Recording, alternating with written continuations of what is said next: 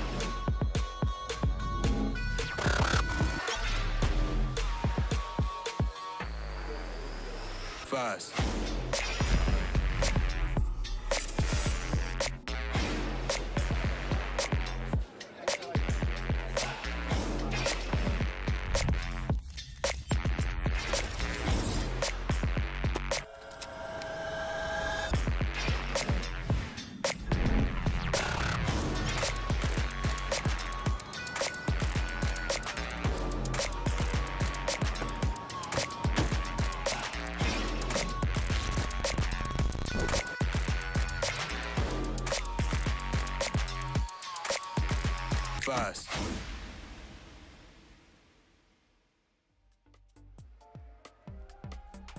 Hello everyone and welcome to another day of VCT EMEA coming to you live from Messe Berlin. I'm your host Yingsu and I'm here once again with Cougar and Zesh. I feel like we didn't get enough Valorant yesterday. Oh, no. I need more. Not at all. I mean, it was a good matchup. We'd love to see Navi the way that we saw them, but we're ready for more. The week has just started.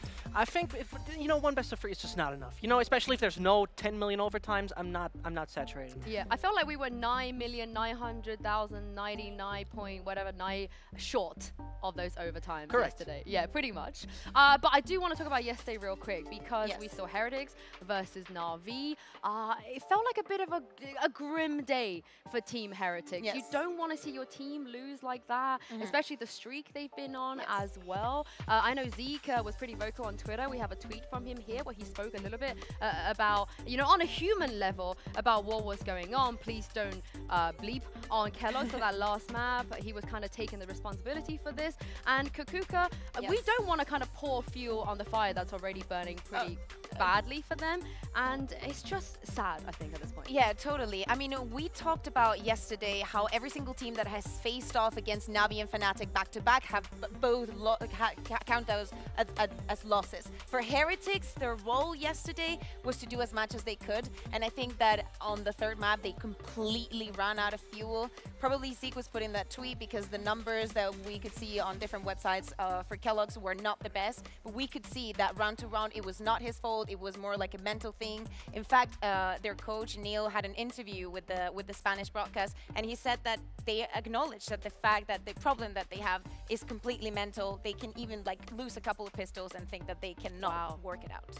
And I think it's particularly interesting because I think everyone basically forgot how he played on the first 2 maps. He was the best performing player, even when they lost 3-13 on Pearl, when they were winning on Lotus. Surely he didn't look too best by the numbers, but his impact on an agent he has never played before was great. So it seems like everyone remembers the last map, unfortunately, understandably with the scoreline, but at the end of the day, it doesn't feel deserved. Just Ascent and Kellogg, something is not clicking with him, right? No. But I just feel like they still have a way to turn around. It's not the end of the season, it's only week They tried 3. a lot of new things, and props to that, because as we said, they had a lot of problems that they had to work in, and even on top of that, they put an extra layer to adapt in and improve in as a team. Hopefully, we get to see that turnaround next week. But Na'Vi, I mean, Zesh, you spoke about how they are like these mad scientists cooking up stuff, and my God, 2 more new comps. It's week 3, and they've already ran 9 different compositions. It's not a surprise, is it really? I mean, this is as usual as it could be. God. This is just actually real. This is way your too psychotic. omens? And honestly, we're just at 9. This is going double digits for sure. If there's one thing that Navi does, is they're doing slight kind of changes to the comps that are either not working or adapting it to what they want their opponent to do. Do you feel hypnotized I feel like watching we're this? inside the I paranoia. need I more think calm. that This is Angel's brain. This is Angel's brain. This is Angel yesterday on the video that we saw completely. This is Angel at night. Oh, it's still going. It's still But going. hey, it takes a lot of courage and also the mentality to work into all of these different compositions and changing things week to week, which is what we expect from teams. Again, they go the extra mile and be like, okay, after the first map, we get a good result. Let's keep trying things. Let's just, experiment to see what we have out there. I like it. I love it because it makes him also somewhat unpredictable. This is what Navi Yes. has thrived last year from time to time, whilst their best counterpart does nothing else and just play the same comps. I think this is making EMEA particularly exciting because the best 2 teams, they do something totally different. We should do like a prediction. I know everyone loves like predictions, tier lists, all that stuff. We should genuinely do a prediction of a Na'Vi comp and see if they somehow come up with it. Maybe a segment for tomorrow, maybe next week. I'm just workshopping here. What do you guys think? I want like a zoo, like Gecko, Sky, and then Neon. Yeah. Okay, you're doing that already. But while you guys do that, let's do something fun. I got something really, really fun for you and for you guys at home as well. Now, as you guys know, food? it could be. Oh. But as you guys know, we have a lot of prominent figures in the Valorant scene. We are blessed to have a very, very rich scene. And I know you two are really, really familiar with most of them as well. And Vincent, you love a good quiz. So I've combined some formats. I pulled some resources as well and budget for this segment. Who's that mystery guest, you might ask? I have 3 mystery guests for you two. You two must, between you, figure out who this person is and what they do, what their job is and who they are. It is all related to VALORANT, okay? The game of VALORANT. Now, you're going to have 3 questions each, and they have to be yes or no questions. Are you down? Are you ready? Yeah, we are. Yeah. Okay, without further ado, let's bring out our mystery guest number 1. All right, okay, who could this be? I'm familiar with her. Don't know if you guys are, so... It rings a bell, Okay, who wants to start? You have yes or no questions. Kakuka, Okay, go. are you a Game Changers player? Yes, I could be. All right. Hey. Do you work here? I actually don't tell anyone. Yes. Oh, okay, she That works should here. help. Okay. Are you an observer? Yeah. Oh. Yeah. Do you by any chance zoom into the butts of agents? That's oddly specific. Cannot confirm nor deny. I feel Yes like or they might no? have it. They might have it. They might have it. Yes I or think no? we Yes know. or no? Yeah. I Go think ahead. we know. Go ahead. It's Mel. It's one of our observers. Is that correct? Yes, that's me. Oh, it is No way.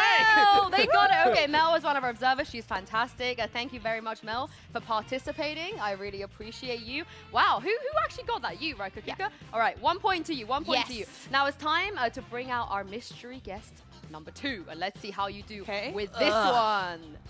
All right, we have our number 2 guest. Here's the microphone. The stage is yours. Are you guys ready with your questions? Vincent, let's start. By the looks, are you British? Yes.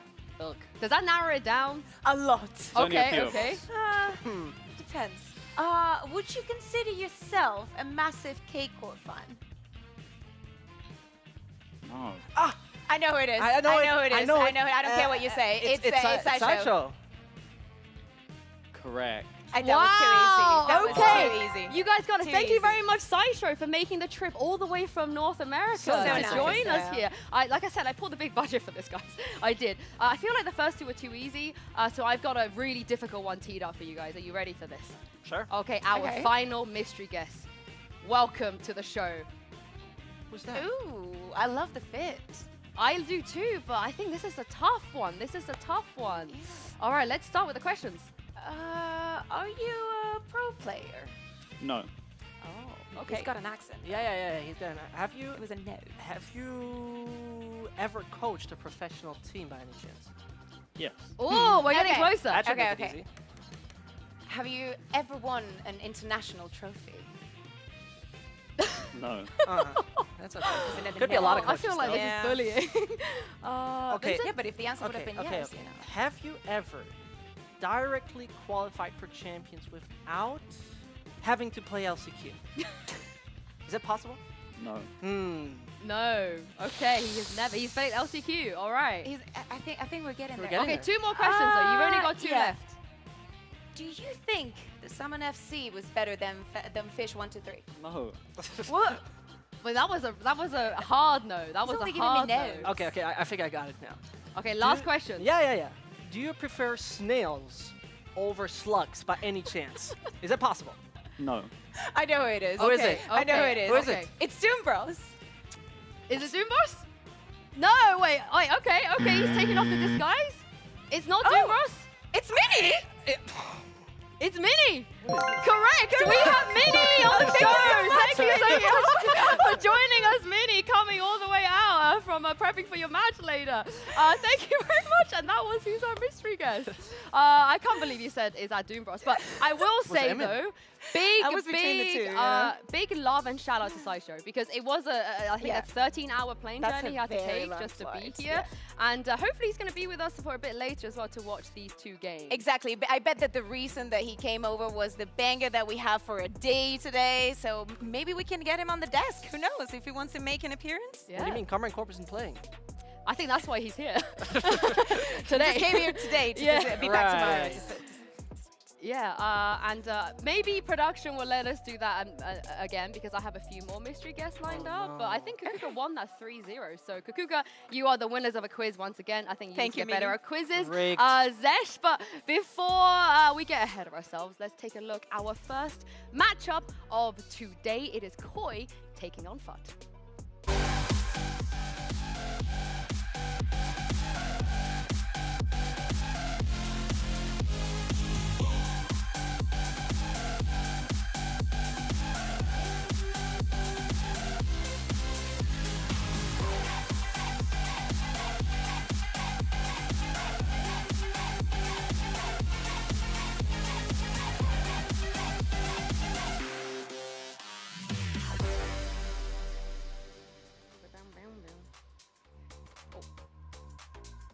All right, let's start with Koi in this matchup of Koi versus FUT. Right. I do feel like coming into this, you were so confident about this being one of the better Spanish teams. Not just in Spain, but just one of the better teams in general. Do you feel like a little bit let down so far by the results that we've seen from them? I think that it's been complicated. I think that they came in so strong, getting that first win against Navi, something that any other team that has gone against them cannot say. But ever since then, it looks like they lost everything that they came in prepared for. We know that they're going into this road of, you know, banning for the enemy and preparing, or at least trying to, but they're just not getting there. And when you see them inside the game, the ideas run out in the middle of the round. And the thing is, right, that the second game they had after they have beaten Navi, I was like, you know what, it's Vitality. Vitality isn't that bad of a team. You lose in overtime 0-2 to them. Happens. That happens, right? But it unfortunately, you know, it's a reverse Navi. It just got worse.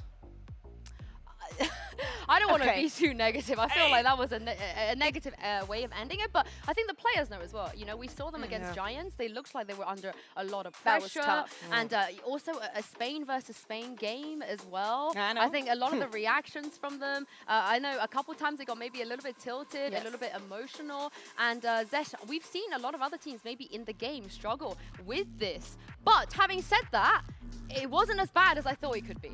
It definitely wasn't. And I mean, particularly, you know, some of those score lines really showed you. You're down like that, and suddenly it's all calm, all listening, all probably Barbara screaming, or at least being a little bit upset about what's happening. I don't think it was but this is no, but this is not the face that those are not the faces that look like they can come back in this very desperate situation they were on that map. It's very complicated because that was after round 10, and it was already the second timeout that Barbara had asked for that half, especially when the score line is looking like that. Is something that you have to do. I think it's also something that we saw Navi doing yesterday, just asking for both the timeouts. We need to talk what is going on, and I think they're in their heads, especially if you've known from the past players like Starkso, players like Koldamin, that you know that they live the experience of being in LAN and just having the other players on the other side, and you know that they can hype up the team. If you see what we just saw, there's no way you back up from that. No, but the thing is, they do have the right pieces. They can come back from this, but we can't ignore the fact something is obviously going wrong for them right now. It's not working. I think one of the burdens of being on Koi is that the fans are very passionate. They expect wins. They expect you to win. And I think a lot of the heat was kind of pushed onto Warfen, you know, one of the younger players, one of the rookies of our league. But do you guys feel like this is fair? Is he the issue at all? I don't think so. Like, I've seen so many occasions when they're in game and we see Koi trying to execute something. I feel like Wolfen is just following orders, because even after the timeouts, that is something that you could spot so quickly that Baba would be like, no, don't do that, or you need to stop doing that. Even with that, after the timeouts, he keeps doing that, or goes even more aggressive, tries to find more information, and you can see that even though, you know, he's the one dying first or yada yada, not getting the big numbers, he's literally doing what he's told to do. And that is a perfect point, because there was this recent video that was on the YouTube channel of VCT where there was Kellogg saying Koldamenta is a great IGL that helps their duelists to become the one that are in the spotlight and that are the ones that can do their job. And exactly as you say, following orders, following what to do in entering those sites.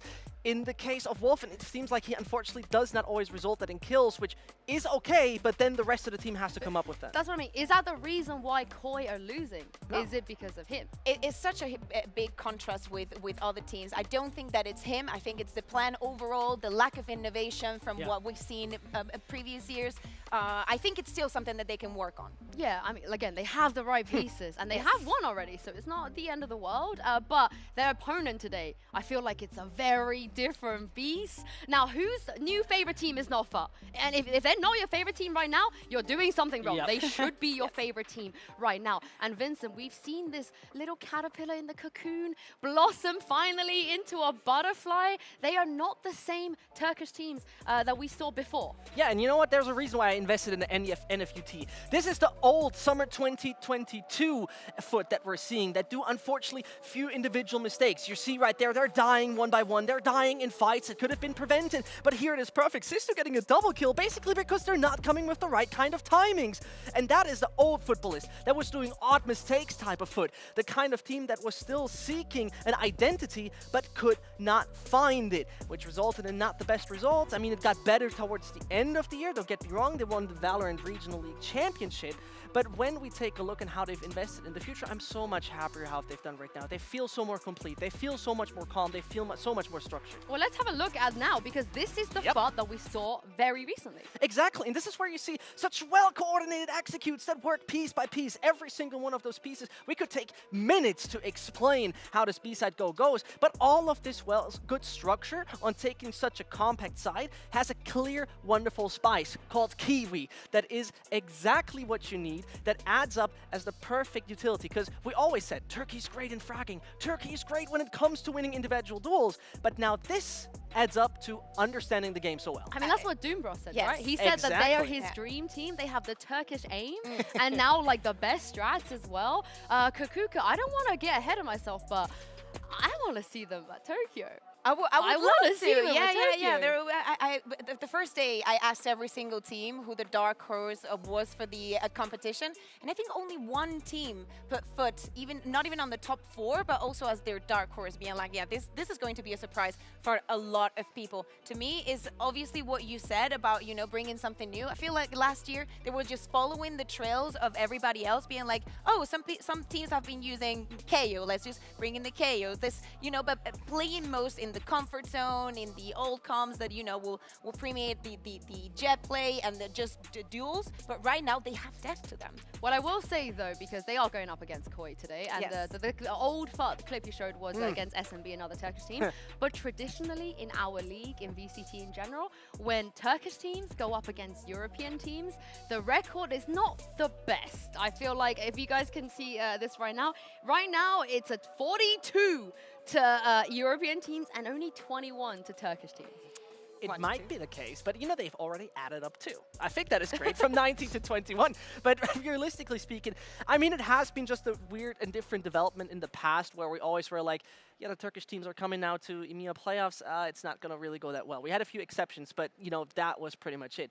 And now with this 2023, I think you talked about the dark horses, right? But Yes. everyone was believing more, at least, a little bit more in that Turkish scene. I think it's breaking the stereotype completely of Thankfully. the idea that we had for Turkish teams. Yeah, we know that there are a lot of Turkish players that, you know, can hit some bullets, but now they're actual teams. Like, people really have respect for them. I don't think like Koi turned up today being like, yeah, they're just gonna go for duels. We just need to be prepared for them. The oxygen liquid days are far, far behind Yes. us. And I can't wait for the day to say I told you so, because I've been here since 2020, batting for these guys. But there's also been a bit of an update. Of course, we know FUT, they were running a 6-man roster. They actively were swapping out player Atta Yes. for Mouge. And we do have a tweet here from Mouge just to explain about what's going to happen for the rest of the season. Actually, he's sitting out completely. He's not going to be swapping in for maps anymore. Does this mean that, Vincent, that a player like Atta, he's going to have to branch out to those agents that Mouge usually plays? Well, it pretty much has two options, right? Either he plays what he's comfortable with, which often doesn't seem to be an option because you need a dedicated initiator in those roles, or alternatively, you do, as you said, you have to see him swap over to those agents. I personally am kind of saddened about it because I like the 6-man roster idea. I like the idea of swapping in players in and out. Not many teams do it. I understand why they've done it, because Captain has proved how good he is. Yeah. Captain is up there, top 10 player from an ACS perspective, and that is what I enjoy so much about it. Is it sad? Yes. Is it giving us an opportunity to see Atta Captain even be better and prove himself on more maps? Also, yes. Yeah, I mean, Mouge has been around for a long time, so I'm a True. little bit sad to see he's not going to keep playing, but we can't deny that the 5, including Atta, has been the reason they've had so much Totally. success here. But I said this yesterday, but I'm going to bring it back again. But Cougar, FUT, Yes. they are the best Lotus team. Let's just be honest. I'm not going to say in the world. No, I am. They're the best Lotus team in the world. For a reason. Okay. I prepared something for you Yeah. because I know that you're going to enjoy this, and it's going to show a little bit of that depth that we were talking about when it comes to FUT, and also compare it to another team that has played, a fair amount of Lotus, and how they adapt their compositions and their playstyles. I'm actually going to go to the other side so you can see the minimap, especially because this is a round where footballists are trying to work around the Killjoy ult. The beginning of the round, they're going to be forced out by Destrian, and it's just the Harbor ult that is keeping them from going into the sites. But as you can see, a lot of control over both of them, just working with the walls, working with the extra pressure, and trying to work the map little by little. This execute was so changing for every single round that awarded footballists with a lot. They try and make Vitality use up all their utility. When they get the Killjoy ult, they use it as a fake. And you can see that even though Vitality has won a lot of control over C, they're still waiting. And even with that utility, given the freedom to Kiwi to just go on the hunt and go on the kill, this literally looks like a FUT that knew exactly how to work around that specific round and had an exact plan of how to use the Killjoy ult. Beautiful round that they're going to get. And now on the other side, we're going to take a look at Koi versus Na'Vi. Again, I want to highlight that, especially from Koi, this control over B at the beginning of the round is so important. And again, they want to work around trying to get the ult for Killjoy to try and do an execute. Koi love the C control, and it's something that they had more easily just because there's not a Harbor on the other side that is going to be constantly pushing you. But as we see, they fight for the orb that Wolf can get, and the execute is going to be completely different. Again, for Koi, everything relies on the presence that you live on mid, but it's not something that is going to come from the turret, for example, for Killjoy, that I think many teams use. This is going to be a straight execute, and it's just two beautiful ways of trying to use the utility from Killjoy from two different teams. We know that Lotus is a complicated map, a map that actually teams like to play, is one of the maps that we have seen the most just because it's still in development and there are many things to try out. But if Koi is to follow up with and just continue what they've been doing up to now, they will ban it today because, as you said, Yinsu, and I believe you're right in that, FUT are just too good with it. And if Koi are banning for their opponent, as they have been doing, they should do it today. We're going to find out today in due course. And Vincent, would it be wise for Koi to take this away from FUT? I think it is, particularly after that 113, They're going to do it. they're going to remove it. And I think Smart that is the choice. best Very choice. Smart choice indeed, but where does this leave us? Okay, Icebox is chosen by FUT. Okay. That's a little bit of a surprise because Yes. this is the map that they banned against Heretics the other day after Heretics was so kind to ban the Fracture for them. Koi is going to select Ascent. I could Against literally, Against the Turkish team? literally sit down and give you a full breakdown of what they do round to Okay, round because it's always the same. I know we had that graphic of Turkish teams versus EU teams in the past, but I need that graphic on Just for Ascent. Ascent, yeah. Because picking Ascent into Turkish teams, Vincent, Yes. as you know, is the worst idea. It's It's a not even major like risk. a good idea, it's the worst. It is a major risk. And I mean, overall, it's kind of interesting to see. FUT last time around on Icebox played it against the Heart Thieves that was back obviously when we were at lock-in. So we haven't seen it yet in our regular stage throughout the weeks we had, which makes it quite interesting. I'm quite excited for that because, to be very honest, it is something that I'm just not so sure about because both have not played it during our regular season. Both have sometimes left it to be banning that or leaving it open. And those things usually are an indicator to me that it's not the most favorable or the one you leave to hover. But do we go there? Do you guys think we'll Yeah, end there? so that's, here's the question, right? I do not think that Koi expected that Icebox to be the first map. I don't think that at all. So that leaves the window open to even get to a third map because in my head, I can perfectly see FUT taking this 2-0 just by having that surprise there and just shattering Koi mentally. I know they're already the best Lotus team, but are they just like coming for Fnatic's throne for being the best Icebox team? I mean, as they're going to well? last them like, what, 2 more weeks? Yeah, Okay, 2 more really? weeks. 2 more weeks. Yeah, teams have 2 more weeks to go. But let's talk a little bit about this Icebox because Koi, that was one of the first times we even saw them as a team back at lock-in. We haven't seen it at all in EMEA yet. I know you guys talk about change changes and so on. We saw Na'Vi yesterday. But this is where teams, they can start to experiment. It's not like the old Icebox where it's just one comp and that's it. Yeah. Koi, they can bring some funky things. They could, yeah, but I think that, again, in the pecking order, in the pecking list, I don't think that bringing something new is something that they have to focus on. They just have to improve what they have already. I think that especially on the match that we saw against Energy, they suffered from the 9-to-5 curse, which is very painful. I remember vividly watching it, being like, no, please just tell me that you're going to be able to close this one up. Because just imagine that Koi, as a team, jumping into Tier 1 could be like, yeah, we beat Energy in our first day. That's what we did.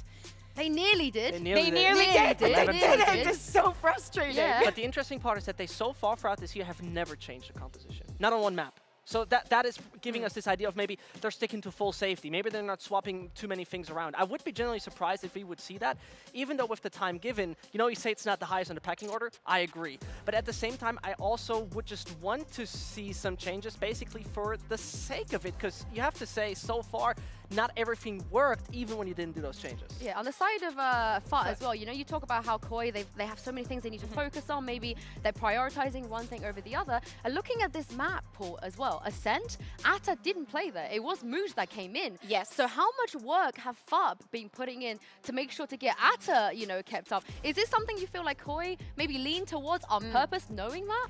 I don't think so. I don't think they care that much about that fact, because at first they still need to get there with a good mental, because I have a feeling that FUT are just going to surprise us on that first map. But for Ascent, Ata still hasn't lost a single map here.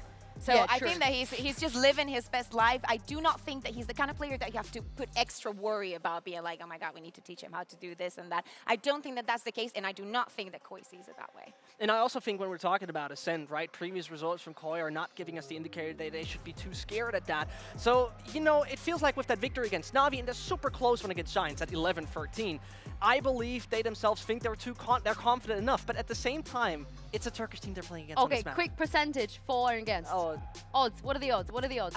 70 for FUT, 30 for Koi. I put it 60-40 FUT. For the whole series, not just Icebox? Whole series. Whole series. Whole series. Oh, okay. We'll see what happens. You were kind of right yesterday, but we will see indeed. You guys know the maps already, and the teams are currently warming up to get onto stage. Let's bring them out. Give a warm welcome to Koi and FUT.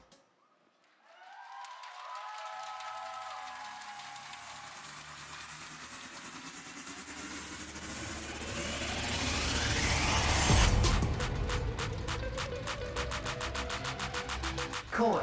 Yeah, wanna be a top boy, keep the movement flowing, don't stop, boy.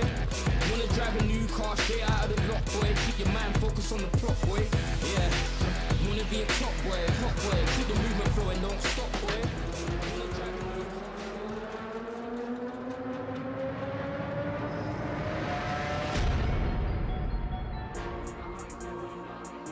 FUT Esports. Trying to push to the top of the pack, think that I'd stop, no, never that. Trying to get to the top of my game. I don't want to hear no talk from lames. I don't want to do it if there's not no gain. Them man are lacking cause them man don't train. Hey, I can't accept one loss. Never that. Trying to be something I'm not.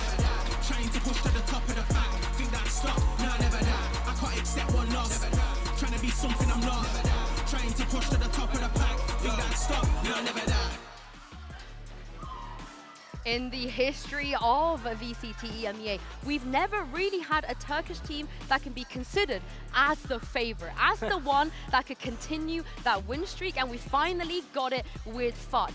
How big of a statement do you guys think it would make if they are able to just win this out today? I mean, I think it would be amazing. It would follow on that trail that they did last week against Vitality. I think for many people, it came out as a surprise. For them, it looked like another day at the office. They even tried something new. They brought the Gecko. At the end of the day, they said, yeah, we don't like the Gecko. We didn't think that it was going to work this way. But hey, they tried, they test, and they experiment. But it proves that it's not a fluke, right, Vincent? If No, they can take out Koi after Vitality, they're just good. I think it never really was a fluke. It never seemed like a fluke. It never was a surprise. They really redefined the way they play, their passiveness on defense that I like so much about them, that gives them the opportunity to play it all calm and collected against teams that are slow against them. This is the only thing I'm worried about. If Koi step up and are going a bit faster, that could become a problem for FUT, but that is just the future.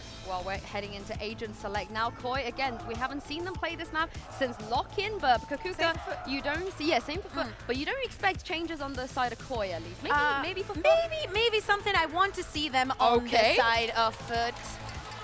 Okay, There's a swap. Mr. Fallen is going to swap. I like this. I love this. This is something that I expected.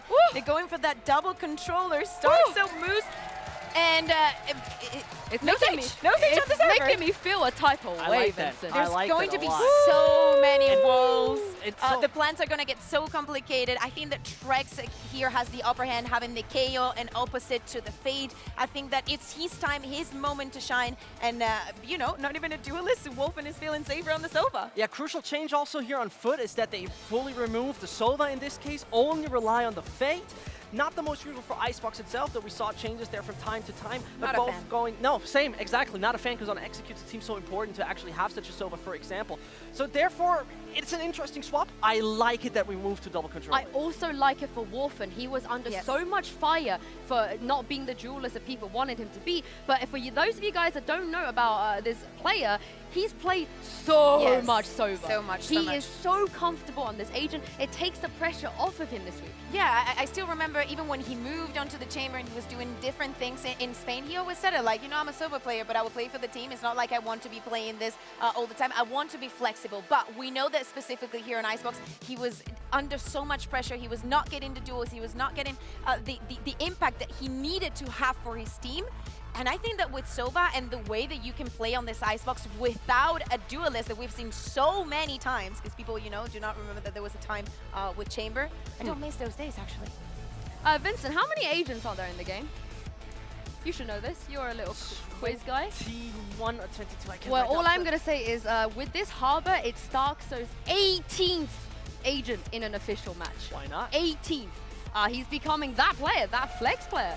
Honestly, I think that Starkso, especially during 2021, it was everybody's flex player. Like if you have to pick someone to play a little bit of everything and just try and test some stuff, Starkso is never going to say no to trying something. And talking about that, Mr. Fallen does the same, also adding a new agent to his repertoire, right? This is once more showing that he as an IGL is definitely there to take that responsibility for a team. Like, you know what, we need a second kind of controller in this, I'm going to do it. And I think that's a perfect decision. Now, what I want to see is, because we also saw, you know, Mixwell taking on this job on Icebox, and we thought, oh, it's going to be like a DRX Harbor. But some of those wars were a little bit funky, you know, some of the synergy just wasn't quite there. So are we expecting these teams to go on maybe the DRX level, or would you want to see something different? I don't think that Starkso can be held to the same standard, just because I don't think that he has had the time to perfect it. If we are to come out of this map and Starkso has perfect walls and perfect understanding of it, I mean, props to him. Starkso. Yeah, he will prove that he's still got it. Yeah, it is Starkso, but that's the thing though. There's a lot of Harbor util that's so easy to just miss. Like you want to war somewhere and it doesn't go your way. And that seems like a crucial thing that Vincent, both Mr. Farlin and Starkso have to get right here. Yeah, it sounds so simple, but like, for example, stopping off this cascade is sometimes teams that get missed where they somehow give the opponent more room that they actually intended to. It is not the easiest thing at the end of the day, but I believe that both still prepared decent enough. It's finally a change. This is the first change of coin compositions that we've seen this year. I think it sets a common ground to Koi, right? We were talking about Wolfen maybe not being completely comfortable with the role that he was playing, not getting the results that he expected. Now he's just one more of the team. He's going to be setting the ground just like the rest. He doesn't have to be the first one to go in. He doesn't have to go the extra mile to actually be useful for his team. What I will say though, on the side of FUT, I know there's no duelist for Koi. It's good that Wolfen can be comfortable, but Kiwi, Kiwi, he's having a great tournament, Zesh, and Icebox is a map made for someone like him. He had his VCT debut on this map back in LCQ in 2021, and he was instantly catching everyone off guard on how good he was. If this man performs as we know him, might have not done this throughout the season so far, as for example, our captain steps up massively, it would be a miracle. This is a guy that can, with the operator, particularly in Icebox, decide how the game goes. Again, I still think that there is a lot on this map that goes onto Trex for him being playing the KO. We're talking about Kiwi. He has to be one of the ones like spotting him and actually shutting him down so he doesn't feel comfortable, you know, with the operator picks and just, you know, being a jet player and being electric, which is something that as we said, didn't work for Koi, but definitely could work for FUT. Well, Doombro said something last night about how you prep for something all week and then the comms come out and you're like, whoops, all of our prep is out of the window. So I don't know if it's going to happen today for these two teams, but I cannot wait to see and introduce to you guys to our casters for the first game. Give a big welcome, Coliseum, to Pansy and Hypog. Yeah, thank you so much. It's fantastic to be back here for week 3 coming into this. Very polarizing results in this game, I feel, on paper. You look at the two teams head-to-head, very drastic results. You know, 2 wins, 1 loss. Yes. 1 win, 2 losses. Yeah. Couldn't get much different, but I think in the server, there's been more competition from Koi than maybe it shows in the results. I'm saying it. I'm on board I the wouldn't Koi go that train. far. For me, I've been riding the FUT wave, honestly. You're a FUT fan? Yeah, big FUT fan. Get that out of the way nice now, first one of the day. Why not? Why not? I've just been so impressed with what they've been able to demonstrate. And I think Lotus has honestly been the catalyst for this team to actually Cornerstone, carry for sure. across a lot of this discipline and total readdressal of the fundamentals from that team. Again, Atta Captain, for me, Kiwi's been fantastic. He's been the headliner for me. He has been. Atta Captain has been insane. And again, it's good to get some insight there with the tweet earlier we showed of how that roster is going to look going forward, because I hate to say it, but I'd probably feel a little more comfortable if that's the case. Again, agent pool's the second discussion we can have on that. And actually, just to bring agent discussion into this is a big positive for Koi, in my eyes, to have this, again, keeping up with the times and looking at kind of what's a bit more applicable here on Icebox, even though it's only short-lived, maybe, for how long Icebox is going to be left here. But this is a big positive, because Koi have to show us something in the server this week, today. Yes, you're absolutely right. And again, roll your minds back. Yes, we saw them up against the likes of NRG and actually had a good result in lock-in, not a victory, but it looked good. You saw a couple of very positive trends from the likes of, Shados in there, a couple of others having a really big series. That was fantastic. Now we have to see if that comes through again. This was a little bit of a curveball, I think, in the Veto to come through at this point, so still. The one thing I do want to see with this comp change here is Coldamenta being a little less linear, because that's been something that's always been concerning with, I mean, not just Koi, but Coldamenta in general on Icebox. It's very feast or famine. If he can get away with murder on these lurks, there's a lot of impact, and you kind of just ride the numbers of what you see at the end game. Bit of a victim of his own success at times, though. Absolutely. People became hyper aware of what he was doing. Bit of a kingmaker in his time. He'd always be able to foster fantastic rosters and be able to get away with a couple of bits and pieces. But the awareness is there, and as is now the site here. Towards A they go. There's problems for Atta Captain, and actually gets away scot-free for now. Surely there's a someone deal with Atta Captain. He's alive on 10 HP. Finally, Koi clear the site. Spike's going to go down. So the last two. Okay, I was going to say, Starzo was eating that snake bite, but it's actually the Nano Swarm to finish things off. Watching Kiwi now, find themselves in a 2v3. Coldamenta and Shadows tagged up. Actually, Trex will fall as well. It's so individual, 1 by 1. Fortunate enough, left to reload, so had to get the job done. But Kiwi is in a good spot. Full HP for him. On the other side, the walking wounded. The time's running so low. 9 seconds, 6 seconds now. It's dwindling. Needed one more bullet to hit. Coldamenta lucky to be alive, but a little bit of a feast that round for him. It's away with murder to close that one out for Koi. And concerning to see the initial approach there. I mean, there's so much pressure coming towards Atta Captain. So, the recombo, he actually gets tagged by the suppress as well, so he doesn't have use of any of his utility to slow this hit down. And somehow, I mean, even though the kills go in Koi's favor, FUT are able to actually withstand that first hit. I am a little aboard the Koi train. I'm going to put it out there. I've seen glimmers of hope in Starzo, right? I've seen that little rollback. Give me week 1 Shados again, and I'm with you. I'm with you. Go ahead. I'm ready to see it. Now, they've heard a lot of this. Let's see if they can keep it clean. So far, Wolfen starts building up. Yeah, all good so far. Down to Kiwi and Cracks, but they've both been noted, so falling back seems near on impossible. As you can note that Wolfen is keeping them boxed in. And maybe looking to get certain ults online. So yeah, farmed through pretty comfortably. Made an attempt there for tried to maybe push up on an extremity, find a scrap, get the rifle down, didn't manage it. Moving on. So just how versatile Koi can remain. Again, this early, very passive default from, again, any iteration of a Coldamenta team really is the approach. But FUT have been great at doing their homework, and some of the approaches to certain maps and certain situations have purely been prep oriented, and that's been the real positive. It's always been the I guess, question around when do we see the Turkish super team, and it kind of does come down to the macro level, the fundamentals, because you can always have these pop-off players. Yeah. It's something that I think a lot of us are excited by, especially if you watch 2022, 2021. It was, can any of the Turkish squads really translate to an international degree? Yeah. Fantastic regionally. Outside of that, they normally faltered. We're finally seeing one of the teams show that. However, to the start of this game, though, we look at what this bonus actually contains. 2 rifles still remaining. Packs a punch. Yeah, not bad at all, actually, and 2 Bulldogs. I thought there was going to be another Spectre or something in there, but no, it's only Wolfen sat down towards that. Alt-wise, Cold and Mentor building towards his. Trek's pretty far away. No one else really looking too close, but it looks like a lean back towards the A site here. Actually, only 2 members of FUT in position here. Finally, Mr. Fallen coming across. It maybe caught sound of a jump or 2. Cracks definitely. We'll get some information here. Early investment of a Snakebite here, ahead of the harbor wall coming up. Gives lots of time for FUT to actually adjust based on this. Yeah, and FUT are still keeping the cards close to their chest. Unable to identify who's on the back of the site here. Yes, they know that Fade's sitting around somewhere, but there's a whole lot more pressure where that came from. Unable to secure the spike plant either. Now for that second try of it, this time it's down. Coldamenta going to try and control over towards that corner of Maze, but Coldamenta's in a bit of a dangerous predicament here, Mike. He is. Oh, Actually, lurk. yeah, Shados has got a massive position here. This is sick! And good for a second as well. That Bulldog brought to bear, and now cracks. And out of Captain, still alive. It ain't over yet, and now it is. Wolfen, safe pair of hands. They convert the bonus. They must be chuffed with that. And this has got to be a little frustrating as well. You look at the minimap, you see 3 members of FUT positioned towards site. They still have 2 actually that have to rotate across, and there's no awareness. Shados isn't seen. There's no utility shown at all towards site, so somebody has to be asking these questions. Lovely. Here, actually, FUT are able to wrap around towards default, but at that point, it's almost then Koi in a better position to capitalize on that.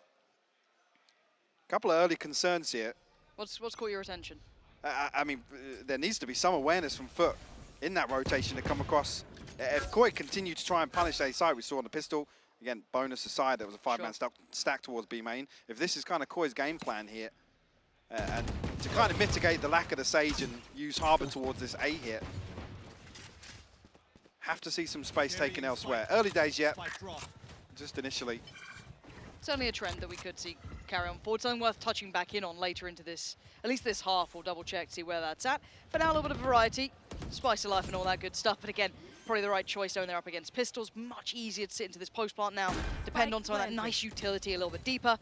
Don't even have to really entertain the concept of holding that close to sight. Look at the post plant setup. Very nice. Big knife as well. Yeah, catching 3 there. So you're looking for anyone to hit some belters, basically. You need that Sheriff to crack open something in this post plant, because they can just run through that utility cycle so perfectly. A lot to work with here. Trex just trying to find a spam kill initially. FUT got to wait out this Viper Wall as well. Actually, as I say that, Captain looking to get ahead of it. Tap out for some utility, but Wolfen finds it. Yeah, very nice. But they're starting to run out of time now. This is, yes, the end of the utility for the post plant, but still no progress made on the spike, and Koi re-emerging towards the site, clearing as they go. Kiwi going to find 1 on the way. Can't make it out, though. And actually losing a couple of these rifles in the meantime, but round on the board again for Koi. 4-0, Mike. Not a bad start by any means. They've got to be happy with this. No, not concerning really, because Starzo's one of them to survive. I think he was down at 1550, so comfortable purchase coming back into this. Not really going to damage the economy too much. Kiwi with an early operator here, and technically around behind where we would usually see it. And FUT barely touched on their first ult cycle, and interestingly enough, Koi in a similar position. They've really actually spread the wealth in terms of that ult cycle here. It's right there. Trek's the furthest away, 3 from the null command. Shados 2 off that Killjoy lockdown. Koi going to revert back towards his A here. This is early A pump. Yeah, and a Captain going to be found early, suppressed, has to fall away from this.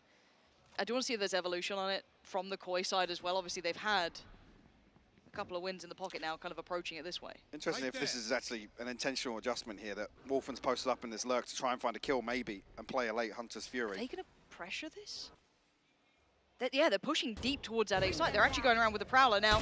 That's a shot! And a captain snaps Trex's head off. That's massive. And that Prowler had been used in the past. It had noted, I think, last time around Wolfen or someone. But regardless, this is a totally different look. They worked with intent behind it, and I love seeing that. But the adjustment on the way back in. Koi looking to flex through middle. This time, Mr. Fallen wants to show off a little bit of that aim as well. Finds Coldamenta. One by one, Koi being picked apart. Yeah, spotted Wolfen as well. You see the ping coming through a second. Peek there from Mr. Fallen. Actually, Wolfen didn't spot it. Awkward engagement here. Will be caught on the retreat. A little bit of help from Modge on the way. Kiwi. Yeah, lovely. Kept his composure all that time, didn't overstep. He knew that there was going to be aggression or at least space taken on the A side of the map, so he just had to be that anchor, which he was playing perfectly. Now the last two, well, excuse me, last one, Shados, a 1v5, quite the task. Probably not going to happen. It's a good positive for me. Talking about the early concerns on the side of FUT, actually so early on, the adjustment here is to try and punish that slow approach I was talking about. Yes, not the typical default we would see, but if FUT's response is to actually isolate an opening engagement, again, the lack of a duelist in this composition, who do you really want taking that front line? It's a util heavy composition on the side of Koi here. But are you again, we've talked about different scenarios of, for example, the Harbor falling first when you haven't got the Sage. That then relinquishes any possibility of a B-side hit coming through or an easy B-side hit coming through. Again, if it's Coldamenta to fall, there are just so many concerns on who is it to take the opening duel here. I very much agree. It's just curious if they think that's a full answer. Obviously, it's not. You're not going to hit that shot every single time. You can't just keep exploring with that Prowler every time. So I want to see what they now slip into as their long-term solution. I guess for me, it's actually the positive to see that if Kiwi's got the operator online, then somebody else to find that opening kill. Because then you have some of those Kiwi rounds in your back pocket. You do. And now getting a little brazen with it. FUT showing off a little bit now. Taking that space, taking the ult orb, and then dipping away. Not sure if they got anyone's ult online. Similar situation here, though. If Trex feels any pressure, who's there to actually bail him out? The spacing between him and Starzo isn't ideal. No, it is quite substantial, isn't it? Shados technically still here. They're trying to play contact, maybe off a flash from the turret. And Kiwi going to feel a little bit of heat as well towards B main. Complimented his composure last time. Now going to be put to the test with two. Last time it was only one for him. Oh, he nearly got the wallbang there. So close where they get to keep their life. They're forced away from that initial angle. This has pulled a rotation. They've had to respect this. There's now, I guess, two players dedicated towards B. You do still have Mosh sitting towards kitchen. So you get a fairer fight towards A. Are they going to go aggressive this time? No. So they can go back to worked if they have that utility still in play. They do. Starzo's still there. Trex is the knife. Still got Wolfen. Yes, no Aldrome, but Reckoning as well, still actually. Quite a lot to clear this site. And as you noted, gets called in. Now the site's in trouble. They have to relinquish any sort of fight on this one. Want to see if anyone tries to linger around? Absolutely not. So yeah, this should be, I say should, a relatively safe plant. Looks like we're going to have the ults coming back in, and actually Starzo's gone down. How the hell did that happen? It's the Snake Bite and the Nanoswarm combo. Huge setup. And now the problem is time. They don't have enough of it. It's done. It's literally done. Again, FUT approached this perfectly. You're only really looking for some chip damage off that utility. That execution there for FUT, you have to be calling. Let's play retake. But Starzo again, sitting inside, tanking some of that dashing, some of that damage. And actually, I don't even think that Nanoswarm was placed initially. Mod just thrown that from behind screens. If we've got a replay, I'd love to see it because I'm kind of interested. They were. I was looking at the minimap and I was thinking, actually, yeah, if you're going to lean away from A, you do want some of that killjoy utility there. Yeah, exactly. Again, I was just guessing, but the fact that this has happened again, Starzo's happy to tank that initial snakebite damage because he's inside. He's so inside there's no further cove. threat to it, exactly. right? He can't be spammed with bullets, right? But the Nanoswarm is... And when there's no Sova here, you're thinking, yeah, okay, I can tank a little bit of snakebite damage. It's beautiful from FUT. But I genuinely like the concept coming back in from Koi, though. They made the right choices to get back on the site, right? They dealt with that pressure on B, pulled the rotation, ran out of time because, again, the utility work coming out from FUT has been actually on point. Lovely work. The difference, one Nanoswarm made, basically, because that would have been a post-plant in a totally different scenario. Could have changed completely. Similar questions that actually we've had with other teams pulling out this composition. Who is there to pressure behind the cove? Who do you send forward in a util-heavy comp here to really make sure that Starzo's not left on an island on Soulcast duty? Absolutely cursed roll. Koi ahead of the curve here. Much earlier, and they want to try and draw this utility out now. Very different execution, though. Cracks will find Coldamenta ahead of the hit. They're willing to challenge this time around. I want to see if the plant comes off cleanly. That has been the consistent problem now. We haven't seen them in a safe post plant since the very start of this game. See the spam coming in, Starzo. What are you going to do with it? And once again, the test of time. FUT holding just enough of the space. They have that gateway back towards the site this time around. There is no utility to confirm the kill. The bullet almost did it. Yeah. And now the lockdown just to give themselves even more time. Force the hand of footballers. And they're going for it. They have to find a challenge. Big shot from Starzo. Backs away. 33 HP, and that's all he's got to work with. Tap on the spike first time. Cove's there. A little bit of safety on this one. They got to get to work here. Falling can tank another. Gets off it though. Doesn't receive the second hit. Though. They do have the half. 3v3 though. Still, and a captain on defensive duty. Defuse someone. No one can stop it. Again, FUT coming up with the answers. This time they had the plant, Mike. They got that one step further. Next layer comes in. As soon as that lockdown gets destroyed, you know that you've completely given up side control. I think right there, FUT have made the perfect decision. Get that half defuse as early as possible, because you know that they're going to rely on the next thing. Again, another aspect of this composition, the Hunter's Fury, to play this post plant. Beautifully done by FUT. Very impressive. There's so much time in between the ultimate and any pressure coming back towards that initial cove that goes on. But this is also another thing to consider. Koi have been forced into a close plant that they can't actually play these deep angles. And yes, they can play utility, but once that wave's gone, if FUT have taken deep enough control in front of the spike, it's so hard to prevent that defuse. So I see that work down the scoreline as well. 3-4 now, closing that gap significantly. And an early test. Now, still able to fashion a purchase, though, this time. But they're probably assuming this is Kiwi solo once again, because that's all it's been previously. They haven't seen Fallen yet. They'll hear him now. That should be pretty indicative. Oh, unfortunate to keep his life. Both sides, if anything, can't get away so cleanly, and actually just straight through the wall. Trex has got Fallen, maybe overstaying his welcome a little too much. You can see the frustration there. I think Fallen trying to apply a little bit of pressure for Kiwi to get away. And Koi should try and secure this kill. Wolf and go on this. Okay. Oh dear. The odds. Again, the pressure on these spike plants is huge. There's no comfort in this. They still don't have the spike down. They have still now bodies on the site here. You've got all that utility starting to cycle back through. Time being bought. The map starts to feel small. You fought for that site and you don't have it anymore. Still got a lockdown to play with as well. 30 seconds left. Starzo's still got the cove. Again, definitely doesn't feel comfortable. Still 2 snake bites as well for Atta Captain. Here we go.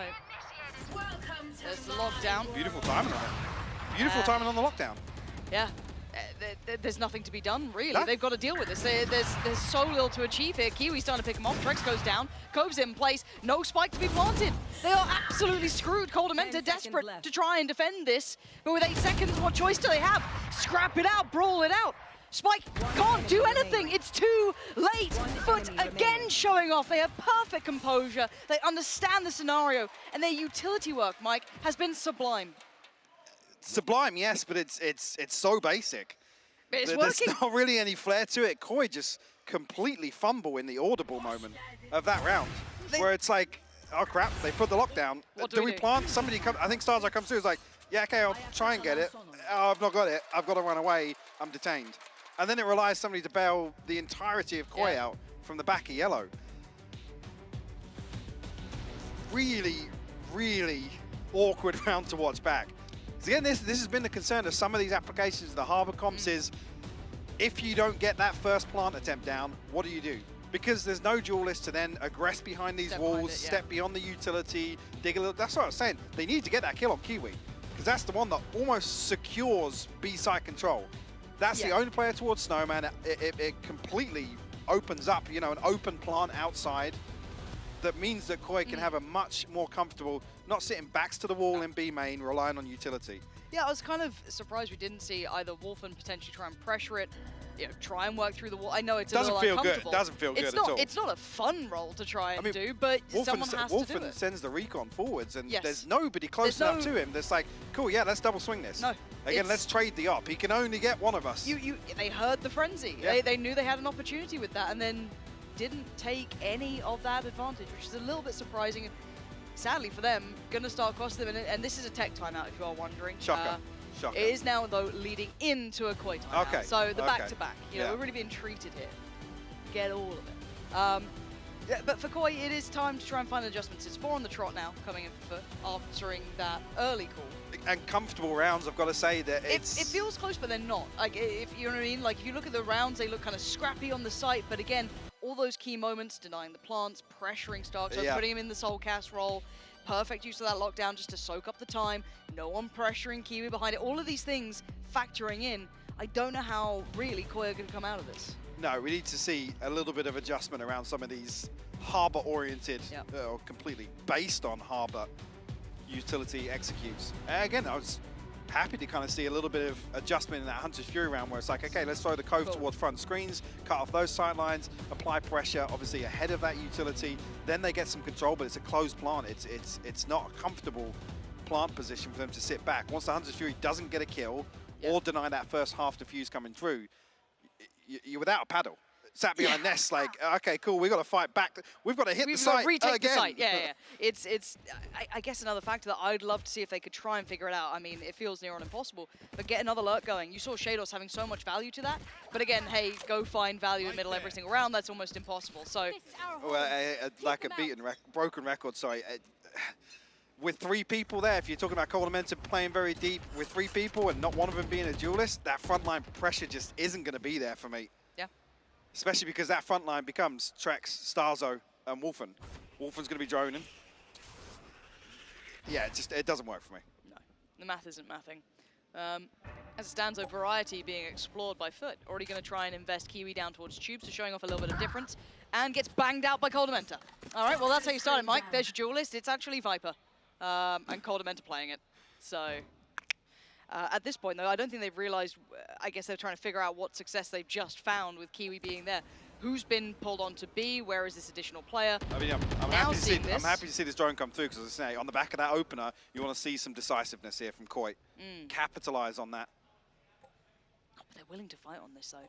See him posting up in the site. And Shados actually will backfill that first blood towards Tube. Even just to, a little bit of a nuisance here, just even hearing this utility is fine. I hope that this is going to draw that additional player back. Trying to find the turret, I think, with the Nano Swarm, or at least the alarm bot. You did find it. Yeah, did get it. So it's kept that player there. So it is a 4v3 on the site. And a captain, good for 1, though. Doesn't have to slip away just yet. Cracks, finds Trex. And there's no complementary trades. There's nothing. It's so individual.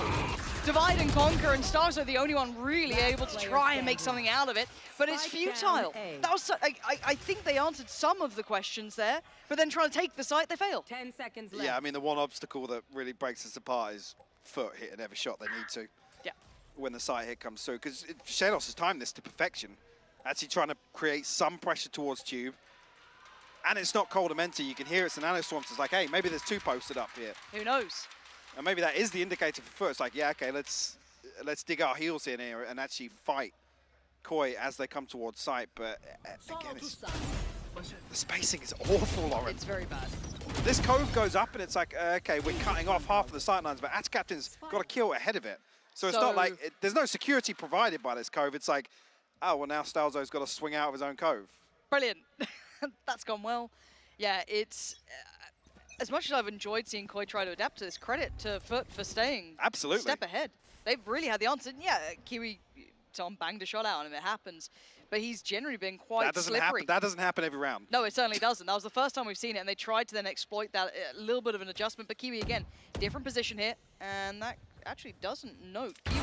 Able to get away with it. Stands tall. Going to take down Coldamenta, and a second. Kiwi now starting to fly through this round. A little bit of a wall in place, gives him time to readjust, find another angle. He's confident with it, and I don't blame him to be. The flash through the wall highlights someone else is there. This time does get caught, but 3 big kills. Kiwi having so much impact already. And Starzo and Trex barely finding safety off to the back of that, barely able to hold on towards Yellow. There's already rotations in play. One suppressed. Actually, again, a ton of decay coming through. Force Starzo to reconsider this. Now actually regaining some HP. Does have his ultimate.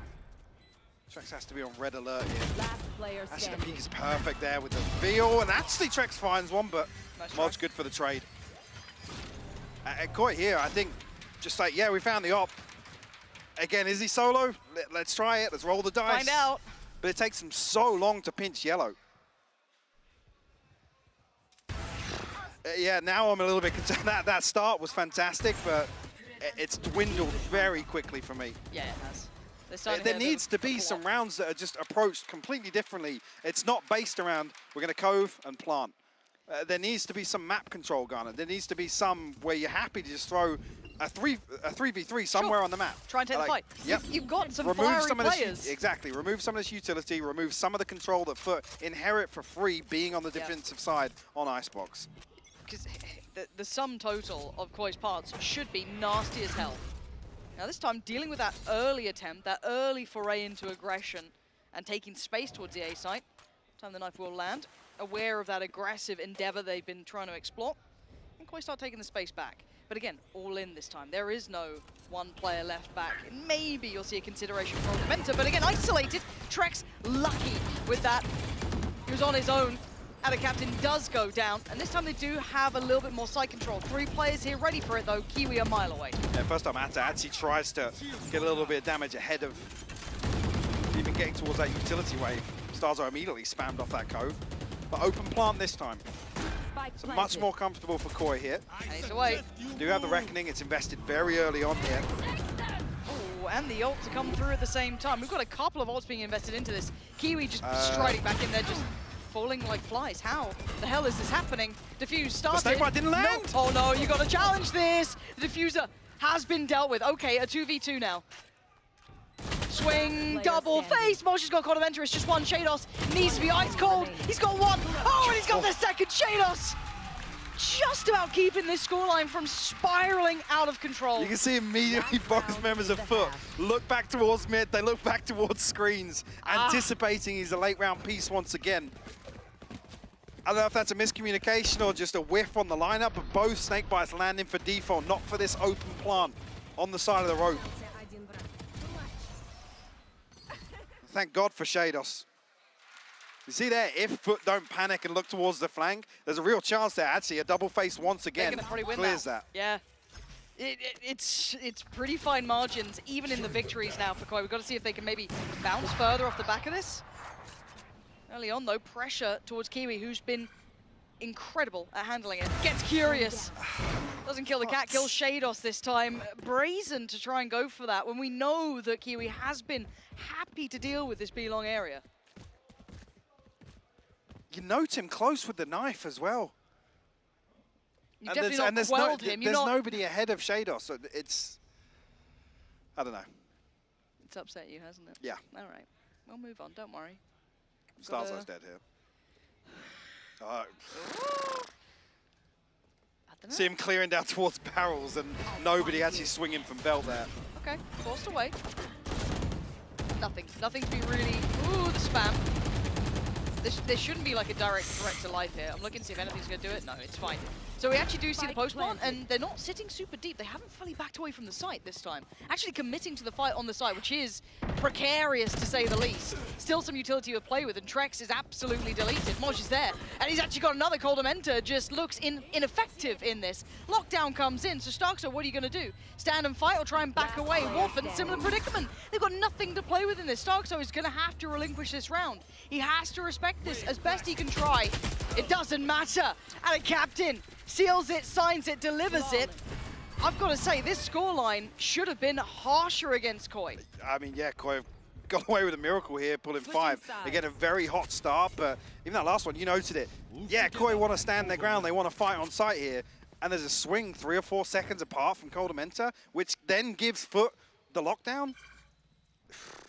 Again, a little bit of utility invested here, but it's like, if you're holding left side, send the util to the right, cut off an angle. Sounds too logical, Michael. I don't know. Initially, like I said, really happy with the approach from Koi. It looked very, nice very reliant on this harbor getting away with freebies in terms of the plants. Yeah. The post plants just weren't it for me.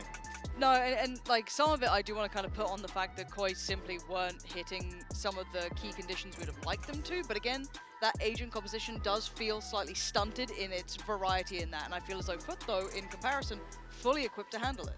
Yeah. They played it incredibly well. I was very impressed with it. I love that little throw-in of aggression. Turned the tide of that early game. We saw that kind of as the answer they came up with. That's the thing. Eventually, I think you need to, with one of those hits, it needs to be somebody digging deeper towards backside. If FUT are just going to sit back and say, yeah, we're happy to invest some utility as you're hitting site, then there needs to be somebody to come forwards. Again, is it Trex with the flashes? Is it, I don't know, dare I say, Coldamenta? Just anybody else? This composition, there's no right answer in terms of what you do there. So there's no clear answer, who do you throw forwards and sacrifice their utility if you're going to be heavily reliant on this post plant? That was the first example actually on one of their rounds where they do get the plant, where they're happy to actually stay on site and fight for it. So the game plan from Koi has to be the post plant. There needs to be some versatility in game plan. How many times have we seen him actually funnel through mid? The answer's 0, by the way, but that's got to be a question someone's asking. Catch a player in rotation, remove Mod. He's throwing these cheeky nano swarms as the plant's coming through, combining with the snake bite. There needs to be somebody. One lurk from Shados. And it worked! Yes, that was one of the big rounds.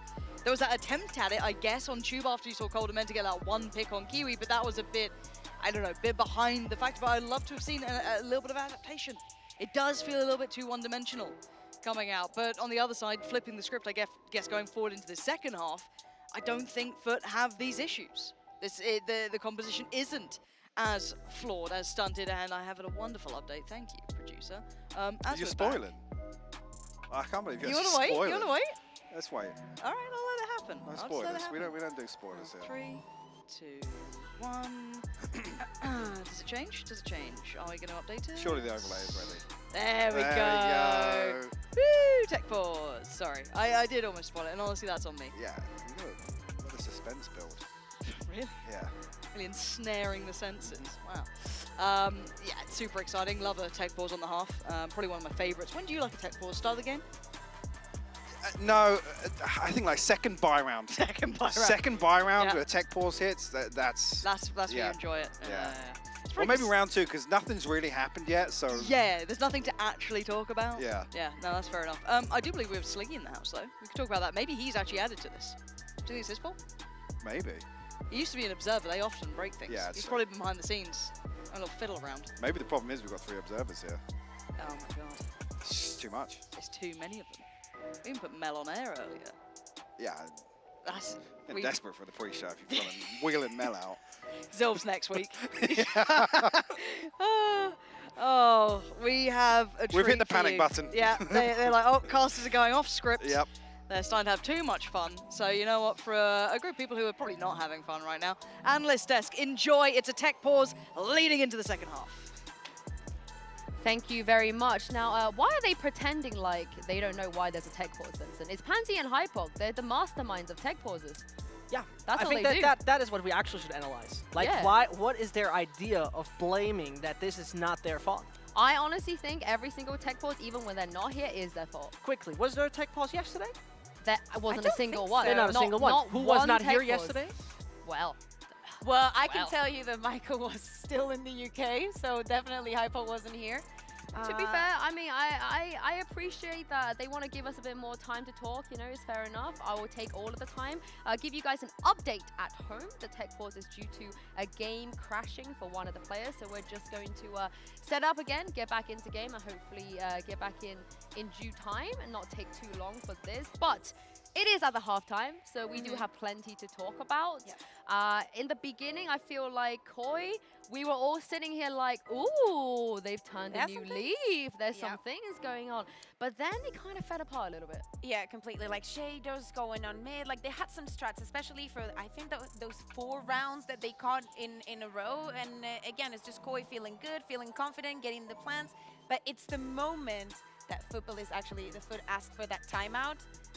Things change and they do not know how to respond, and it's not until round 11 that they finally managed to get another one. Again, I think that this is mostly a highlight for FUT. Probably this is something that we could have not seen in the past. It also has to do with Koi's emotional state. Yeah, probably. The thing is, right, you've mentioned it perfectly with that flank. You've mentioned it perfectly for 4-0. This has been a great start for Koi, but ever since that one flank and that timeout came in, everything changed based on the fact that FUT did FUT things. And what is FUT particularly good at? Waiting, patience and playing solid retakes, denying you in your late XX. And this is something that I briefly mentioned at the beginning. The matter of fact that when you are waiting so long for FUT and you are waiting to make like a 30-second execute, they have so much utility ready to deny you that they're just waiting for you. All right, you guys, wrong answers only. What's Barbar looking at? Wrong answers only. Financial kebab reports place coming to up. eat tonight. What? A Kebab place. Financial reports of Carmine Corp. I said wrong answers only. Oh, sorry. Wrong answers only. No, but seriously, There there's are like none. it just keeps going. There's like 8 pages. No. In every single match, there is a moment that if you go to Barbar's cam, he has like at least 40 pages, and he's just like going over all of them. I am telling you, this technical pause is his thing. He just needs to read through all of them. Just imagine. My favorite is that Millie's ones are always handwritten. He's got like a book and everything is handwritten. It's not like printed out. That's great. So I wonder what's in there, right? Because we were talking about the new compositions coming in from Durka both go sides. kill. No, I mean for Barbar. I mean for Oh. Barbar specific. Shados go kill. Starkso go kill. But there's like a lot of we were seeing like images and stuff, you know, like there's something that they have prepared. But is this something that they expected? You know, the hardware and everything else. The cool part is we first of all figuring that out, but the second part is there anything anti-strat relevant in there? Because I don't believe so. Yeah, exactly. How? It's probably not the case. I would love it so much if it's just literally like a fan fiction he's reading in his spare time right now. A fan fiction. Yeah, because fan fiction, fiction. obviously, I don't know how much fan fiction you read, Vincent, but I read a lot. And it's not a real book, right? So if you want to bind it into a real book, You need to send me some. you I wanna have read to. some. Oh, I have so many there, like you will not believe. You have to like physically print it out to get it binded. It's not something that you can just go to a store and buy. So I would love it so much if Barbar is just reading like Guild fan fictions. Guild. Do you know? In his spare time. Yeah, Guild. why not? Why Yeah, not? why not? Yeah. Why not? What year is that? I mean, at Last least year? they lasted longer than What? Big. Listen, now that we're talking about Barbar and those pages and the strats and everything, I remember, now that we have Sleegy in the house, I remember one time I went into Sleegy's stream and... The one time? The only time? Yeah, the only time. Yeah, chat, let's get some slug approved. I love the slags. I've been Yeah. having a slag for a long time already. But I remember that there was this one time I asked him, so it was when they did not have an IGL. And after like 5 So to the 6 entire rounds- time he yeah, was there. Yeah, okay. So I went in because every time, it didn't matter if they were winning or losing, like after round 5, between round 5 and 6, he would ask for a timeout. And I asked him, so what do you do in the timeout? Like, how do you structure, if you don't have an IGL, how do you make things work? And he was like, well, I give them a plan for round 1, 2, 3, and 4, and 5. And then I asked for a timeout, and I gave them a plan for round 7, 8. Wow. Wow. I mean, I feel like Calder is probably won't need that as much, Vincent. No, I think Colamentez, I think he got a lot of praise. I mean, Bonecall was roasting him a little bit in that one video, but other than Wait, what did he say? Yeah, he said that he's a little too simplistic and a little overrated. And the next sentence was, I hope he doesn't hurt me with his big arms. Oh, he does have big arms. He does have He's big right arms. about that. You can see on the screen right now, you guys at home, of course, they can't really talk to each other during a tech pause.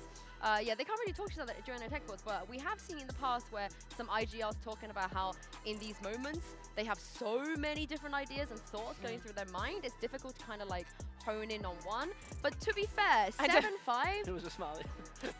Okay. Nicole is thinking a lot. What do you think? What do you think he's thinking about wrong answers? I think he's trying to have a mental connection with Barbara to choose the right place to have dinner again. Okay, Vincent. I personally believe he's just thinking about what Barbara would say right now. What do you think Hypok is thinking about right now? Look at him pacing. Hypok is thinking right now how beautiful Terminal 3 of Manchester Airport is. Pacing back and forth. Look at him having a nice time up favorite there. Look, yeah. Trex is concentrated on something. We don't know what it was, but maybe he saw a ghost. I mean, one advantage of this technical break is that basically there's not this momentum break that we usually see, right? We sometimes say, oh, you know, that technical pause that caused us, that our momentum broke. This is a halftime switch, a 7-5 scoreline, so it's not even that bad. It is. That's what I'm trying to say. Like, it's not the end of the world. It could be a 9-3, you know? It could At least he's smiling. It could be an 11-3 That's down. good. That's good. We see smiles. We see laughs on the side of Koi. I think that's great. It's actually, you know, I think it's on FUT that the PC broke. Yeah, so probably that's maybe where we can see a worried face. But no, this is very chill. Oh, okay. Maybe it was Mr. Farland since he's the one talking, but they look like they are having a great time, Vincent. Look at Kiwi. The amount of rounds they win, I mean, the confident they are recently, I wouldn't be surprised. To be very honest, one big question I have about all of this. Long sleeve gaming, yes or no? long sleeve. Is that I a team? hate it. Are there I none can't. of I those? can't, I right? can't. Impossible. It gives me a lot of anxiety. Don't you feel like when you're gaming, like if you have a long sleeve? I thought that was a team. Like Long sleeve yeah, gaming. you Long know, sleeve like gaming. yeah. Okay, never mind. No. Okay, so you mean like having long sleeves? and you Yeah, play yeah. games? But not having a professional player sleeve, you know what I mean? I'm not sure. I haven't really thought about it. Now, What do you Did you mean? feel, because it screams me like the feeling of having clothes and touching the Oh. desk. Really? See, that's the difference between Yeah. us, because you're actually good at this game. So maybe if I cut my sleeves off, I could be You don't alright. have to cut them. You can just wear a t-shirt. No. I'm gonna. Okay. I'm gonna get a pair of scissors and I mean, cut them to off. be honest, there are enough players who wear sleeves nowadays, get themselves certain mouse Yeah, pads. but are those sleeves any special? Because I would like to try one of I have them, and I like them, to be honest. I thought they're Oh, cringe. no, you're a listen to me. poser. You're Harry, listen such to me. a Listen to me. poser. I You're fought, the kind of person I that fought. just uses it when he's No. there on stream. Listen, He just uses it to go on stream listen, and just listen. be like, hey guys, I'm such a pro. I got Look that at my- gifted look from at my Ovation, long and I have to tell you right here, right now, that I thought it is the cringiest and stingiest thing ever. If I want to be like Road to Immortal, the first thing I post with myself is the sleeve on. But I have to say it's surprisingly comfortable and surprisingly good. I would recommend it. I mean, Mr. Farland's got the anime Ascended sleeve. one. He's got a weeb sleeve, so he's channeling Yeah, the power of anime. that's a major buff. Yeah, that's what I mean. He's channeling the power, so that's probably why they're doing plus super good. Sad Boy playlist plus that, easy immortal, easily radiant. Oh, Vincent, what do you mean sad boy? What are you on about? You don't know? What are you on What do you about? think those anime profile pictures of your 16-year-old Jet Radiance mean, huh? I don't know because I don't relate. I just do not have any connection to 16 I feel insulted. I feel offended by this. Vincent. I don't know what you're trying to do. Honestly, I'm just mad that Pampog are forcing me to have this conversation with you, Vincent. They're just walking. By like prolonging the tech pause right now. They were saying to me in my ear that someone's PC crashed. But it's a someone's PC crash. What if you Hypox know? PC crashed? I might accidentally ripped out if the Hypo wires crashed? of Please one of the don't. players. But oh, this is a good sign. I think That's good. we are actually getting closer to going back into game. Can you believe it? Can you believe it? It's going to be very intense. I mean, I agree with you, Vincent. At Oh, least it's good God. that this happened during the halftime and there's Yeah. no momentum breaking. If someone, forgot their homework, this is like the moment you have 5 extra minutes before the teacher comes in, before the exam. Okay, what were we supposed to do here? How do they play? Complicated. I mean, Baba's read a whole freaking novel during this tech pause. Yeah. I would love for us to go back and check in to see what he's doing. Does he still read? because- Is he keeping on reading? No, I if think we he's saw still reading. We saw a shot of Please. him not reading, so I think he's actually read everything. Shout Some out to people- the some fans people do as not well. know. Shout out to the fans in the Coliseum. You guys are here every week. Y'all the best. Yes, you in the beanie. What does it say? Shout out to On your phone? that was shout out Lucker. to you. That was Shout out Lucker. to you. Oh, well, some Fnatic jerseys, of course. Fnatic, they are playing a little bit later against Liquid. I think a lot of people are looking forward to that game as well. That is kind of funny because, I see a lot of great signs and everything. Last week, there was somebody in the Coliseum who had a sign with all my emotes on here. Unbelievably. But your emotes. Yeah. Like, you saw the Valorant? You saw I feel the like you're the only person that enjoyed that. Yeah. You saw the Valorant kind of banner? Did you see that? No, okay. Never mind. Never mind then. I was It's too busy okay, watching the Vincent. game. I just tried. enjoy- Listen, I I was just too want to busy be watching nice the to my game. community. I'm sorry. I was about to say Dude, that Baba some does people- not blink. Oh my god, I thought that the image was frozen. He actually does not blink. The He's man does not need to blink. Oh my goodness. Actually, some people do not know if you're in the audience. The coaches are in the boxes right next to the casters. Oh look, we have a Team Wicked fan. You Wait, say that as like I it's know the- him. I know his face. You say that as if it's the only Team Liquid fans. I think it's going to be pretty 50-50. Team Liquid has fans? Yeah, I That's think Jack. Yeah, I know him. I think it's going to be pretty 50-50 today with the amount of fans. But yeah, Jack, why are you wearing a Liquid jersey, man? I am going to be having words. Oh, what I will say is I played against him a lot, and he is a great Sky player. I don't think I've ever managed to dodge a single one of his flashes. It's actually uncanny. Right. Yeah. Okay. Oh, Cold. They're cracking a lot. That's the only thing that I want to see, to be very honest. What, Coldamenta having a nice time? That's cute. I That's don't cute. understand. Do you understand? Of course, you mean you We don't need more understand. signs. I don't understand. We need more signs. We need to, I'm bringing a sign this weekend. This is Yeah. going to be crazy. Hey, there we go. There's some cheering going on. I do believe that we are going to get into game soon. The Turkish casters too. Shout out to the Turkish casters, they are also having a really nice don't time. know what's going on. Their team is winning, which is always great if you for your region. But I believe that we have contractually fulfilled the obligations of talking over tech pause, and it's now once again Pansy and Hypok's turn. Huh. What do you mean? It's perfect. The game will be ready in a second's time. I'm waiting patiently. Yeah, no, we're fine. It's all good. We've been having a great time. We've wheeled out Stevie down to the stage. Yeah. You know it's gone bad when they've wheeled him out midway through a game. Yeah. But I'm also thankful We love Stevie. He keeps the crowd going. that they can hear him and not us. Yeah, exactly. That's honestly, thank you for that. So just a heads up. So the game score in the game, here we go. In the game is correct for the players. You at home get to play along with the guessing game, probably for this round, and then it'll update. It is 7-5 as it stands. Don't sweat. I'm sure you won't panic. We don't overreact here at VALORANT. It's FUT copium. That's all it is. Because they need more. Yeah. Yeah, because they were obviously struggling Yeah. with that nice string around. But nice work, analyst desk. So that fill was very curious. We had anime sleeves and fan fiction. I mean, Thrown to them really actually blew up in our faces, to be honest. It did. Caught a lot of the backlash there. Yes. Fast start to the pistol round, though. Kiwi doing something Koi never considered, actually. A little bit of pressure towards mid here. What's that? Kiwi did burn up everything. It still has 450 credits. I'm not sure if that's a missed purchase or what. Or it'll make sense for the operator to purchase early on. Have to wait and see. Ooh, lovely work off the back of that Prowler. Really enjoyed that. Wolfen happy to put his life on the line, though. Will overstep almost. Not going to get much more, though. Timing good for Stark, so... Had to hit that. Got to hit that one. Complimentary Shados, though. What are you going to do with it?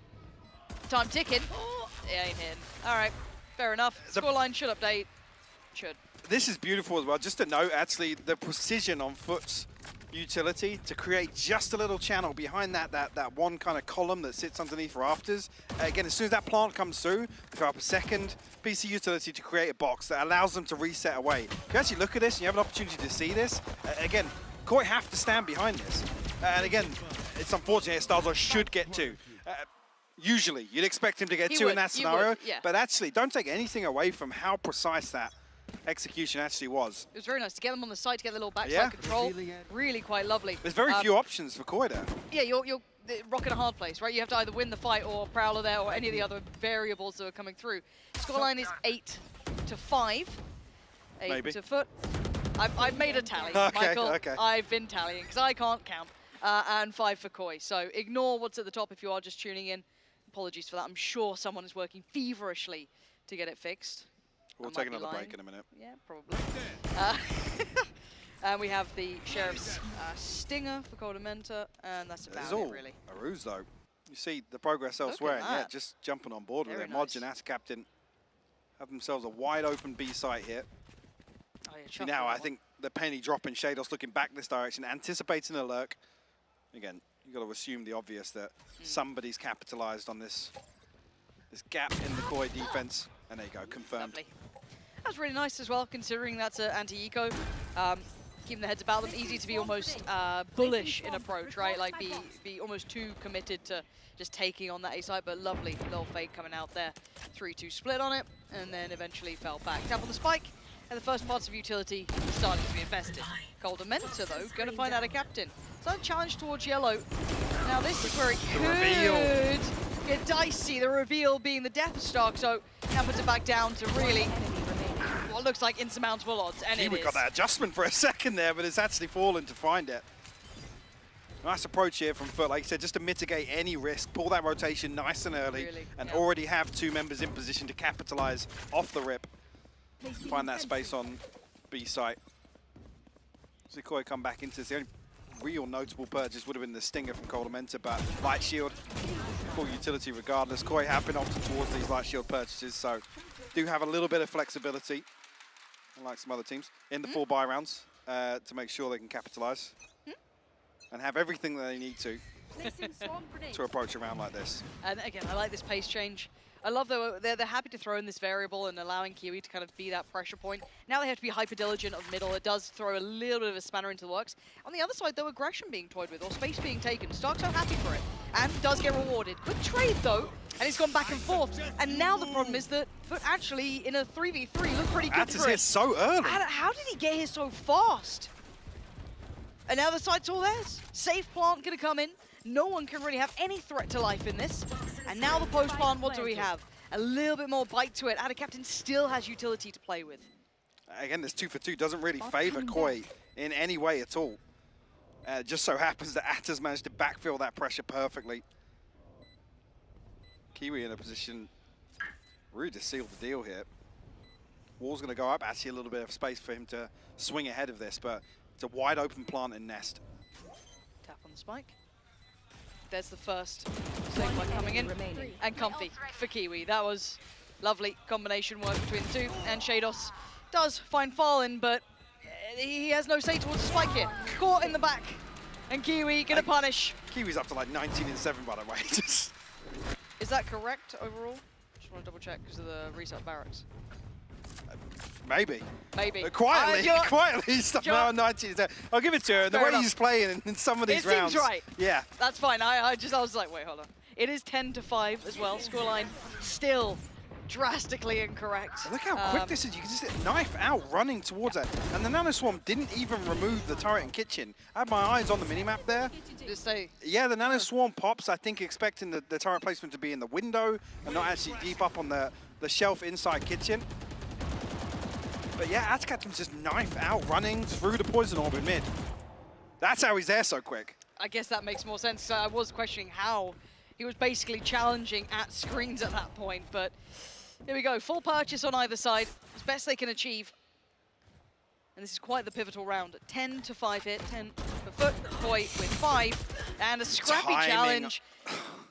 I mean, unlucky to a degree. Cold and Menta going to walk away the loser in that affair, but now that opens up opportunities. They've stripped away that safety in numbers. They are going to have to now respect that additional player who's a bit more dedicated, Shados, towards B. And unfortunately, you do start asking the same questions that we did in the first, which is, if somebody's going to challenge first on Koi, there needs to be layers behind it to make sure that this util-heavy composition and approach to the game is protected.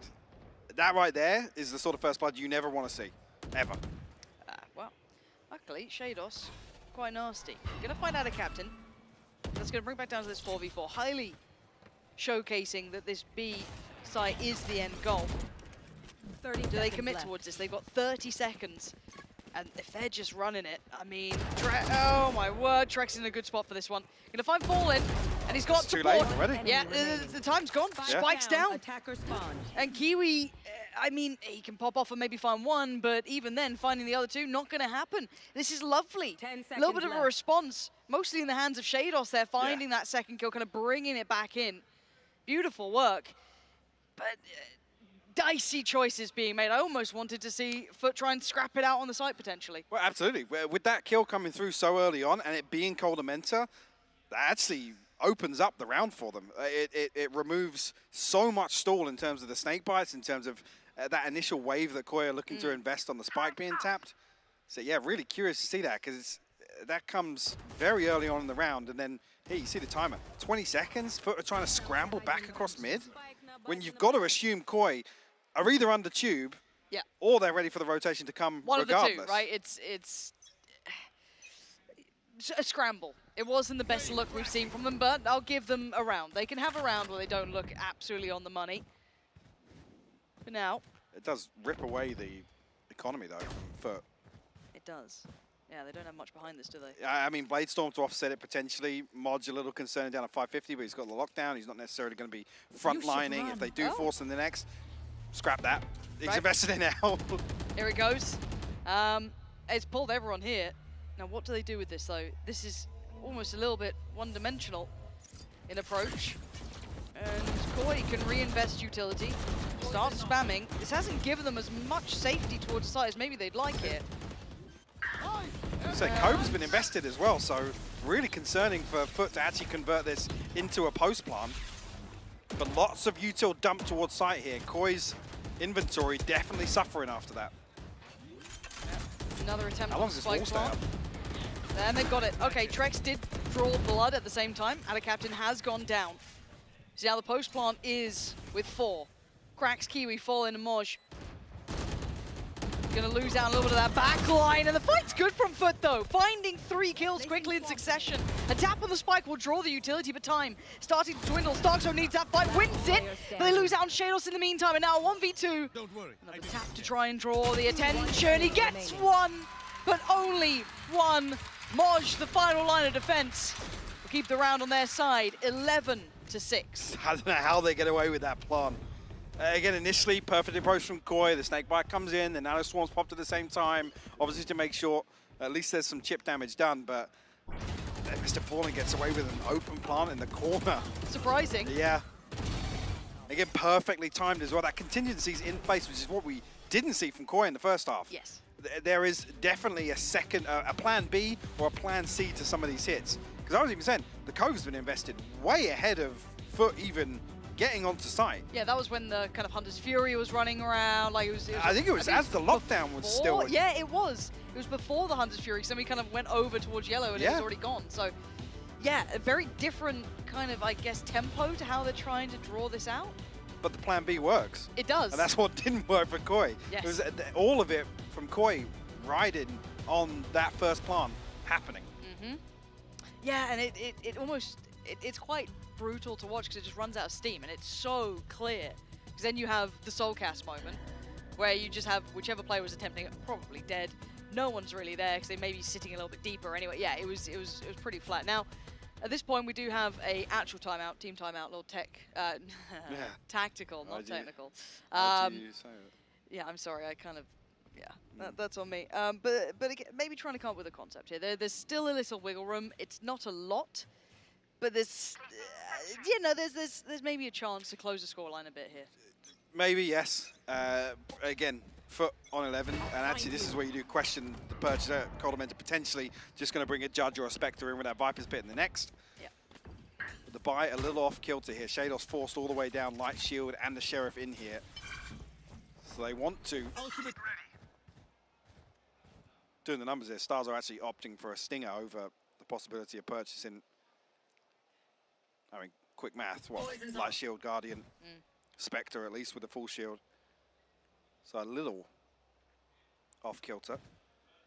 Again, he sets up Buddy, somebody plays for that trade and gets an upgrade regardless, won't be too concerning. That's not what you want to see when the purchase comes through here. What's that? It's a pointless Viper's Pit, that's what that is. What the hell is that?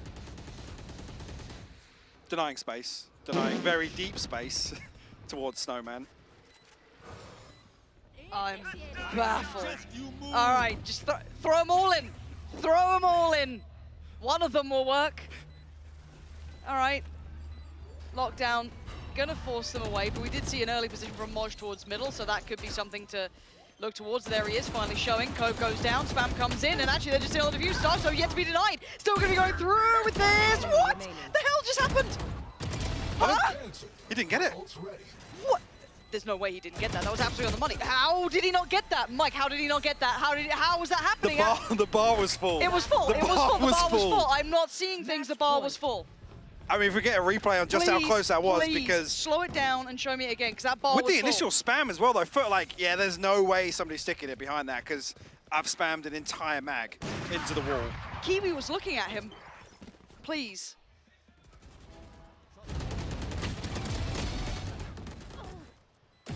It's here, the reset.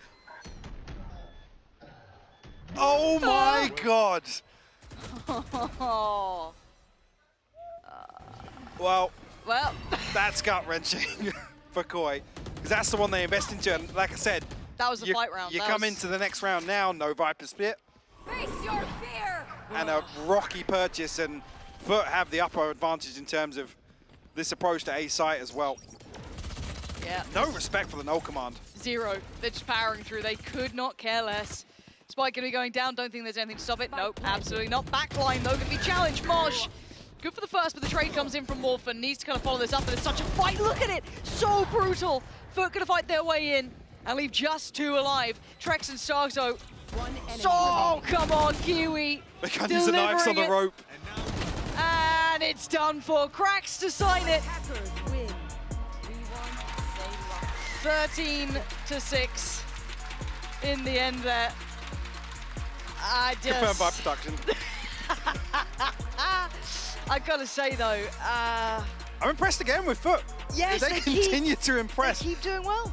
Concerning from Koi, I was excited to see a different composition, maybe seeing what we have seen from FUT actually across the entire map pool that they have demonstrated, which is, like I said, I attribute a lot of FUT's success recently is the way they started to approach Lotus. Yes, and Lotus then was a seeing them catalyst. carry across some of those disciplines to other maps. That's why I was excited to see this from Koi, to say, actually, yeah, we've got something that doesn't feel like something Koi have often leaned on. That the Sage comps historically, again, it was out, but this approach almost felt dated with the new meta Icebox comp, which is just really strange to see. It's a bit bizarre. Overall, though, I'm just impressed by FUT. I keep waiting for it to go wrong because that's what's kind of happened, but they continue to do well. However, obviously this is a best of 3, so you do want to stick around for that map too. I believe it is going to be Ascent, so that's going to be quite nice. Turkish teams on Ascent though. Hey, like I said, I feel like whatever happens, FUT won this veto, seriously. Because we got Ascent, and then if we need it, Lotus. Okay, yeah, that's a problem. Anyway, we are going to go to the break, and the desk will be back with you in just a moment. Do not go anywhere. Woo! Helal.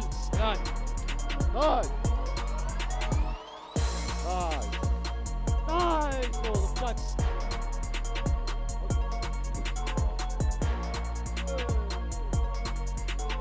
Oh, korkuttun beni. Nice!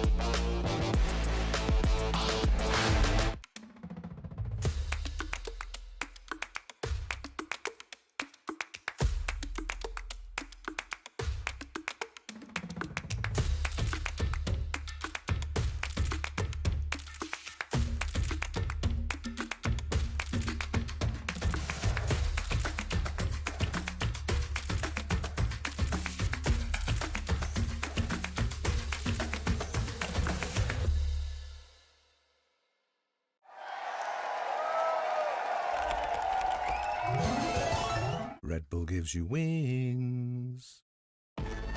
Zero distraction. Zero doubt. Zero opposition.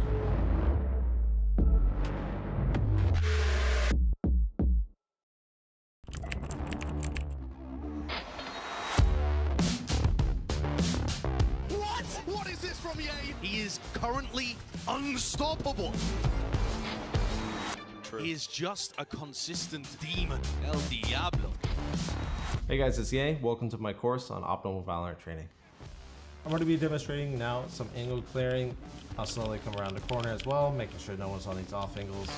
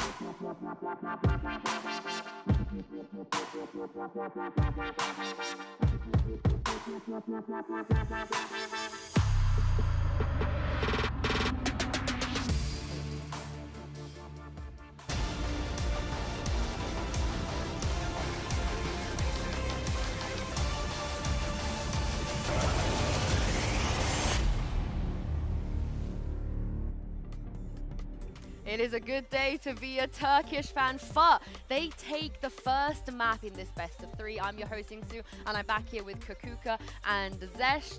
It was a little bit buggy here and there, that map, but regardless of that, and regardless of the tech pause, after that, somewhat of a slow start from FUT, it was just all them, all the way through. I think I'm very happy with the performance that we've seen. I think that they got them in the bag. I, again, do not think that Koi expected them to pick Icebox and do it in the way that they did. I think that Mr. Falling was insane. I think that they had it prepared.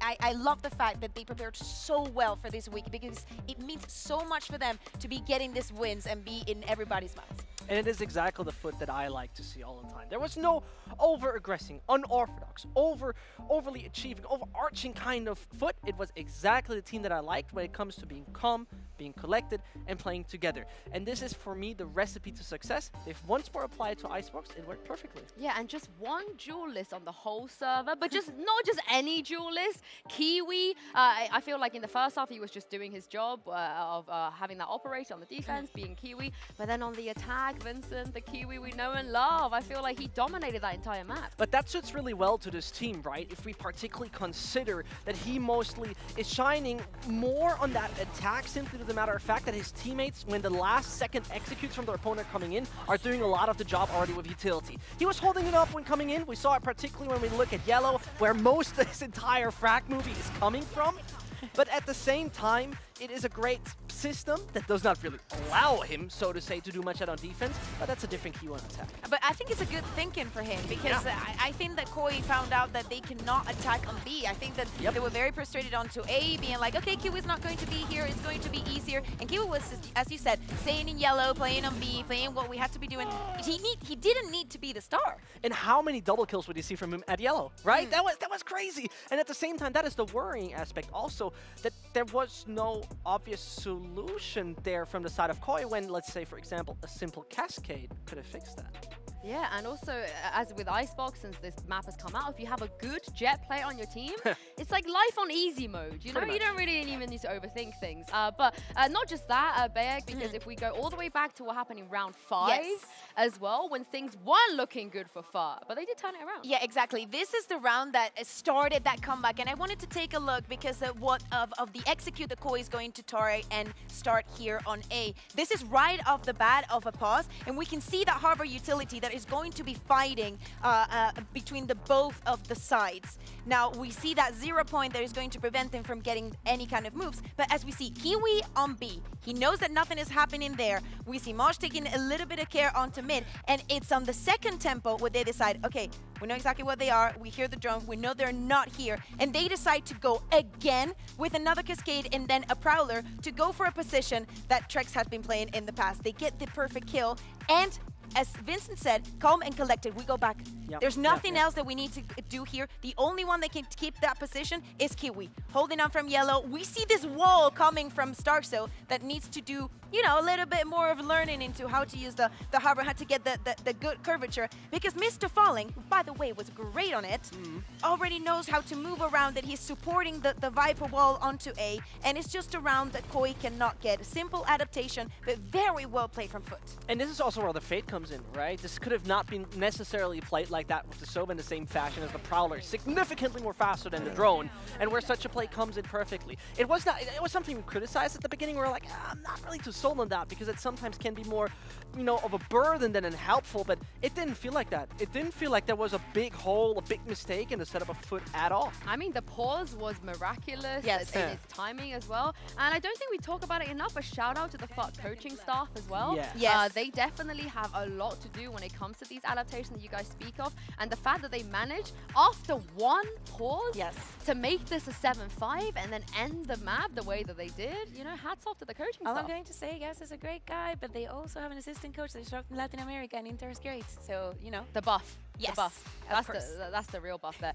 You mentioned already of the harbor utilities. Somewhere out there, Lothar is molding right now. Of course. Yeah, I You can know, hear him. the last time when we saw Mixwell play harbor on Icebox, there was a couple of wars that went out. We weren't sure if he missed his war or it was intentional. And it felt like today we were setting this up. Like, we don't want to see that again from Starkso and Mr. Farlin. But for Starkso, there were moments. There were definitely moments where we weren't quite sure. Yeah, I think that it has to do with what we talked about before the match started, being like, yes, Starkso is a very flexible player, but can he do it? Oh, can he do it at the top of his level? Yeah, and the thing about this agent in particular is that his utility might be very straightforward, but particularly this one right here on A, where you would usually expect that also the entrance to heaven. Exactly, you could usually also curve it a little bit and get the heaven control. But that didn't happen. I mean, he has the cascade, and you know that he uses it. He uses it to cover the CT because he's like, you know, I just wanted to use it that way. Maybe he wanted to combo up a little bit, but there was no need for that to happen. I mean, I feel like on the attack side, Mr. Farlin, there was also one occasion where maybe it wasn't bang on, but it definitely was insanely close. Yeah, it definitely wasn't as, I guess, egregious as maybe the one we saw on the other side. Yeah, that's what I mean. Like, you can see from the outside that FUT knew 100% that this is what they wanted to do with Koi. This is where they wanted to take them.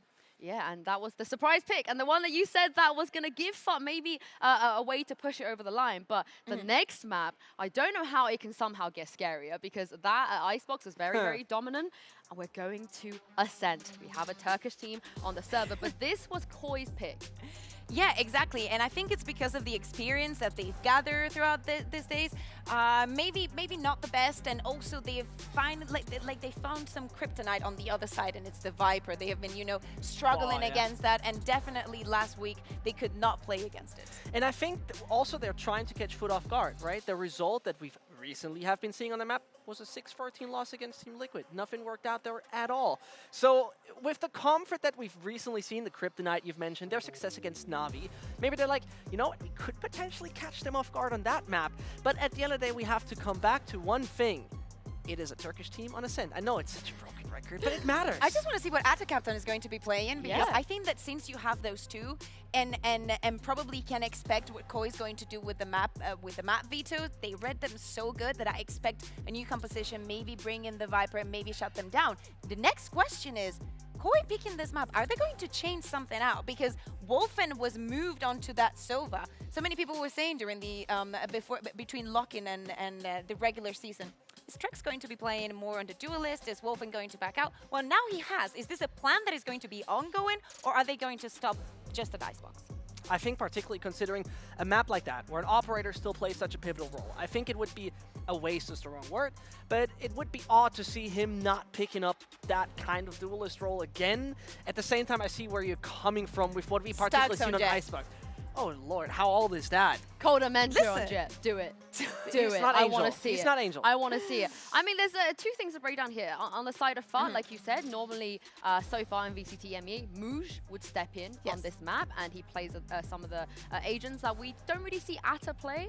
But in this instance, we've been given the update that Mooj is not playing any of the maps anymore for the rest of the season. Atta will play every single map. So what realistically can Atta play here? I think the Viper. I think the Viper would be very good for the composition if they want to do for a different kind of execute. I think that there's so much that they can learn from Giants, that they can learn from Na'Vi on this map, and how to use it and how to read onto Koi. I don't think is going to be the hardest act. Also, Atta still hasn't lost a single map here. Yeah, but he hasn't played Ascent yet. And obviously, Mooj was playing a lot of Sky. You know, that was kind of his thing. So this would bring us to single initiator then. I'm not mad at it. You know, I like the Viper. Listen, I find the Viper super cool on this map. And when we particularly think Krax plays the KO on this, it's all right. It's doable. It is a bit of a swap that you could do. I would be surprised if Captain now moves on Sky. It seems odd. I think it is an agent that you need to perfect to be really good at it. It's not just you can play it that easily. So I would say the Viper would be nice, but I wouldn't be surprised if they overhaul the entire comp.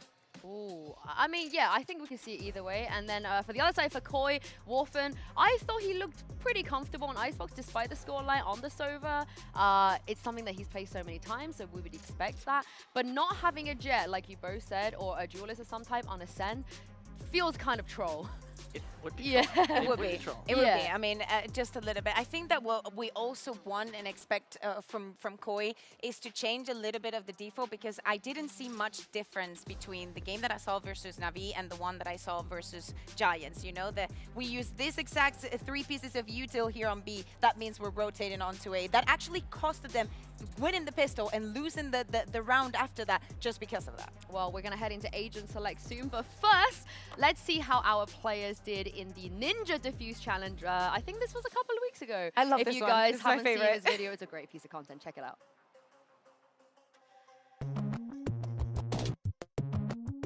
So I have to defuse the bomb. Okay, gotcha. You want me to start at the perfect time? Okay. Now it's getting planted, right? Yes, okay.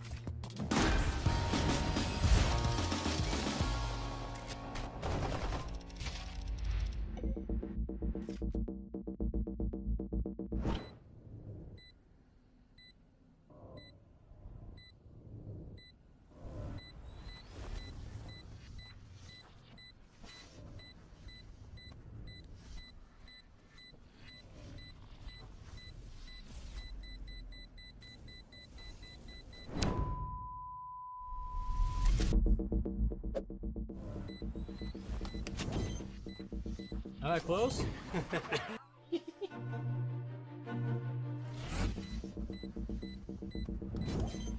Too far?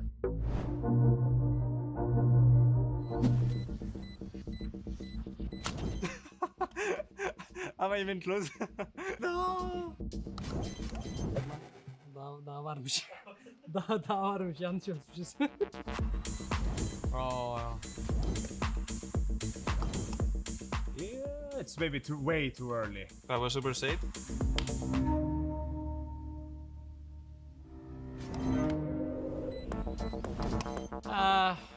I could do better. I panicked. Oğlum hızlanınca aklımdaki süre gitti ya. You know that I was trying like to count the beep beep all the time, but then bomb going tip tip tip tip. Good. 1 second. Okay, that's fine. That's fine for me.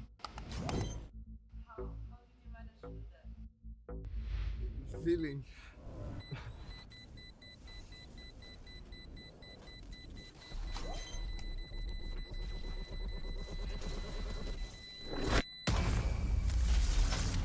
What, exploded already? Yeah.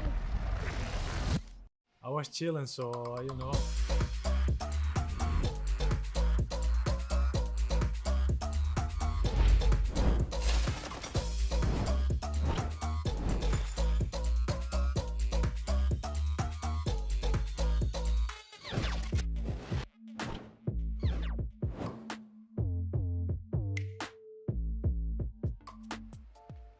It's actually so unfair. What can Leo not do? Come on. I'm more worried that Colamenta was diffusing it delayed. It was even on Ascent. If you saw that spike on the left side, it was an Ascent on A, and I was like, in fairness, Cold is not always the last person alive to be able to defuse. So that Wow. might. No, but I'm not flaming. I'm just saying that I mean, I think there's he's a not reason kind why Angel is not even in the video. Like, they didn't even consider him. Because you know, Shao is the clutchy player. He's probably had to defuse like a bajillion times. So True, fair point. it makes a lot of sense why he's in there. But to bring it back to this, as we head into Agent Select soon for Ascent. In the beginning of the day, it felt like both of you were kind of leaning towards that 2-0. Are you still feeling that way now? Yeah, definitely. But because of the comeback that they have performed on Icebox, I think that Ascent is more than doable. I am concerned though about their attack inside, but that will be on the second half. If Koi, you know, keeps being in the same mental state, it's going to be very difficult for them to pull it back on the defense. I'd be just very curious to know what the mindset of Koi is coming into this map, because overall not too many things speak for taking this particular map against FUT, but considering what the recent results were and things like that, I could imagine that that is the thought process. At the same time, it's seemed like a one-time sort of slip-up, and FUT probably got a lot cooking on this map because it has not been too popular towards the last few months from them. I mean, after the pick and ban phase, they must be able to foresee that this is somewhere that Koi might want to go.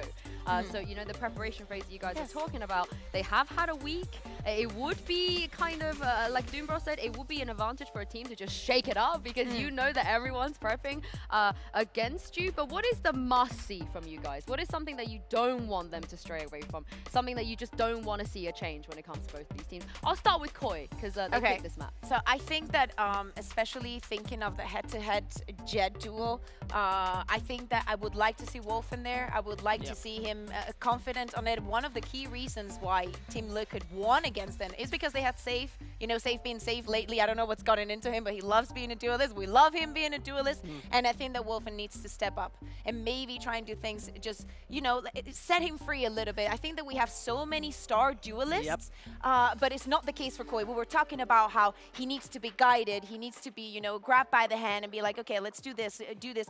And sometimes, well, most of the times, it's not working. So maybe giving him the freedom, I was just like, just go crazy. Just do something. Let's see if it works. Exactly. This was my thought process. I don't like this word because it's pretty much on the analyst desk bingo card, but I want a confident Wolfen.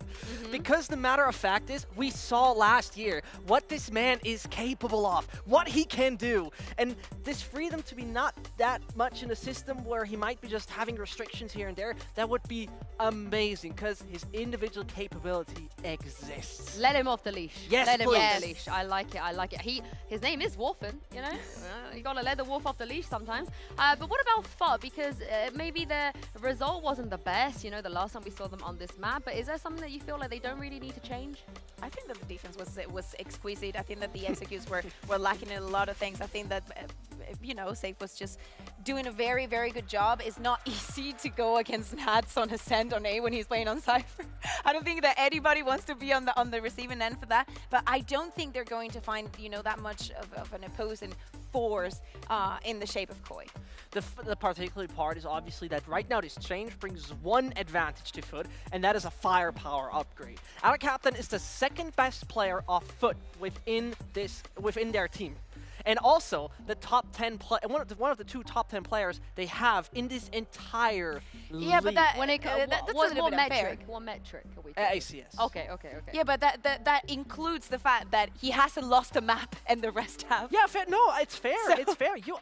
Technically, right. it should be the first. But I see your point. But I still believe that at the end of the day, it is a great upgrade.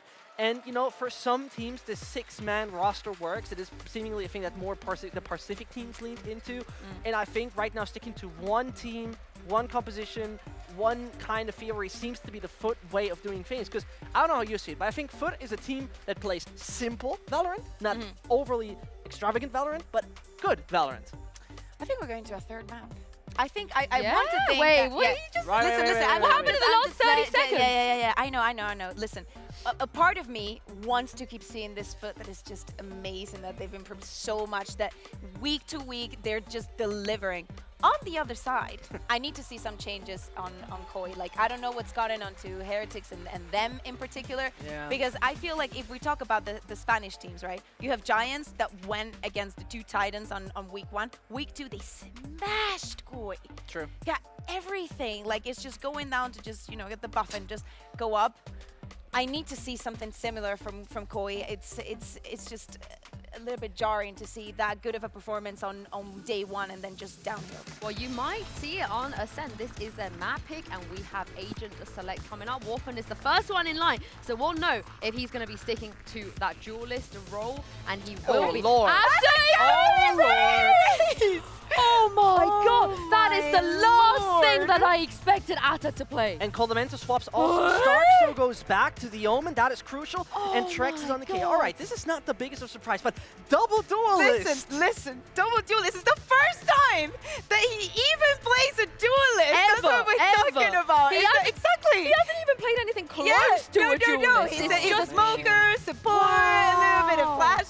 No. Well, I mean, this is something that was not in my bingo card, Vincent. I mean, they must have taken that attack side failure so personally that they thought that they needed to bring in another duelist. I mean, also changes on Koi. Listen, listen. I just wanna.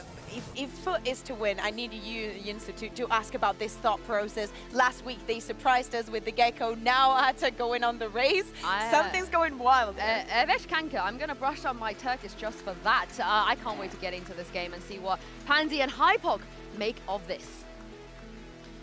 Well, there's plenty to be said, isn't there? We've now got a little bit of a switch up coming through the double duelist mic. What do you make of it? Is it caught your eye, or is it something? Definitely caught my eye. Yeah, yeah, okay. Unfortunately, ever the cynic. The pessimist is It's here. concerning for Wolfen, because now there's a lot more frontline pressure from Yes. and that again, not necessarily the last map. The one that sticks out in my mind is the Giants game, where Koi had a very close affair on Ascent, but Wolfen was lacking behind. And again, the numbers don't always reflect the value that Jet is getting you, but there were so many scenarios where it was just not there. I think I had a conversation earlier with Luce where you're talking about the history and what kind of concerns keep rearing their heads, and it's something that actually stuck out from some of Guild's approaches with Safe on the Jet, and the question we kept coming back to, which is spacing. What the hell is going on from a macro standpoint? So that's what initially has caught my eye, and it's definitely going to be exciting to see a double duelist approach here. Of course, as a Turkish team to roll it out on Ascent. I'm really excited to see Ata Captain actually unleashed it, because like I said earlier, he has been, what you got. for me, the headliner. Oh, he's nasty with it. His mechanical capability, phenomenal. The way he plays the game looks really good. He has been their X factor in my eyes. Kiwi's been exciting. Ata Captain's been over-delivering. Yeah, Kiwi, we always knew he could hit, right? Like, Kiwi was always that, like, get him on the right agent, right map, da-da-da-da, all kind of lines up. The guy is a god. And a captain, I want to see how he fits into this role. Not really been able to see this Just early test, progress. but yeah, wow, okay. They've decided they want half of the map to themselves, and they've already gone walkabouts. Big clear here. Do they catch anyone through mid? Oh, the turn. Golden Mentor. His spidey senses were tingling, but it doesn't matter because he's dead. Spidey's dead. Well, that hurts. And they've got a double stack still towards the back of Boathouse here. Paranoia is going to be sent through, so that's going to allow at least Wolfen to step towards the side. Moj should be dead. Moj is still not dead. He's dead now. Okay, they cleared the second player as well, so Boathouse is now safe. They do get a plan. Paint shot going to go in, and it's going to find Wolfen. Meantime, Trex gets a trade. They're going back and forth here to an extent, but the Spike's still knocked down. That's pretty big. That's Captain trying to deal with the turret here, so they have removed some information here. Does the flash come through? Actually does a swing. Perfect from Trex, but no damage. Oh, the chip damage coming back in, though. Look at Trex, pretty low here. Kiwi trying to chip away, chip them down, find the next step. No, not going to happen. Trex sends them away, and now it's just Kiwi, 1v3. Can he find anyone overstepping? Now all the eyes turn. Nothing being permitted. No overstep. First challenger found. The next two, not so easy to get through. Koi, once again, do get the pistol under the belt. Well-handed, very decisive as well when they spot out that double flank through on top mid. Again, you can see immediately Koi take advantage of that and look to descend onto B site. And that was something that was missing in the previous map on Icebox. We were just missing that kind of pace, the reactiveness to exactly what was going on. I mean, hitting his wall bang's perfect to remove Cold Dementor here, but Koi did well on the site clearance. You're mitigating a lot of that risk of still having two members locked into backside. I'm curious, actually, if this is the trend here. You can see Ata Captain posted up with a shorty, nice and close. Kiwi with a Sheriff against it. There's a possibility to do some real damage here. Fallen's got a shorty as well. Okay. Could be some fun. And just the noise, the bait of it, right? Tempting them into that little bit of a swing around the corner. Wolfen's, I don't know, chilling. Big chilling. He's probably dead at this point. Now, Ata Captain probably won't live beyond that moment. Oh, the bait actually doesn't. What? Wolfen with the double? How? How did he get Kiwi in that same like breath? That's not how I expected that to pan out at all. Beautiful clearance from Koi and a massive advantage here. And actually removing the Sheriff as well, so outside of Fallen Shorty, it's only classics to work with. Mod's has got his hands full here. Yeah, not looking good. And listen, the site's pretty safe. One of the players sitting towards CT, one towards Market. for FUT. They don't really get that step in. Again, 30 yes, you got a seconds classic there, but for Fallen, Spike planted. it is only that shorty. No Yeah, there's TP to play with either. No chance of him getting a kill, You're to be not honest. going to be able to do much. Already down to 33. Can't even actually retrieve the pistol drop by Modge either.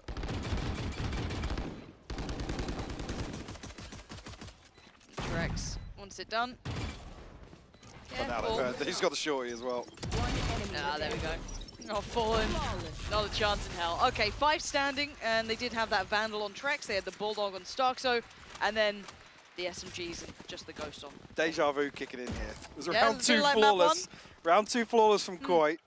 We know how that transpired through the half, but this is such a brilliant clearance here. God damn, that second shot. Yeah, really clean from Wolfen. Big positive as well early on. If he can actually stand his ground here versus a hyper-aggressive FUT Esports composition, which, with this round in mind, looks as if it's based around this double duelist setup towards A, and a very passive hold towards B. Curious to see how things progress here. Now, it'll be a little strange to see Mr. Fallen tagged on that knife. Certainly raised an eyebrow. I mean, that's future information as well, potentially. The spike is being left super deep towards spawn, so they're very much testing the waters. No massive commitment to either side here. Very much split between the two. Shados going to pop a little bit of utility down as well. Tommy's on the case. And punish. Moj, a little curious to try that. Not sure what the plan was. Maybe on the back of the knife and hearing the TP, but yeah, then... It's a solo endeavor. Yeah, At best, what do you get? I mean, yeah, I don't like the overstepping around like this when you know, yes, there are a couple of Vandals about, but you know, there's, the Spectres. They're loving that. They've now taken a rifle out of the game. That's perfect. A little bit more chip damage would be obviously ideal. And looking like they're going to just go right up the gut, straight through middle. Identifying some of those players earlier on towards A, enough of an indicator to get that pick, head on in. This now puts a lot of pressure on the likes of Cracks, on towards Kiwi. Spike yet to cross, finally making its way through. And it's going to be Cracks, back in the site, position now noted.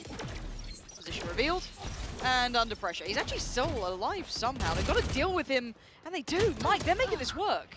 And Trex actually picks up Kiwi as well. Fallen finally responds. A brazen TP attempt towards Switch here.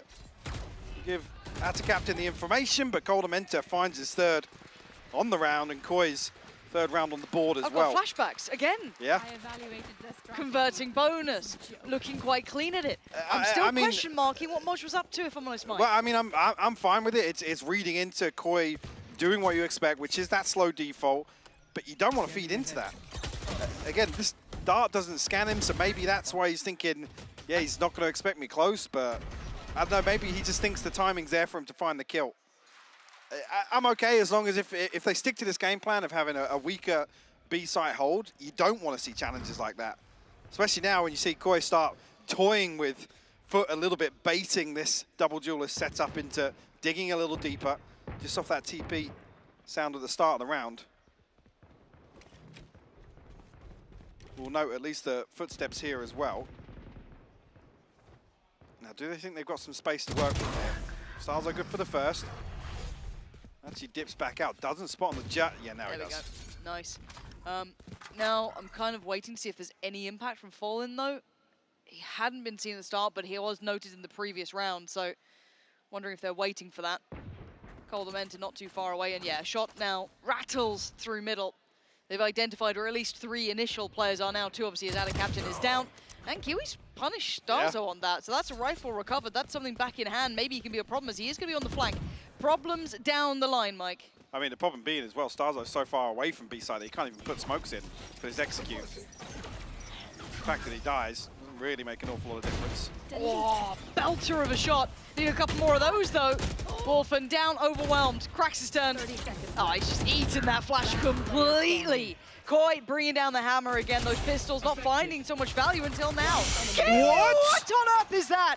Trex deleted. Didn't even need to see him to kill him. Oh, and a pixel out of place. Spots Coldamenta.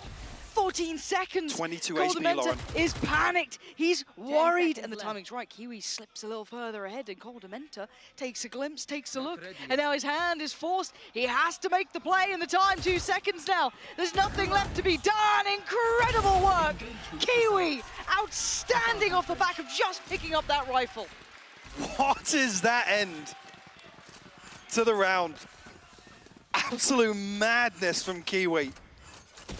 I mean, this is, again, Starzo, so deep, so disconnected from this side here. They're not going to have smokes anyway for another 5 to 10 seconds, maybe. What a cleanup from Kiwi. That's heroic. Ridiculous stuff. Real heroics there. In a round where you start out with just the Sheriff, you just lost the other players on your side, add a captain, you over-aggress, you hunt down Starkzo in front of you, you garner that rifle, and bang, you are back in the game. Stunning. Stunning, stunning work. That's the type of round you watch back and you think, you're kicking yourself. When you're expecting this slow play as well. Starzo positioned, once again, very disconnected. But the fact the operator's in play here, that's the sort of round you expect a little bit of adjustment from FUT. I have the spike. Now it should be a massive red light that they've spotted Kiwi in mid here, to be honest. So the fact they're slowly drifting back towards this, maybe the null command being the difference maker, but it's the operator to stop Wolfen at the front door. And it has!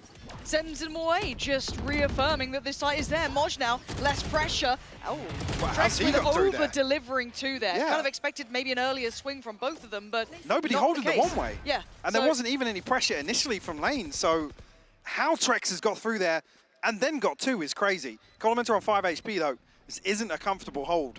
No, it's certainly not. He's going to put himself first here. Shados deeper at the back, digging himself in. Paint shell goes through. Shados is forced to the side. And the captain tries to step forward. Finds the first, and now it's all on Shados. This man used to be a monster. He needs to rekindle some of that. And the captain bounds in and sends Shados away. FUT back in this one, closing that scoreline up now. Unfortunately, again, great placement from the paint show. At captain already looking fairly comfortable in terms of just the small pieces, in terms of the utility placement. Aggressing at the right times, and this is a beautiful example of it. But like I said, it should be, this is how Trex gets past the one-way. Is there a spam or something coming through on lane? I didn't notice it initially. That first nano swarm goes up, so they have that little offset. They have that ability to think, okay, if anybody does push lane, they're tanking the nano swarm, let's hold the one-way. Let's switch it up, yeah.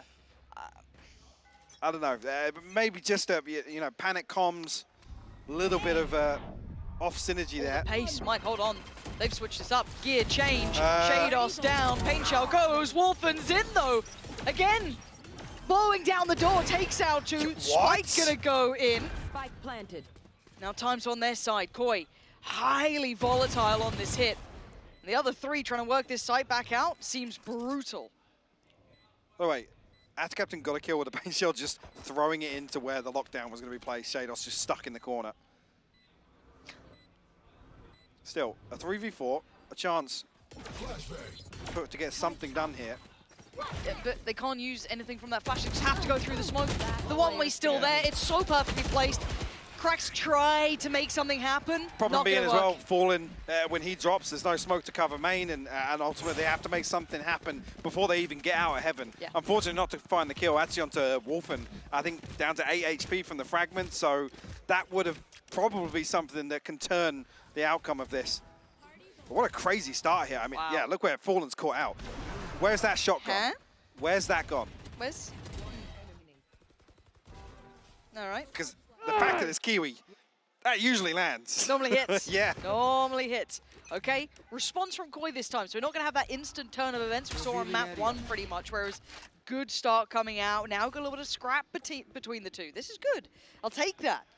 I mean, I think it was... Well, I'll take it, but one of the comps you don't want to start scrapping with is a comp with a double duelist in it, to be honest. Sure. Take that, but we'll see. Please clear this with utility. You do have a drone. Oh dear. Ah. Well. No worries. Yeah, no worries. Well no, played. no stress. There's still 2 players to get through. We do have the Frenzy there, and I actually think it's just a little shorty sat in the smoke. Yeah. Fallen gonna make a go of it, but no massive impact made. One enemy remaining. Spike should be able to be planted at a captain. This would need something miraculous. 1v4. With a Kiwi round. I've not heard this story before. I've heard a couple. I've definitely not heard the tale of the 1v4 Sheriff 47 HP. Ooh, I was about to be made a liar for a second. Ooh, a little snappy. 3-round gap now, though. Obviously, FUT riding this out. Couple of ultimates and game changers to play with. Cracks also 1 away from the null command. In that regard as well, with Shadows actually being shut down in the previous round, not able to put his lockdown ahead of that side of it. It didn't even, with the pacing at the start of it, it didn't even look like the lockdown would have been, if anything, detrimental to that side here. So the fact they still have that in play, actually Trex, Cracks very close to his null command as well. So big round, whether or not FUT choose to invest that into this buy round. Starzo tries to bait the TP once again, doesn't actually avoid detection though.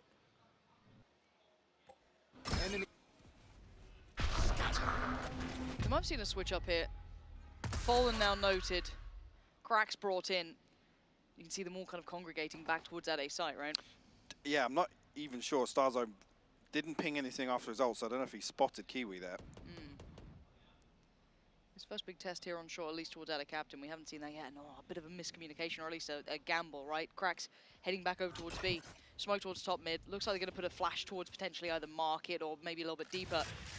It's going to be that burst towards A. Now, we didn't. You're asking to not see that, Scrap. We might see it. Let's see what they've got in the tank here. Well, problem being, Coldamenti's used his drone here, and there's an operator ahead of him. Before I can even finish the sentence, he's found the kill. Wolfen now. He's so alone. Oh, okay. Apparently he is nuts.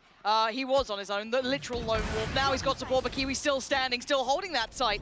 Dips away slightly deeper, holds those deeper lines as he waits for his teammates to get around, and they have. Trex has fallen, it's Starkzo and Shados. And 1 by 1 they peek him, and 1 by 1 they fall. We asked the question, at a captain, Kiwi, how do they combine? And apparently the answer is very, very well. FUT unmoved in that round, and not too threatened. The problem being here, again, the drone investment elsewhere on the map, then we're shift walking into an operator potentially. We haven't spotted Kiwi yet in this round. So you've got to expect that to happen. I mean, if anything, you want to see Starzo towards main here, or Trex over there with a flash. Starzo able to TP up high and just make it more difficult for Kiwi. Because I'm fine for the 1-for-1 trade in that scenario. Fine by me. Yeah. Because you remove the op. Taking the operator away. You expect a little bit of space behind the operator for you to then execute into. A bit of a mistake in that, and again, the more freedom he gets, they're just working as a pack, and that scares me, because they're going to overcommit to this. They will potentially push this different one. Different look as well, yeah, very different look from which is great, because then again, you can kind of counteract that, counterbalance it with Moj's utility, get a lot more safety towards A. They allow this bit more freedom, and they posted him up. I love this. Kiwi now dedicated towards that B lobby area. He can sit on this as long as he wants, and the rest of the map now gets bolstered. There's a lot of faith in Kiwi, but the way he's been playing, maybe rightly so. I think somebody almost making a secondary call there. The bait from Wolfen might just keep Atta Captain on this side of the map. Okay. Well, it's the first time we've seen the turret kind of placed there, so that could be a little bit of a telltale sign now. Well, now at least they know Moj is here with the lockdown as well. So whether or not Fallen's going to maybe challenge, capitalize on this Killjoy setup, we'll have to wait and see. That is a blender to walk into. Yep, let's see how Wolfen does. He might get past some of it. No, he doesn't. Wolfen goes down pretty quickly as Fallen to check on him. Now the lockdown's there. Time again being soaked. You should run. Big kill, but Coldament is straight out, and that's the spike. The rest of Koya towards main. Oh dear. Moj trying to back away to try and bolster that, support that, and now you can see them just swarming it. FUT trying to get over towards this, keep those bodies around it. Spike back in hand though. 16 seconds. The time is a factor. They've got to get this down and get it down now. Is there anything to deny it? I think they've got a safe plant here. Into the post plant. 3v3. Oh, he's got the spam just right. Kiwi doesn't even see him to kill him right now. He's feeling out this game. He's got Cracks by his side, but Shados waiting for that smoke to drop. How have they got away with that? That is criminal to actually recover that round. The lockdown obviously forcing them away from short, can't hold on to the spike.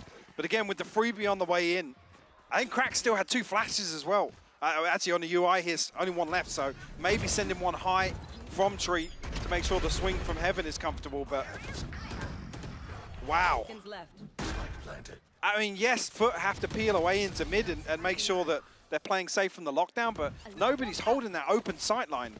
Nobody's actually playing towards, you know, the archway in mid to make sure that they can't just retrieve that spike for free.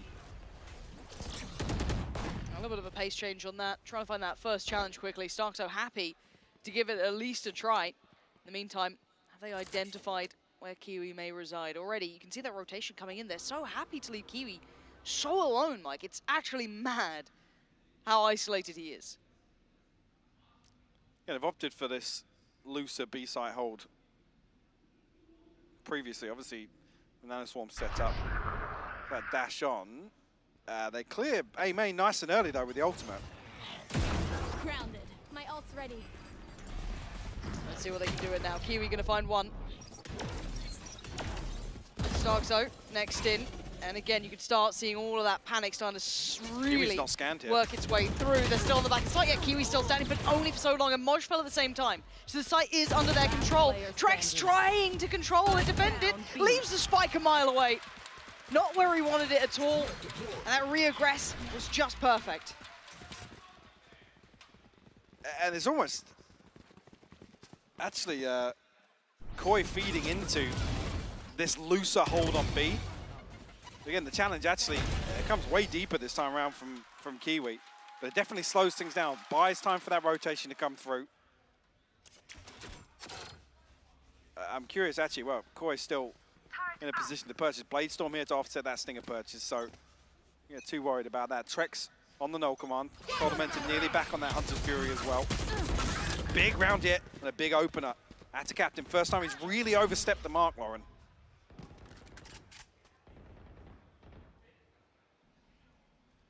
Might be a valuable lesson for him to learn.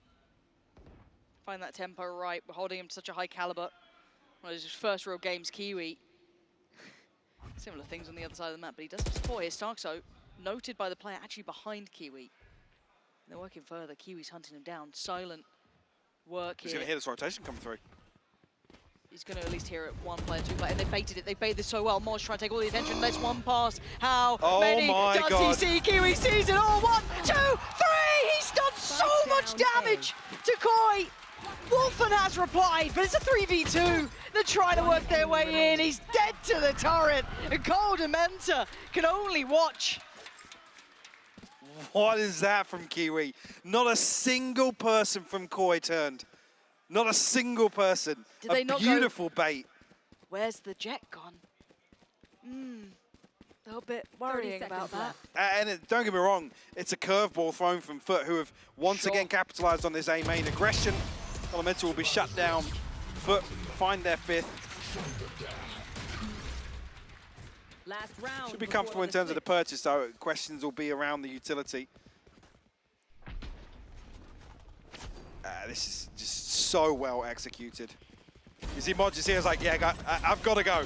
I've paid as much as I can for you, dude. This is it. And to be fair to Moj, played it so well. Yeah. Really nice. That's going to be a real gut-wrencher to watch back. You think, God, why didn't we think about it? Why didn't the penny drop? Now, the deja vu's back. Kiwi's at 17-9 again. He's having a game.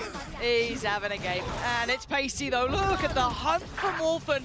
Instantly swatted away, but Coldamenta got attack on the second. Didn't quite get the follow-up, and Kiwi just in no man's land, and it is just brutal. It's bloody. They're willing to scrap it out with a double duelist now. There'll be no smooth sort of game plan here. This will be a bloody battle, but I think it's just behind where they are. Potentially did a whole lot of damage. So what? Starkso dead, Shadows dead, and a captain is rolling the site. Ties it all up, 6 apiece. What a game. What a half of VALORANT that was. As a captain looking so comfortable here in this transition. Kiwi having a lights out performance here. And a number of times it's those 2 players back and forth. Yeah. The bait and switch. And I love the adjustment halfway through this as well. It's like, yeah, cool. We've shown aggression towards A main now. Let's switch it up, head towards B. Then they flip back and get away with the trigger discipline round from Kiwi. Yeah. Beautiful stuff from FUT Esports. Again, this team continues to impress, and I think the hard part for me is, obviously, we did casting last year, year before that, and it was always that, okay, when we can see that Turkish, superstar team, when we can see these players come through. But even when we saw the peaks, it was like, okay, when did this team fall off now? That was always the end of the story. It was like, oh, well. Yeah. We're not there yet. FUT's the one, though, for me. Apparently so. They've got the remedy, but someone else who has something for us is Cougar standing by, so let's head over to her. I always have something ready for you guys. It was 2021 and it was April, the last time that here in EMEA, we saw a composition with a double duelist in Ascent. And there are many reasons for that to not happen again. There was a moment where we saw a little bit of Raze, more back on the Jet. But two of them together, again, it's been a long time. So what can we expect from Footballists moving on to the attack? If you think of the minimap and also think about how Raze has been nerfed and that Boombot is going to grant you that information but actually not make it that further, you need to think about how FUT is going to be using it. Usually, and what we can gather from the game that they played against Liquid, they managed to dive in the map using a trident, and it would be Sky, KO, and Jet moving all together. It doesn't matter if it was on mid, A main, B main, the three of them together. But now that we have Raze, maybe getting a little bit more into those sides and actually putting the pressure, adding on to how Ada is feeling and Kiwi is feeling secure.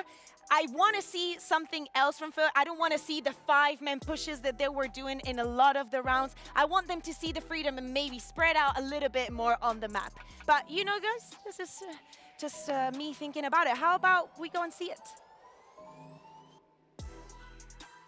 Man, isn't it? Let's see it in action. A lot to hope for there, Cougar. How dare you ask such high amounts of high-quality gameplay from them. No, love to see you on the half there. That's good. A little touching. What do you expect from this then? Because we do have the double duelist. We have all of this now as an additional, right? This has changed our expectations. This diverts from the expected course. What does that change now on this side? I'm hoping we have the loud approach. Okay. Where it's like, we double down and we go all in. We push everything to invest into this composition, especially the way that we saw Kiwi and Ata playing on the defense. I want to see FUT over-invest towards this composition, because I don't think Koi will keep up with it. I mean, I'm here to see it. If Koi can. It's looking pacey at the start of pistol rounds. There's a big positive for me, and actually, it's only one member, Trex, here to hold down the fort for Koi. But look at the spike.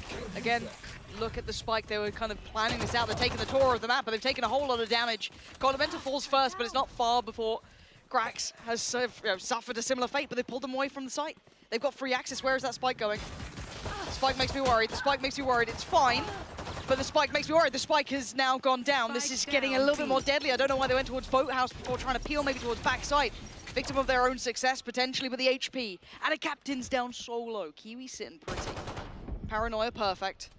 And a captain forced to take a little bit of a look. That spike is so far from hand right now. They have to slow things down now. Wait for Koi to overstep, and they're doing just that. Well, Kiwi's found one response. Luckily, Trex there for the trade. Why? A beautiful approach here. I don't think FUT are ever anticipating to catch 3 players on that mid-cross. No. Ever. Maybe 1. Max 2. 3. Yeah. But you're thinking in that scenario, maybe it's going to be your Sova and your Jet that you catch on that market drift out. But look at the recon ping is huge, actually. Actually, didn't even catch that in the round. So credit to Goldamenta. That one piece of utility rips apart this fake. But a beautiful approach here. Unorthodox setup to just have Trex maybe in a position to play contact and just call for the rotation, but Goldamenta honestly bailing Koi out. Oh? That's a classic. Say the line, say the line. Say the line. That's a free gun. Welcome back to VCT NA. At this point, though, we are down to Sheriffs and Classics. It's not much to it, but apparently they can make them work when it matters. Let's see how much more they can do, if anything at all. Looking towards A. Maybe they can get a little bit more pressure. Kiwi's got a Sheriff. I don't think that Paranoia hit Stark, so could be comfortable. Kiwi's got a Sheriff. Kiwi does indeed have a Sheriff. Oh dear, Trex is 30 HP. Trex is in a whole lot of danger here, potentially to be overwhelmed. Shados there trying to save the day. A flying Cracks comes around, gets put to bed. And now it's just Kiwi and Shados. Again, it takes Wells it. Yeah, 3 business days for Coldamenta to get to heaven as well. Again, I think sends in a very deep recon from Spawn, so maybe that's what slows him down, but thank God for that. How is Shrek staying alive that long? It's a good question. We can leave that to the desk. This is just ridiculous. Mine don't do that. Mine don't do that at all. Beautiful time from Shados as well to catch these 2 kills. Thank Christ for Yeah. their sake. A sigh of relief from the Koi camp, honestly. Folks, just Sweaty again, palms there. the damage shows in this round. I'm going to eat a little bit, but I think it's only 1. Didn't get noted at all. It's like Kiwi just anticipating that paint shell's full cleared. So these are the sort of questions with somebody stepping onto the raise that, you know, the diligence around that utility. Oh, the rat's in business. Eerie is ratting away. I thought you were going to go full. And here we see the little rat sitting on short, picking over and pretending he's going to do smoke. So he's been rewarded. Support from Orphan. Yeah, he's done a bit of chip damage here. Let's see if there's much more from it. Yeah, Fallen finds Trex. Okay, site's now vulnerable. Spike on the way, should be planted. Don't see much to deny. Orphan can retrieve these weapons now. That's pretty big. Shados as well there for an upgrade, maybe? Yeah, they both got upgrades. There we go. See what we got. Coldamenta, a little bit of utility to invest as well. One Shock dart flash there. from Cracks. And he's probably going to set this up from deep in main. Scanning ahead. Nothing complicated about it, but it clears what's necessary. Kind of figuring out where they are or where they aren't. Gets the Vandal himself, drops down. 2 players towards Hell though. Crossfire is gorgeous, holding both angles. The drop down never going to happen. And the final piece of the puzzle swinging from main, it's controlled.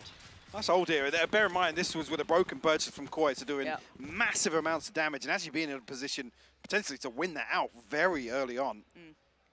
Regardless though, you see here the placement, it's never going to clear this corner. And Kiwi, I think... He's working off of what you'd imagine is cleared, I guess. Maybe a little bit more diligence. Maybe that's what they've rehearsed, and there's no possibility of somebody being in that corner So with he's the paint shell going- placement, exactly. and that's why you can maybe forgive the lack of discipline on the way in here. It's one to watch back and learn from. As we noted, this is not a composition they have often run. It's still new. You're going to see those issues. Trying to work off faithfully, potentially where that utility should have been. Moving on to this round, though, we look at what we have. Operator out for Wolfen.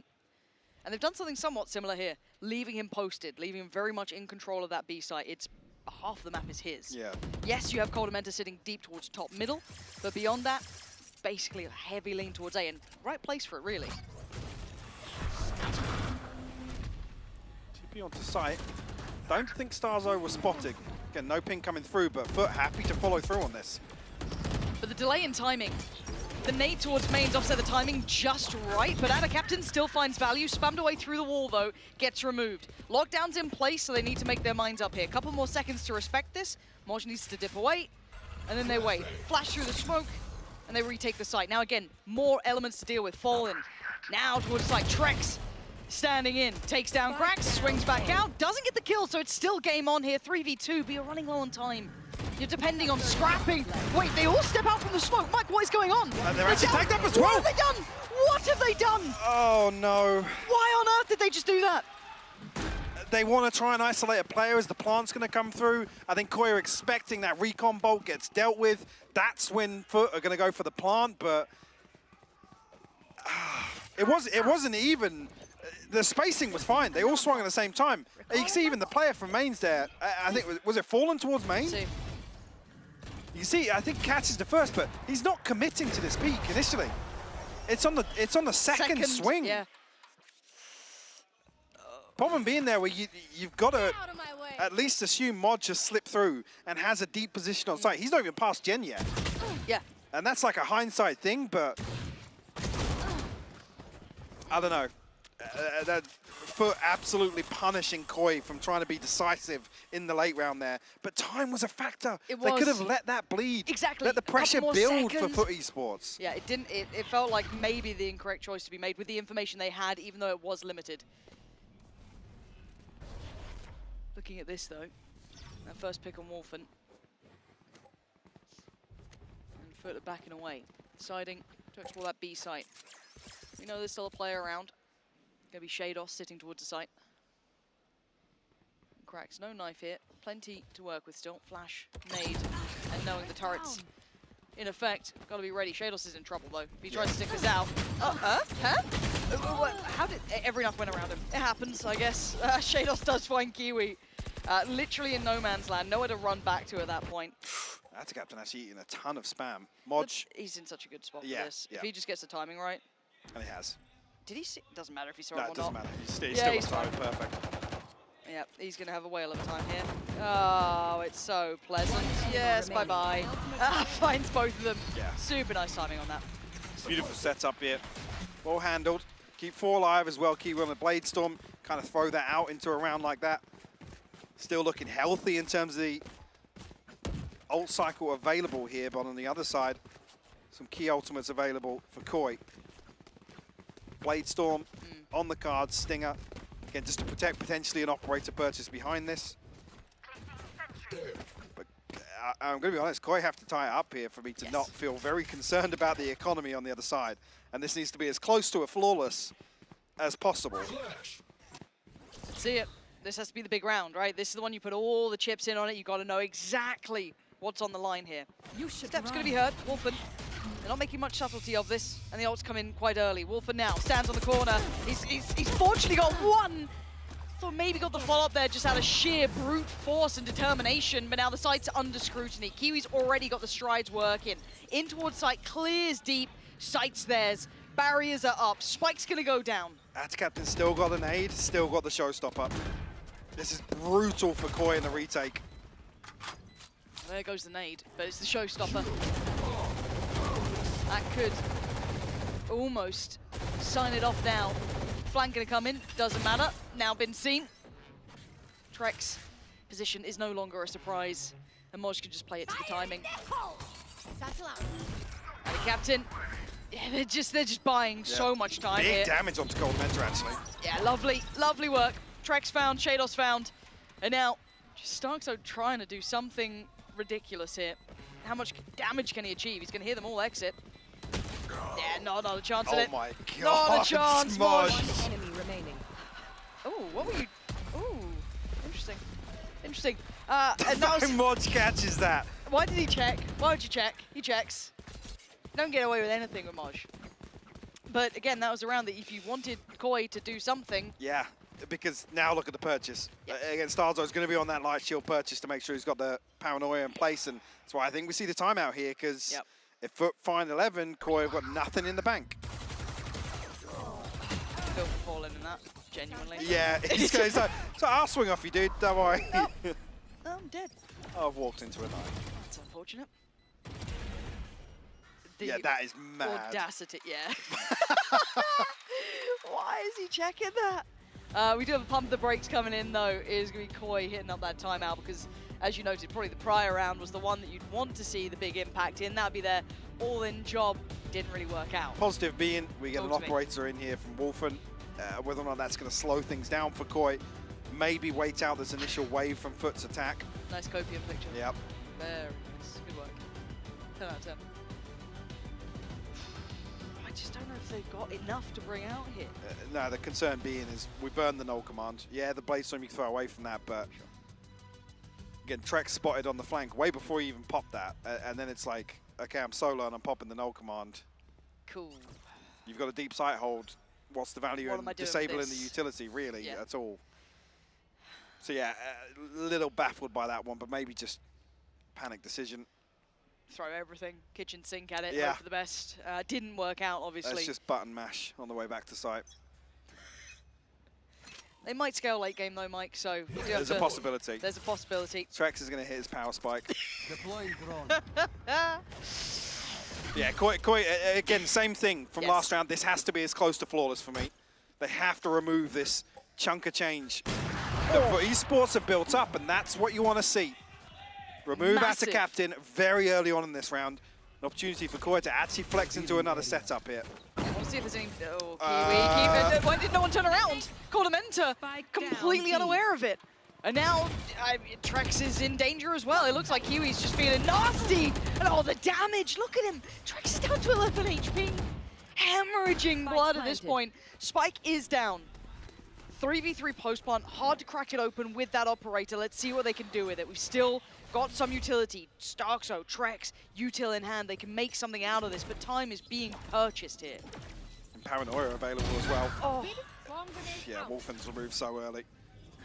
That's really, yeah. Holding on to the operator, They're gone. They're gone. Trex forced to reside and the fall exits away. mean nothing as well here. Yeah, oh, this is hard to watch. It is.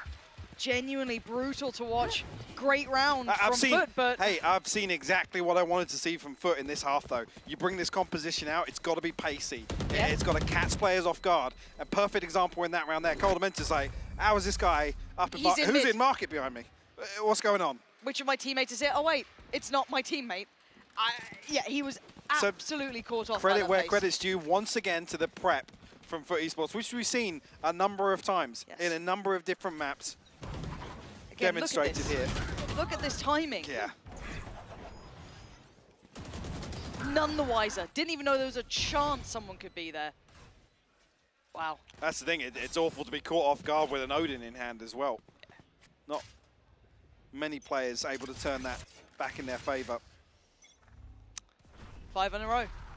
Yeah. This is starting to spiral. Get out of hand, get out of control. Wolfen trying to keep up. Saw him find a little bit of early damage just that round before. Yeah, bear in mind as well, on the back of conceding the first blood, that's when FUT pop. Yes, which is crazy, right? Okay, let's see what Wolfen can do here. The shot goes a little wide on that. Gonna have to fall away. There's no the follow-up. rotation immediately. Panic. Everyone. It's only Shados here to play off as util. They start feeling that. And only a Bulldog, so you've got to argue, odds-wise, he's not going to find, you know, one or more kill. It should be instantly traded, unless he can do a lot of chip damage with this util. Coldamenton now toying with the idea of rotating, but a little behind the curve. Yeah, this Sardo spotted it here, but again, it's so late on. Yeah. Shadows forced deep with the paint shell as well. Yeah, sight's all theirs. They can't even slip into that second gear, try and hit that maybe offset retake. They're stuck towards CT. They have no mid control at this point. They have no step elsewhere. They have no flank on the way. It's 5 players in CT. Paranoia comes in. Don't think it quite connects. Kiwi standing. Kiwi fighting every single one. They are just decimating them. And then it's just Starzo. A valiant attempt, sure. But it's 12 for FUT. And a key reposition from Kiwi there. Gets scanned on the recon. The Paranoia gets sent just to pressure him so they can get a favorable swing towards site. Get a beautiful flash over the top. I mean, I hope that was from Cracks. You'd hope so, right? I hope the flash comes through from Cracks there. This flash here, yeah. There's no assist. That was Trex's flash. I was desperate to look at the kill feed there to see if it was an assist, but again, slight miscommunication, maybe swinging out of that smoke. It's a dicey scenario to have to execute. Oh, they just want him dead now. Wolfen, brave, and this time it's actually working out. What? Hello, bye-bye. A little bit of a 1-for-1 trade out in that affair, but everyone else is up for the fight. It's a 2v3. Kiwi still alive, Fallen still alive, and they're still putting up bodies. It's down to a 2v2. How did it get this close? Fallen's got his TP as well, so I think Koi thinking we have to cover both sides. Oh no, they get a 2v1 here. Trex, great work towards Kiwi though. Nice flash spots the player. Fallen's been noted. He has his TP though. He's got a minute to play with. He's got time. Can he manipulate these two? Can he be in their head? And Fallen's just gonna play with it now. Let's see what he does. Does that molly cover the default plant on Gen? That's what I'm curious, because there's a chance Shados can pop these. Smart TP, mitigating any risk from util. It's a wide open plant that will leave some questions for Koi on the retake. What does he do with this? Okay, smoke up toward heaven. And he's going to be flanking around. Shados is up here. First challenge and he fails. Koi. Another round to play with here. Well, finally. Breaking another the round, 6 yeah. in a row. Finally, another round to play with. Couple more chances for FUT to close this out in 2. Again, the finance is not a concern at all. Mr. Fallen almost makes this doable. It shouldn't have been. It shouldn't have been. But it got stupidly close. Luckily, Shados catching him. Again, even there, you think another couple of seconds pass by. Shados and Trex group up, then there's nobody holding that position. You got to argue they're probably going to funnel Plan towards would have heaven. worked well for it as well. Yeah, it could have really gone wrong late game, but the timing just right. Are they looking to counter spam here? I see Fallen with an Odin. Well, they may be just looking for a scan through the wall. Sorry, a spam through the wall here. No one's taking that. They're literally fishing for Golden Mentor. Okay. Actually, yeah, to spam. Make sure that their lockdown can't be spammed, but this is interesting. Actually, the paint shell lands! Oh dear. Oh dear, Trax! Just the victim at the back of the site. Hands in the air and just surrendering, but Shadow's gonna barrel in, try and take someone with him. Takes out Cracks, but a quick trade. Oh, Wolfen dives head first in. Vicious in approach in a 3v3. It's Fallen spamming out, fighting Starkzo. Golden Mentor and Wolfen, if you've got anything left in you, anything you can bring, Kiwi sends Golden Mentor to the grave, but it's got a captain to close. 13-9 in the end. FUT continue looking incredible thus far. Very versatile. There's depth to this roster, which is another conversation we've always had about Turkish teams. What's the depth? How much can they actually develop as a core? And we're seeing so many positives here. Just to come back again, Koi, for me, there was definitely glimmers of hope. It's unfortunate actually FUT Esports pull out a couple of things today that I think maybe remove some of that ability to prep for them. But again, there's still some very, very glaring issues with this Koi roster. Yeah, it looks a little one-dimensional on things like Icebox. Didn't love what we saw there, didn't quite have that versatility that maybe we were considering could come out. All that kind of maybe later game adaptation, toying with middle a little bit more. Again, it felt a little blunt to me. It didn't have that complexity I was hoping for. For me, if you're going to prep that comp for Icebox, there needs to be some, I was talking about the plan Bs for FUT and the contingencies and actually what they learn as they progress through some of these rounds and, you know, troubleshooting on the fly, all those things were completely absent for me for Koi. So we're going to be looking through the Prime Gaming match highlights here, but as we do, let's kind of then shift that mentality of, you know, map 1 into map 2. Lessons learned, what do we walk away with this? Is this just another progression step for FUT in your mind? Is this them proving once again, or doing what you expected at this point now? It is, yeah. I think the only real dynamic shift we would have had coming out today is if Koi just stomped FUT in 2. They're like, okay, did FUT hit their limit? Was that kind of all they had in the tank? But again, they continue to develop in my eyes. But this was a better performance from Koi today. Again, round score aside, I don't want to look into the previous results or today's results by the round score. This felt better in areas, but again, it's that second step that's just missing for me. I don't know if they're just so heavily reliant on their game plan working that a double duelist comp comes out and, you know, you get a first blood and then it's, okay, yeah, well, if they throw themselves at sites now, we're screwed. Yeah, exactly. I do want to kind of, almost in my mind as well, though, flip that to see, I'm so happy to see that double duelist being run by FUT, because as you said, it shows that depth. It's suited it looks really nice. And a captain, once again, yes, it was the Kiwi show a little on the board, but Ada Captain showing that versatility is with him. He's showing it looks good on the raise there. Beautiful catch as well there. The paint shell so pivotal in that final round to remove the lockdown and make sure that B-site hit was going to be successful. So yeah, credit where credit's due to see him again, go from strength to strength. I was talking about him being the headliner because for me, he's been so damn clutch for FUT. So to see him now pick up the raise and actually, yeah, again, numbers-wise, somebody else delivered, but so much impact from him. Yeah, he's certainly a player to watch, to keep your eyes on him going ahead. FUT turning out to be quite the team to enjoy watching play. However, something else for you to enjoy coming up will be an interview. So we're going to head down to that now. Thank you very much, Pansy and Hypog. I feel very honored to be sharing this stage right now with Kiwi and Yama, who's going to be helping us with the translations. First of all, merhaba, congratulations on the victory. We don't see very many double duelists on Ascent at all. So why did you guys make that change for today? Ascent'te çok fazla duelist görmüyoruz. Double duelist. Bugünkü niye böyle bir değişikliğe gittiniz? Çünkü atak site'da biraz problemler yaşıyorduk. Tek başıma zorluk çekiyordum. Onun için 2 entry düşündük. 2 entry yaptık. O yüzden böyle oldu. We were having some problem in the attack side. So we decided to play with 2 attackers, 2 entry, and that's why we decided to go to this decision. Well, it worked out well, but why Ata captain on Raze? Neden Ata kaptan on race? Joker. Joker. Ata is Joker. Oh, okay. He can play everything, I guess? Yes. Oh, okay. That's definitely a good asset to have on your team. Now, Kiwi, your Jet, çok güzel, your Neon, çok güzel, everything you play right now is amazing. What is the secret to your consistency? Neon ve Jet'in çok iyi. Bu devamlılıkındaki sır ne? Ya pek bir sırrım yok. Sadece çok oyun oynuyorum o karakterlerle. Günde en az 10 maç atıyorum. O yüzden böyle. I don't have a secret. I'm just playing constantly. That's why I'm good at. I'm playing minimum 10 games. Every day? Every day.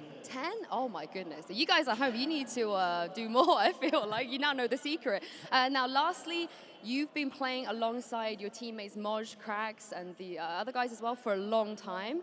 In Tier 2, you were doing very good, but you never found success in Tier 1. So why are you winning now? Why this moment? Moj'la Krax'la uzun süredir beraber oynuyoruz. Tier 2 turnuvalar hep kazanıyordunuz. Şu an ne değişti de Tier 1 turnuvalarda herkesi yeniyorsunuz? Çünkü biz uzun zamandır beraber oynuyoruz. Birbirimize çok alıştık. Ata'nın gelmesi de takım tam birbirine uyum sağladı. O yüzden güzel bir kimya yakaladık ve bu kimya üzerine devam ediyoruz. Because we've been playing for a long time, and now after Ata joined, we found the chemistry, and now that's why we're playing good, and it's going to keep continue. Wow, Ata's the joker and the chemistry as well. He's doing Ata a hem lot. Joker hem de chemistry uzmanı. And lastly, you're giving the Turkish fans something to cheer about. They're so happy. There we go. So if you would like to say anything to the Turkish fans down the camera, feel free. Herkese çok teşekkür ederim bizi desteklediğiniz için. Bu sene cidden güzel şeyler yapacağımıza inanıyorum. Sadece inanın yeter. Teşekkür ederim. We're going to do amazing things this year. Just keep believing we're going to make it.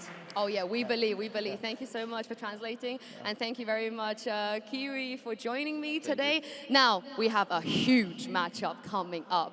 After the break, we're going to be bringing you Team Liquid versus Fnatic. Nice! Nice, man! Nice! Nice! Nice! Nice! Nice! Nice! Nice! Nice! Nice!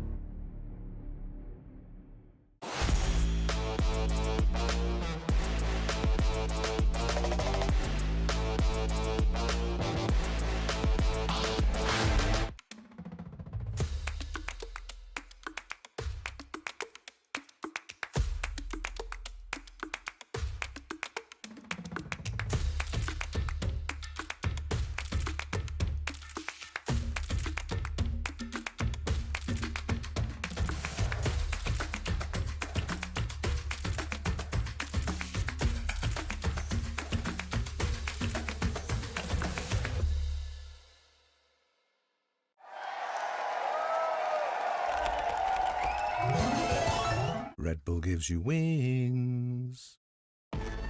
Zero distraction. Zero doubt. Zero opposition.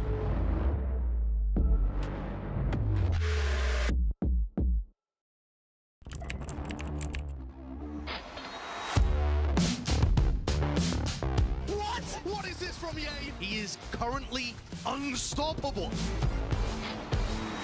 He is just a consistent demon. El Diablo.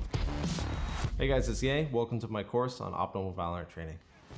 I'm going to be demonstrating now some angle clearing. I'll slowly come around the corner as well, making sure no one's on these off angles.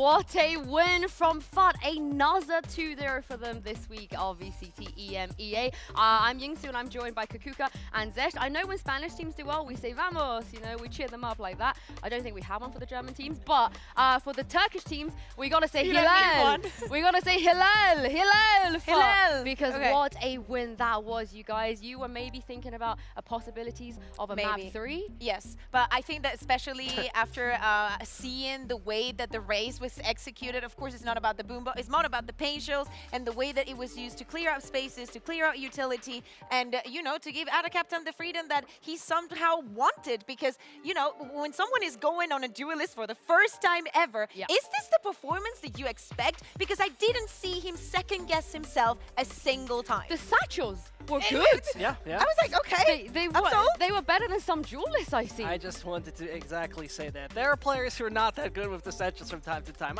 I'm generally not 100% sold on the composition, I'll be honest with you. I like that, it was great, and I think particularly considering this first duels he ever played, my god, that was good. My god, that was great.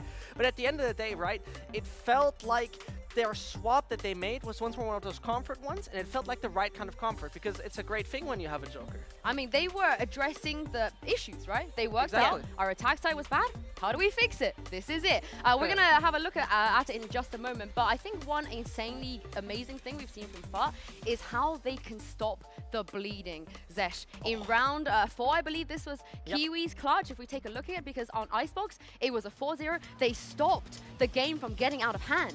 Yeah, this was a 4K from him coming in again. And I have to say one thing about FUT, and this is where this sticking together, being a team really pays off. It is the matter of fact that you start to get used to those situations, because not every game can start the way you like. Not every game can start with a 2-0, you win pistol, and so on and so on. And that is the great part for me about FUT, is that they can always retrieve and come back, figure out what they've done wrong in those previous rounds, and figure it out once it matters. Usually when you have that 4-0 scoreline, second buy round works perfectly fine. And I think this once more proves how calm and collected this team is, in the sense of they figure out how to adapt and change things so swiftly. And mentally, nothing changes for him. Kiwi is in a situation where he's against 5 players, and he's like, so what? You know, it's just 4 of them. It's just 4 of them. I'm just going to go in, and again, they prove it, at least, you know, in the end, it's always the Turkish teams. They can hit the bullets. They're not scared. They're going to go for it. They're going to make that play, and then Koi's going to be like, well, we just lost that. Well, and it wasn't the only time. He plays 10 games a day. How many kills do you think he's getting? 10 games a day, every single day. That's how he gets to that level of consistency. Now, I want to know how many games Ata plays, especially on Raze, because like you guys mentioned, him, of all people, we did not expect to play the day with Ada. But Cougar, you heard it from Kiwi. The addition of Ata has changed the team chemistry, and he's the joker of their team.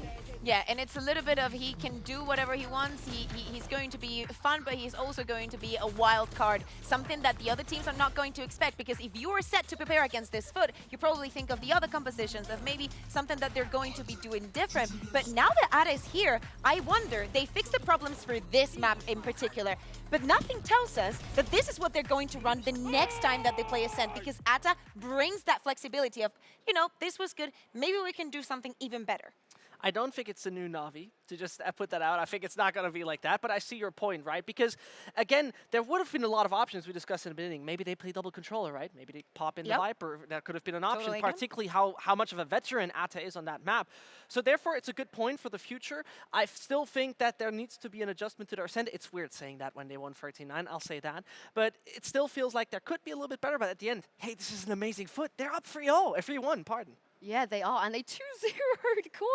I don't think anybody. Oh, and it's not getting any better, because I think that Koi is facing off against Fnatic next week. Yeah, I mean, this is the thing. Let's address this with Koi. In the beginning, top of the show today, we spoke about the fact that there are some certain things that are clearly wrong with this team, and I think one round on Ascent just summed it up. Round 16 here. I know what you're talking about. It's not only this one, but yeah, it just sums up what's going on. Yeah, exactly. And in this situation, FUT is going to be on the attack.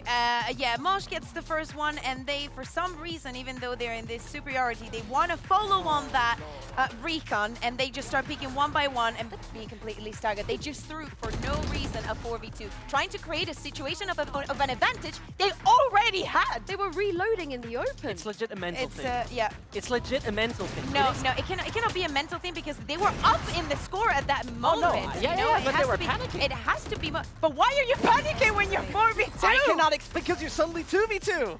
Yeah, I mean, after Trex got that kill on Krax, I thought the round is done. 2 It's rounds over. after It's that, over. I think we had a team flash from Trex that cost them the round as well on a retake. And I think Hypox spotted there being like, yeah, there's no assist icon on the map. Well, this is the question, right? Now we've seen them once again lose in a fashion that we didn't expect. Yes. What is wrong?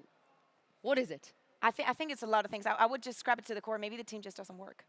Wow, you know, sometimes you have very good players, but they don't mesh together. I think the G2 last year was the perfect example of this. They kept getting the best players in the region, the best players, and they just didn't merge together well.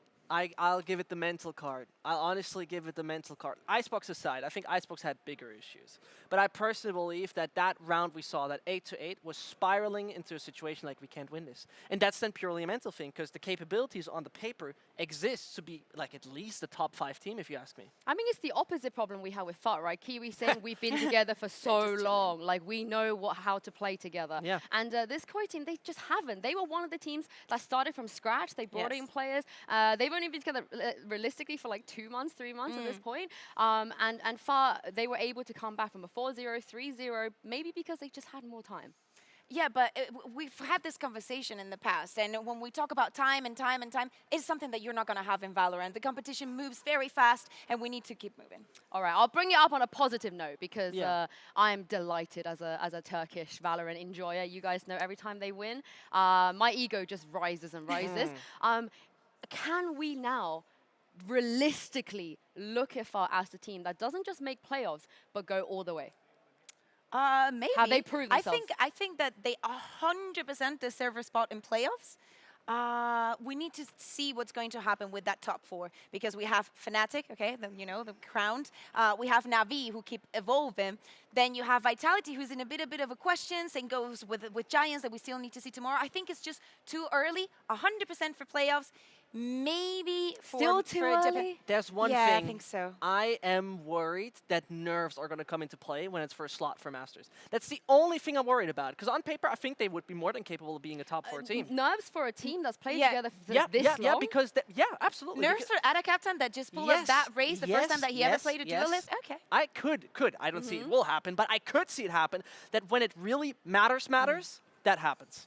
You feel like that will be the only reason, right? The only reason that maybe they don't make it. Yeah, because there's a lot of things going right for them, right? Yeah, I mean, they have the mechanics, they have the strats, and even Doombros is sold. I mean, I feel like the Ascent, maybe to play devil's advocate here, Zesh, the fact that they were able to come back on Ascent like that, does that not show you that they're not letting the nerves get to them? You know, they're actually just playing their game and winning convincingly?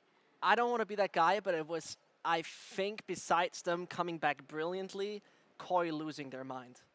Okay. Literally losing I'm their going to mind. ask you guys this again next week and again the week after. I'm just going to bring this as like a regular question about when have FUT proved themselves enough, because for me it was like week 2. That was a crazy game. That was a great match, but can you guys believe it? We have one of the most storied matchups of all of EMEA. It's time to get ready for Team Liquid versus Fnatic.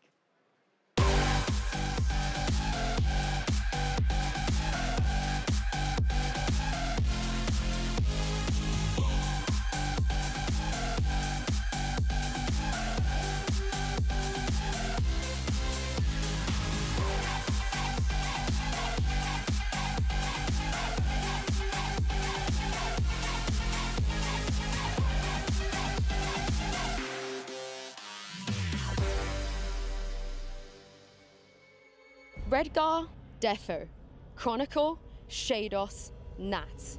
Long ago, a team named Gambit lived together in harmony.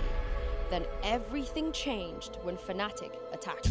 Played out nicely by Fnatic, but hey. Redgar, master of all 7 maps, tried to stop them. But when Reykjavik needed him the most, you can feel the victory because Fnatic have done it. He fell and watched as Boaster rose to prominence. 1 year passed and Redgar sought out another voyage to Iceland. But all he found once again was pain. Now things get dangerous. This was his chance to take Boaster down. He's running the clock down. Defo wants the swing. Oh, I don't think he's got it. It's going to be close. Some people believe that history is destined to repeat itself and the cycle will never be broken. Fnatic win this one out, and they're booking their flights to Iceland, baby.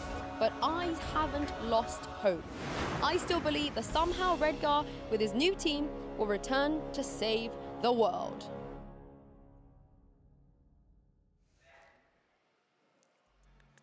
The day was September 19th, 2022, otherwise known as the saddest day in competitive Valorant.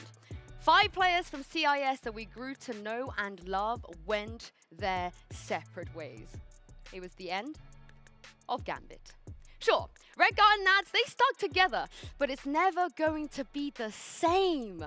Shados and Chronicle also found new homes, but despite spending 687 days competing together, they have never faced each other. Until today.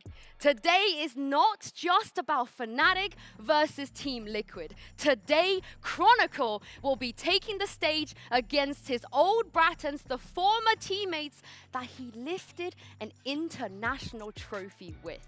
Yes, Fnatic versus Liquid is always a banger, but this Gambit reunion could be the one to top it all. But first, let's go back to how it all started. We know that both Fnatic and Liquid are pillars of the competitive scene, but these two teams haven't met regularly for some time. In VCT, Fnatic holds a 4-2 record over Liquid, but 5 of those were in 2021. Remember, these were the 2 first teams to ever represent EMEA on an international stage.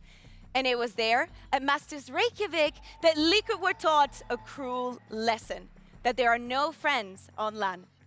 Luckily, Liquid's revenge came sooner than expected, shattering Fnatic's chances of qualifying for Masters Berlin, the only international event that Fnatic has ever missed. And as 2022 started, so did a new format. A format that left us without a single Team Liquid versus Fnatic. But let's be honest, whose fault was that? And it was only at Champions Istanbul that we were treated to this age-old rivalry. These two teams have known each other forever. But in reality, many things have changed for both Liquid and Fnatic. And today, it is a different day. The best players of our region meet right on this stage. Durkit is a well-proven Lanimal. He can do everything. And Safe, well, so far statistically he is the best, but that guy is a different caliber. Both can decide the outcome of this game. When we talk about players, we cannot forget the initiators. Yampi, as well as Leo, couldn't be any different. The one unorthodox, wild in his playstyle, whilst the other one, well, is the safest option you could get. Finally, the founding fathers of both teams. Boaster went for a roller coaster with Fnatic, from disappointing fans to achieving the best, lifting a trophy internationally. Soulcast knows nothing about that, even though he has been there for every single iteration of Team Liquid. Right here, they will fight it out to see who's coming out on top in that rivalry. Hello, my name is Redgar, but you can know me by my nickname Redgar, and I am the team captain of VALORANT Team Liquid. So I started playing into video games since I was like 3 years old because of my brother inspiration, and I started to playing a lot in Counter-Strike Source, and I played like in Counter-Strike Global Offensive, and after maybe like 3 months I have like the highest rank and find out the team at the university, and they say, hey, maybe you want to play into the tournament between universities. I say, yeah, let's go. We played it and won like my first tournament, and I think it was the moment when I go into the CSGO, and I think like in shooters at all. When the VALORANT out, it was first year of my magister degree. In the meantime, I still think that I want to try to go into the esports. On the last year of my education, I guess it was about 3 months, and I need to make the diploma. It was like the Gambit who connected with me, and they made me an offer, hey, you want to play as an IGL and other stuff, and I would say, yeah, I'm ready to go. I was a little bit maybe afraid because it was the first time when I was the captain. I spoke like a lot with my friends, and I decided that it's not about the scare, it's like I really waited for that opportunity and I got this, and it's more about that I'm ready to go into that with full my attitude, with full my time. I'm ready to leave the game. in every game when I go into that, I want to be like the best.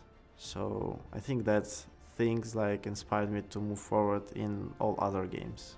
After Masters 2, when we were close to be qualified and we lost to Fnatic like 0-2, manager came to me and the coach came to me and said, hey, like Gambit didn't like how you performed, but we all understand, we saw like the work that you did. If we say for you like that you can make it and you can like show the results, it will be hard for you to stay in the team. I said okay, and then he told me you should focus on yourself, and I just decided to follow the N words and focus on myself a lot in terms of individual things. And it was like kind of negative me when they're saying that you can't, that you're bad. For me it's not working like I'm gonna be disappointed. I want to move forward, I want to prove them that they're wrong, and for me it was more motivation than the bad things.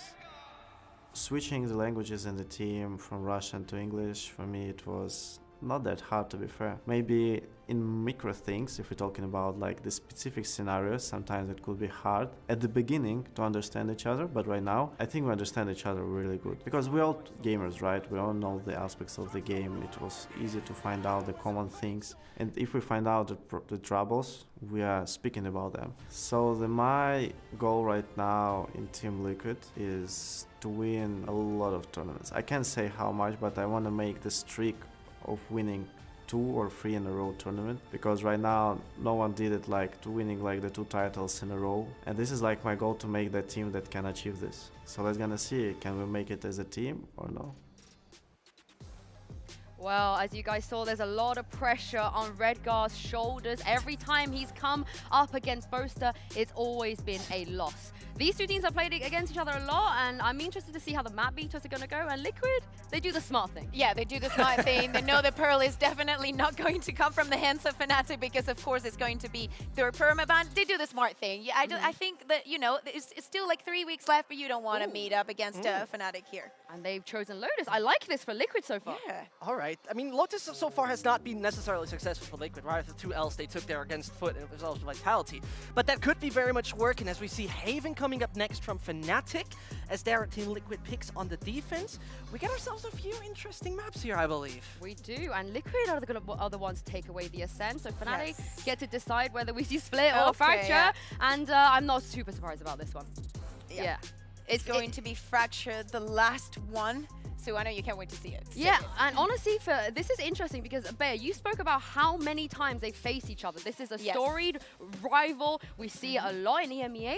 But funnily enough, out of the 3 maps, they've never played against each other on Lotus or Fracture. So we're heading into very new territories for 2 very well-known teams. Yeah, exactly. As I was mentioning, of course, the last time that they faced off against each other was in Champs in 2022. So, of course, Lotus wasn't even an option, and in a best-of-3, it was unlikely to see that Fracture. And this brings us to the point where this Lotus so far, I think, still looks like it would have been a solid possibility for the side of Team Liquid. At the same time, you know, I'm kind of keen, because the one thing that we've seen so far when it comes to this map in particular, Fnatic, particularly on the defending side, have great setups I enjoy, particularly with that Viper that we have. So I am kind of curious if Team Liquid is fully prepared for that in that sense, and most importantly, if we once more see composition swaps. Well, I'll give you something about preparation. You know, we talk about how teams, they have a whole week, they know who they're playing against, they can do their homework, but as much as I hyped up the Gambit reunion, there's no one else on this earth that knows what Chronicle can do them better than Redgar and Nats, and vice versa. Chronicle knows what a kind of IGL Redgar is, so I feel like it's more of an even standing point in terms of preparation. In terms of preparation of information, but if we focus on the preparation part, there's not much that you can take out of Fnatic on this map, because I do think that something is going to change coming in their way. They know what they're facing once you have a permaban, and having this entire week to prepare yourself for what is going to be probably the 2nd most expected match of the season, I think that they have this under control. Particularly, I want to see if there have been changes to the defense of Team Liquid, to come back to them, because this has been a little bit of a weakness against the teams they have faced so far, where they were letting too much space open, which is my worry, because Fnatic, you know they have a read on you. They know how to take the space that you leave open. This is something they cannot allow, which brings us to those people who can actually create and deny space. Well, let's talk about those people, Durka and Safe. Of course, Vincent, you mentioned it in the part as well when we were doing the preview. How excited are you for this match? It's amazing because Safe was always a little bit overlooked, so to say. We knew that he can play well, we knew that he's individually blessed, but at the same time, we never mentioned it in the likes of Durka or CNET or those names, right? And he wants to change his legacy in that regard, in my eyes, because so far, he was always just simply overlooked. And he's gunning for Durka's spot. That's exactly what he's doing. He's trying to diff him out. And I don't know if that's going to work, because it's Durka at the end of the day. I mean, definitely, if we see changes in the composition, it doesn't really matter. We need to see who is going to be shut down, because remember, one of the most important things that Fnatic does perfectly are those trades, are those protocols into how to take the fights. Is Safe going to have the same on his end? Because it doesn't matter who wins that first duel if there's a shutdown coming from the other side. I got a fun stat for you guys. On Fnatic, they have 2 players. One of them have the most first kills in the entire league, and the other one have the least first death. They have both of them on the same team, and of course is Durka and Leo. And the second most first kills out of everyone in the league is Safe, but Durka's played 10 less rounds than Safe, and he still has more first kills. So I feel like this battle is going to be absolutely crazy. You know, I have another stat for you. Do you know the only player that has gone positive against every single player that he has played on the league so far? Safe. Oh, okay. This is going to be really, really interesting to see if Durka can shut him down. But is that the fight that we're looking for? Is that the, if Safe can do it, then Liquid 100% winning, and if Durka can do it, then Fnatic is winning? Is it that simple? That's what I mean. Like, I feel like it's good to have a comfortable Safe. I don't know if it's going to be possible. I don't know if we're going to have the same Safe that we'd had the previous 2 weeks, because against Fnatic, as every single team that has faced them so far, is not that easy. So the point about this is, if, let's say, Durka is playing mediocre today, the good part for Fnatic is that individually they can rely on a lot more players. We know that a Leo can step up. I don't need to start about Alpha. You know the story goes on and on and on. It's the other way around, or different at least for Team Liquid in my eyes. If Safe is, let's say, crumbling, let's say Safe is not having a great day. Surely does Yampi, for example, who's great, right? But I personally believe that a Nats has never lived up to the standards that we knew. A Redgar is not individually as good as we witnessed him back in the Gambit days. That is a big difference between those two teams for me. But that's because the situation is different. I think that Team Liquid went under more changes just by changing or incorporating an IGL, depending on how you want to see it. But is bringing your method to work with somebody new, because at least, you know, Boaster had Mini and they can, you know, work around that. But Redgar had to say hello to Emil and be like, hello. Nice to meet you. Do you want to... Exactly how it went? Yeah, that's exactly how it went. I have a video. Knowing Redgar would have been like a big bear hug. They would have gone for a coffee or something. But again, speaking of Redgar, this is like, we talk about how Boaster was an anime hero at Lock-In. He is an anime villain in Redgar's world. For Redgar, every time he tried to qualify for Reykjavik, Boaster's like, nah, and then just shuts him down. He has never tasted what it feels like to beat him. So this is something that he has to do today. For them to get a win in an international event, they need a Fnatic to not be in the competition. Quite literally, yeah, quite literally. That's quite true. I think one thing we still need to remember ourselves is the competition that Liquid so far met. And I think nothing is close to Fnatic. Period, right? That's no real debate. But I think what we've seen so far against FUT and Vitality has not 100% told me like, oh my god, this was a 13-2, a 13-5. They're so good, they're so insane. That I would be like convincing, yeah, this is a 50-50. I still think we lean way more into Fnatic, even though this is the greatest rivalry I could think of, besides Fnatic. Navi, maybe. It's usually something that I've been hearing coaches say, especially after they played against Liquid, and is that, you know, Safe gets the kill, gets the kills, it looks like he has a lot of impact, but he doesn't get into your head.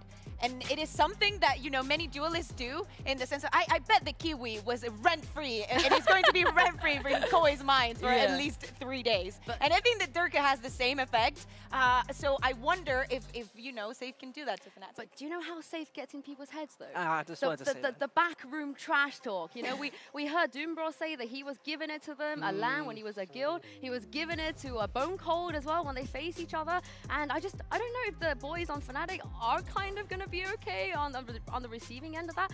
But I know we kind of tout Fnatic as almost like a flawless team, but I do want to address a slight concern that I have, which is Alpha year. Of course, Kamik did a really good job filling in, but they have not had really any time to prac with Alpha. The last week when we saw Alpha play, they had 1 day. Now, obviously, they had like 7 days. I just don't know how he's going to be like if he needs to warm up a little bit more on stage. I think that he probably has had enough time by now. And, you know, looking at the map Veto, knowing that Lotus is going to be that first map, the last time they played all together, nothing should have changed in that time. And I think Fnatic, you know, we were talking about the problems that, for example, Koi might have, or yesterday Heretics might have. None of that is happening in Fnatic. So you do have a lot of extra time to fill in those small holes that you're finding. I mean, Boaster said that when Kamik was here, that they explicitly didn't want to play Lotus. They banned it in the second round every time because Kamik was not ready for Lotus. They couldn't just get him caught up on every map. And that tells you that they haven't been practicing Lotus. Honestly, first But that's what I mean. problems. But they have not been practicing Lotus when Kamik was there. So Vincent, I'm presenting this as more of a 50-50. I know it doesn't look like a 50-50, but Liquid, they're on a great streak now. They're starting to actually get into the Liquid that we were expecting. And Fnatic, it's not actually all sunshine and roses behind the scenes. I mean, Yeah. Okay. I see where you're coming from, but I think you call it first world problems. I call it first place problems. It's basically first place problems. We're talking about this being an issue, and surely something that could be brought up. But I think this would apply a little more if we're probably talking about a different enemy. At the same time, Liquid, I think.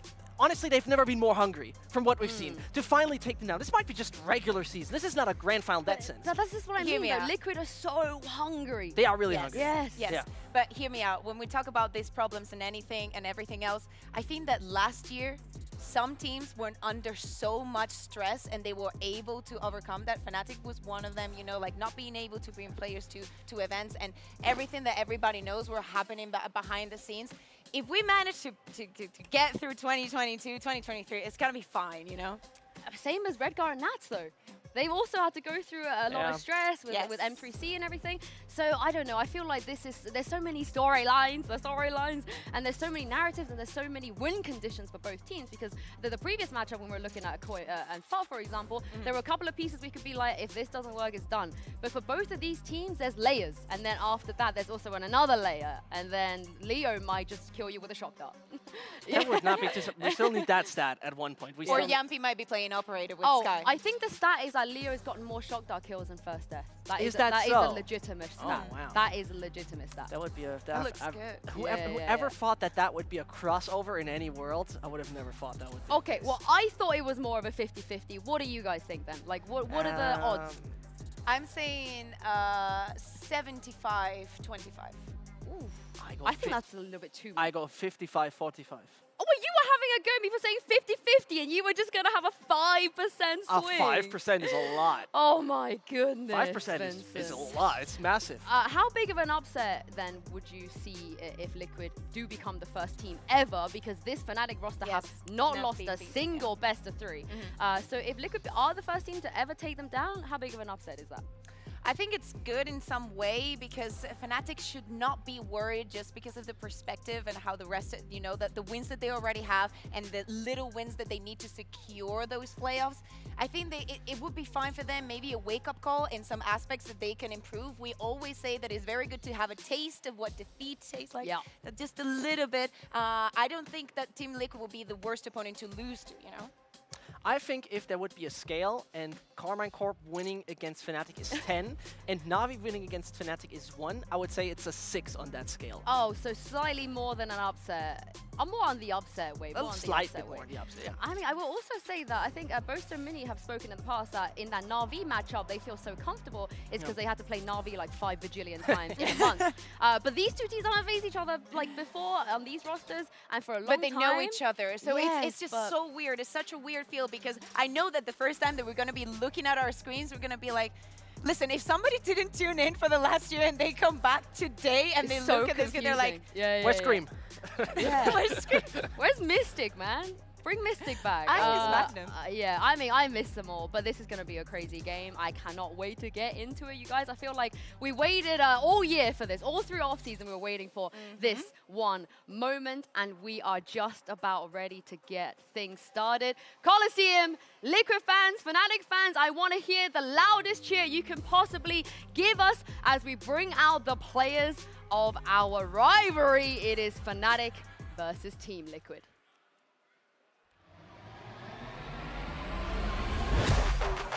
Team Liquid.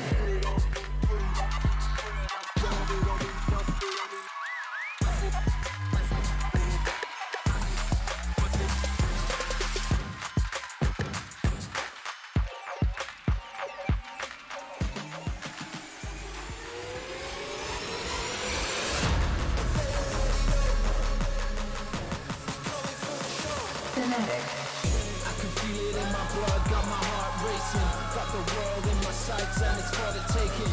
We apply the pressure, diamonds in the making. Got the spirit, got the vision, yeah we groundbreaking. Now we trying to take the whole game and make it bigger. I can take the pain, cause I'm a born winner. Got the medal round my neck, watch my chain shimmer. Only ever seen a king looking in the mirror. Oh, Chronicle and Redgar looking at each other from across the stage. Yeah. This is the first time since September 2022 that we've seen the Gambit boys on stage, and they're wearing different jerseys, Kakuka. My heart cannot take this. I want to know how Bala is doing, how he's feeling about this. Yeah, completely. Bala, if you're watching, we love you. You can come as a guest, you know? Sideshow came to the pre-show. You can come anytime that you want. But no, everything is so important about this matchup for Fnatic. Is it going to be the first loss? They did lose a map here in EMEA. It's not a map, you know, that we expect to see today. But for Team Liquid, we've seen the growth at the beginning of this split. We were thinking, you know, is it going to be the letdown? Are they going to overcome everything? And right now, Safe is overcoming every single one of the expectations. Yeah, we saw Kamek on stage there as well. You know, we praise Vincent Fnatic for the fact that Kamek is not just like a bench warmer kind of player. He deserves to be there. They incorporate him in everything they do. Yeah, I mean, some NA orgs could look at that, but most importantly, I think what is kind of crucial right here. Cal Paolo. Something that I find really crucial here is that from the players' faces, you see that they're all very calm and relaxed. They're all smiling. They're all really happy. It's not one of those super serious kind of matchups. And as we're heading into Asia Select, I'm kind of curious to see if changes have been made. I feel like probably, but let's have a look. Okay, so Leo's going to stay on that fade. Safe is going back to the Neon. Boaster on the Astra, so no changes so far. Dirk is going to go on the Ray, something that we expected. That's on the Viper, and it looks like this is exactly... Give it to Fnatic for just not changing. I mean, so the that's the anti-Navi. thing. That's the thing. I think that for Fnatic preparing for this Lotus, no one, especially the staff that they have, you know, has become 10 times easier now, because if they don't swap anything, we need to wait till their end game to see if the not changing anything is going to affect. But out of all of the maps we did see them play, and Vincent, especially in that grand final, this wasn't good. They didn't look that great on Lotus. It was worrying. It was worrying, but I think the other factor that we need to then put into this is that even when we talk about Alpha not being here the entire time, so on and so on, is that they could still fine-tune things a little bit. And I think that it didn't look horrible. It didn't look miserable. It didn't look great. So with that being said, and also what you just mentioned about preparation, I think it is leaning, I'm leaning now a little bit more towards Fnatic. By 5 percentage points, I'm going to The headband is back. Yeah. It wasn't here last week. Also, for Fnatic, they're going to be starting on the attack, as we see at the top of the screen. And, you know, I remember that game against Lao. I do remember also the one against Navi, and they ended up with a 10-2 half just by starting on the attack. If they have mastered the composition, if they have learned from the mistakes that they made against Loud somewhere where they actually tasted that defeat that we were talking about, for Team Liquid not changing anything, it's kind of wild, you know, to think that Team Liquid, this is the ground that they chose. I do want to quickly mention the Raze versus Neon, because we've set up Durka versus Safe. How is this going to go, Vincent? What are you expecting? I mean, particularly, I think for room taking, the Neon is a slight bit greater from time to time, and that's what I very much love about Safe. I'm just not quite sure if even they're going to have that many head-to-head fights from start on. Well, I cannot wait for you guys to get into game and to throw this up to your casters for the series. It is your step bros, your favorite step bros, in fact, Tom and Dez. So, your dragon. No, we're not. It's not sticking. I'm Nighthawk. It's not sticking. I don't want this to stick. At this point, I feel it's got to be a full commit the whole way through. Welcome to what looks to be the game of the week, I think it's pretty fair to say, Tom. Yeah, Big rivalry. You've heard the Des big it up for the last 10-15 minutes. I think we're all pretty aligned on that front. Yeah, and I think this is almost a matchup that legitimizes Liquid as a super team. Like that's what I'm looking at here, is you have a team that if they came into lock-in, yeah, of course, or even do well. I would say that's enough for me. Like, they came into lock-in, they kind of got blitzed by a team we expected them to beat. They reinvented themselves, came back in, got a couple of wins, a loss versus Vitality, but now they face the big guns, the heavy hitters, the team that we expect to be making it to Japan guaranteed, and Liquid, they want to be taking one of the spots alongside them. So we've got a million different storylines coming into this game, but that's the one for me that I'm focusing on. are Liquid now the real deal, or are they about to be blitzed by Fnatic? Yeah, and so many storylines like you were talking about backstage. I'm losing count at this point as well, and it was like, what is the big story here? And my summary really was, this isn't really a battle between these two teams, it's a war. There are just so many layers to it. School friends, ex-teammates, denying competitions from each other. You name it, it's got everything coming into it. So I'm with you, and the really exciting thing for me is if Liquid win this game, they match Fnatic's record. They're sat at 3-1. You look back to Team Liquid's lost game, they only lost by 3 rounds. It was pretty close. We could have been staring down at a 4-0 versus 4-0 here as well. Sorry, 3-0 versus 3-0 coming into this. So for me, it is really closely layered. It is a real fine margin of which Fnatic are ahead, but no one's ever going to pretend Fnatic still aren't ahead. Yeah, that's the thing. You're talking about a team who got eliminated from Lock-In in the first round and the team who won it. Like you can't compare those teams. You can't really put a bigger wedge in between the two than that, right? And the thing is as well, there were a lot of unfair matchups going into Lock-In. Like one of them was the fact that Fnatic had to play Sentinel straight off the bat, but they overcame that. They went through pretty much every single tough team we could name, whereas Liquid lost to Team Secret. So we're at a very, very different point of these two rosters. But Liquid have completely changed how they play. And one of the main pinnacles is Safe moving from that sentinel, that sort of rock of the team, to being the aggressor, to being the man to get up in your face. And one of the main face-offs we've got here, not just rivalries between him and an old teammate, but more so him and Durka. They are the two duelists right now. They're absolutely tearing up the league. Now, Durka, he is the big bad boss. He is the best player in EMEA. He's the player that we look to basically rule the server in every single match. Safe has done that versus other duelists. He has done that versus other teams. He has obliterated other teams. If he can do it versus Fnatic, we now start putting him in that category of like god-tier player. Absolutely. And he has the confidence to do it. That's the thing. He is the player that has the cockiness after winning a map to go up to his opponent and say it to their face. So I want to see if he can have it in this server, because especially going into this map, their map choice, he needs to be on form. He does, and I remember looking back at the stats, as you say, after week 1, after Super Week, and he was right up there. Top rated, top kills. The guy cannot be stopped. I think he was averaging 21 kills a map. It's absurd. And that's not, again, that's not a peak. That's 21 average across every map that they've played, which was 6 back in week 1. So to maintain that level of consistency in itself is unbelievable. But now you've got to do it against, as you say, the best in the business. And we all saw Durka playing on Icebox last week.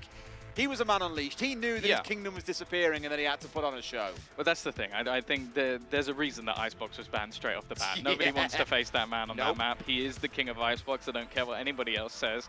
But yeah, I think it's one of those matchups where going into the beginning of the year, we saw the formation of these two teams. Now, Liquid definitely had more of an overhaul. Like, yeah, they kept a couple of players, but they brought in a brand new in-game leader as well and completely restructured how the team was done. On the other side, Fnatic added 2 of the best pieces from the entirety of EMEA. Like, I think there was not many people that expected them to manage to come out with both Leo and Chronicle, because everybody in the entire of EMEA, make it the world, wanted both of those players. So the fact that they got those and made those massive upgrades was exciting, but so was Liquid. We put both of these teams on a pedestal.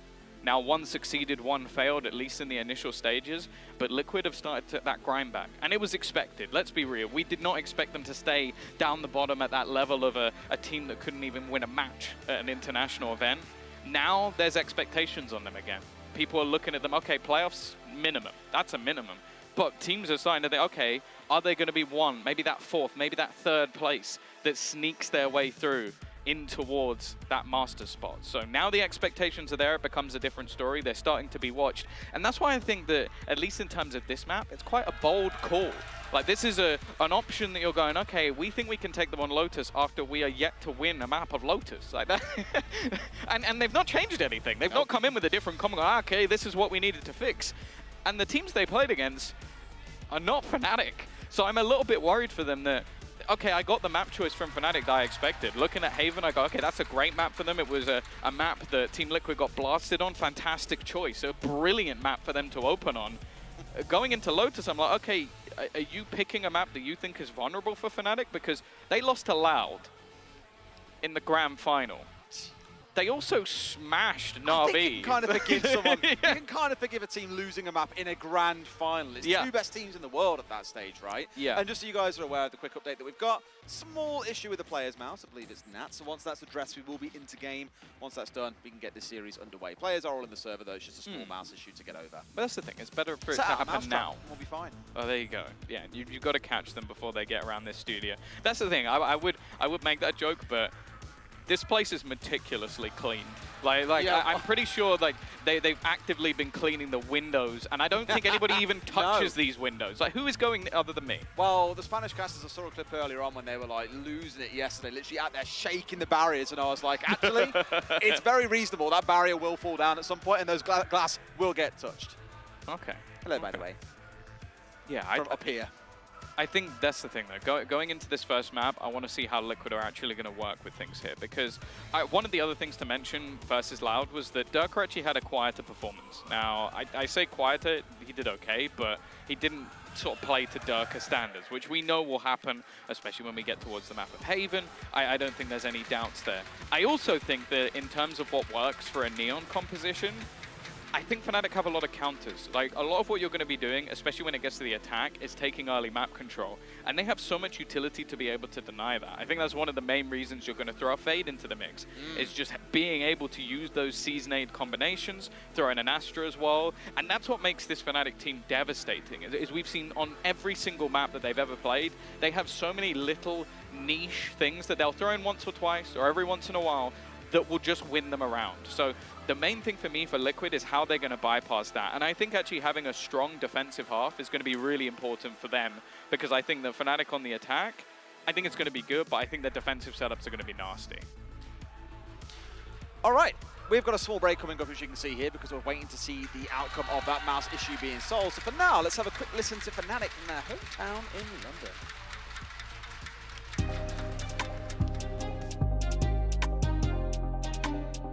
Fnatic has been around for a very long time now.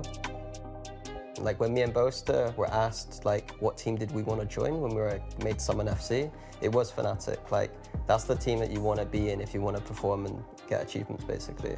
Hello, I'm Minnie, the head coach for Fnatic VALORANT.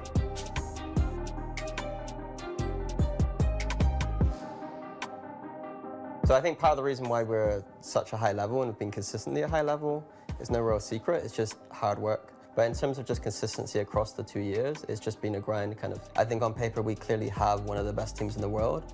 And I think that with the structure we've kind of had for the past 2 years, like, there's no reason to believe that we can't bring home trophies next year. People, I think, will look at it as like just an immediate skill upgrade.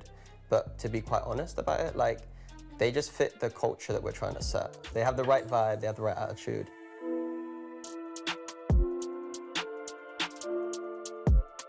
When we first joined Fnatic, the name had such a kind of legacy behind it. They had legends in League of Legends. I kind of wanted our team to be the next legends for Valorant. Hello, my name is Jake, also known as Boaster, and I'm the IGL of Fnatic.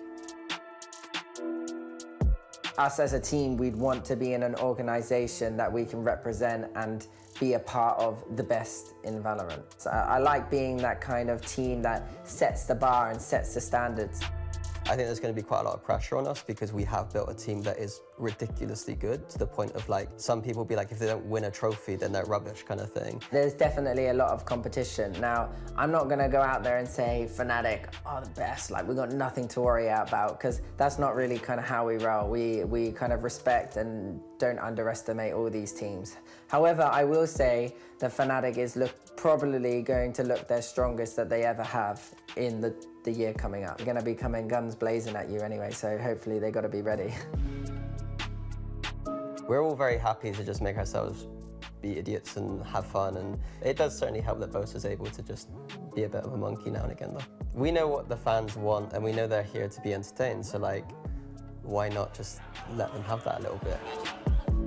For our team, one of the biggest things is to go to each tournament and have no regrets. Now that we are professional players and people look up to us, it's just a way of kind of getting our confidence levels up out of the game instead of just in the game. As long as we don't lose motivation and our work ethic, we should be able to use all of that force and carry us across the finish line and hopefully lift 1, 2, or 3. No, that's too much. 1 or 2 trade. 1 is enough, to be fair, for next year, but 2 would be nice. 3 would be absolutely flabbergasted. But yeah, I want to lift a trophy next year. To all the people watching, Fnatic are gonna be coming, guns blazing. You're not gonna know what to do with your life or what to do with the screen. You're gonna be punching screens because we're gonna be taking down your teams. Oh my goodness, I just made a rhyme and it's gonna be seamlessly going. What am I saying? Yeah, you know what to expect. It's Fnatic. Hopefully we win. Hopefully we don't choke. Let's go. New team, new roster, 2023. I haven't been going to the gym.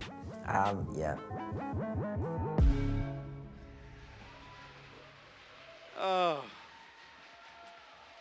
He is not the man to be dropping a mixtape anytime soon, bless him. Even with that backing track, he got a couple of rhymes in there, but he crumbled when it really mattered. No, I believe in him. I believe in him. I think he was put on the spot. If you ever doubt the raps of Boaster, you just need to follow him on Twitter. When it's a little bit more scripted, he'll nail it every single time. Used to be a big-time performer and still is, of course. You hear most what they were saying there as well is, you know, to a level, never believe that it's done and dusted, that you're going to win everything you walk into this year. We've seen so many teams across, I think, every sport in history win something big and then just think, oh, it's fine. We're the best in the world. No one can stop us. And suddenly they fall off form. They start doubting themselves and they completely fall off. But I think, like everyone knows about Fnatic, you've won lock-in. That's a big one to win. But the one everyone's eyeing up, no doubt, is champions towards the back end of the year. Yep. That is the trophy they need to lift to complete, dare I say, that famous European word of a dynasty? No, we don't like that word. Maybe legacy is another one. I feel that like people League of Legends kind of buried this for us. You know, G2 felt the curse more than most, and now it's all about Fnatic. Yeah, I think the main thing as well for them, though, is the I actually almost feel like it'll be Relate. They've been a team since pretty much the very first international event that people were expecting to win something. They got 3-0'd in that first final, and the story was that it all came back around for lock-in. I almost feel like, although there'll still be pressure, of course, expectations, no doubt, they are a team that have now got over that hurdle. They can win events, and they are definitely the favorite when it comes to this matchup. All right, well, we are done mucking around and waiting. The first map between Team Liquid and Fnatic starts here in this best of 3. Lotus, Haven, and Fracture to see us all the way through, of course. Fracture only required if we get all the way to 3.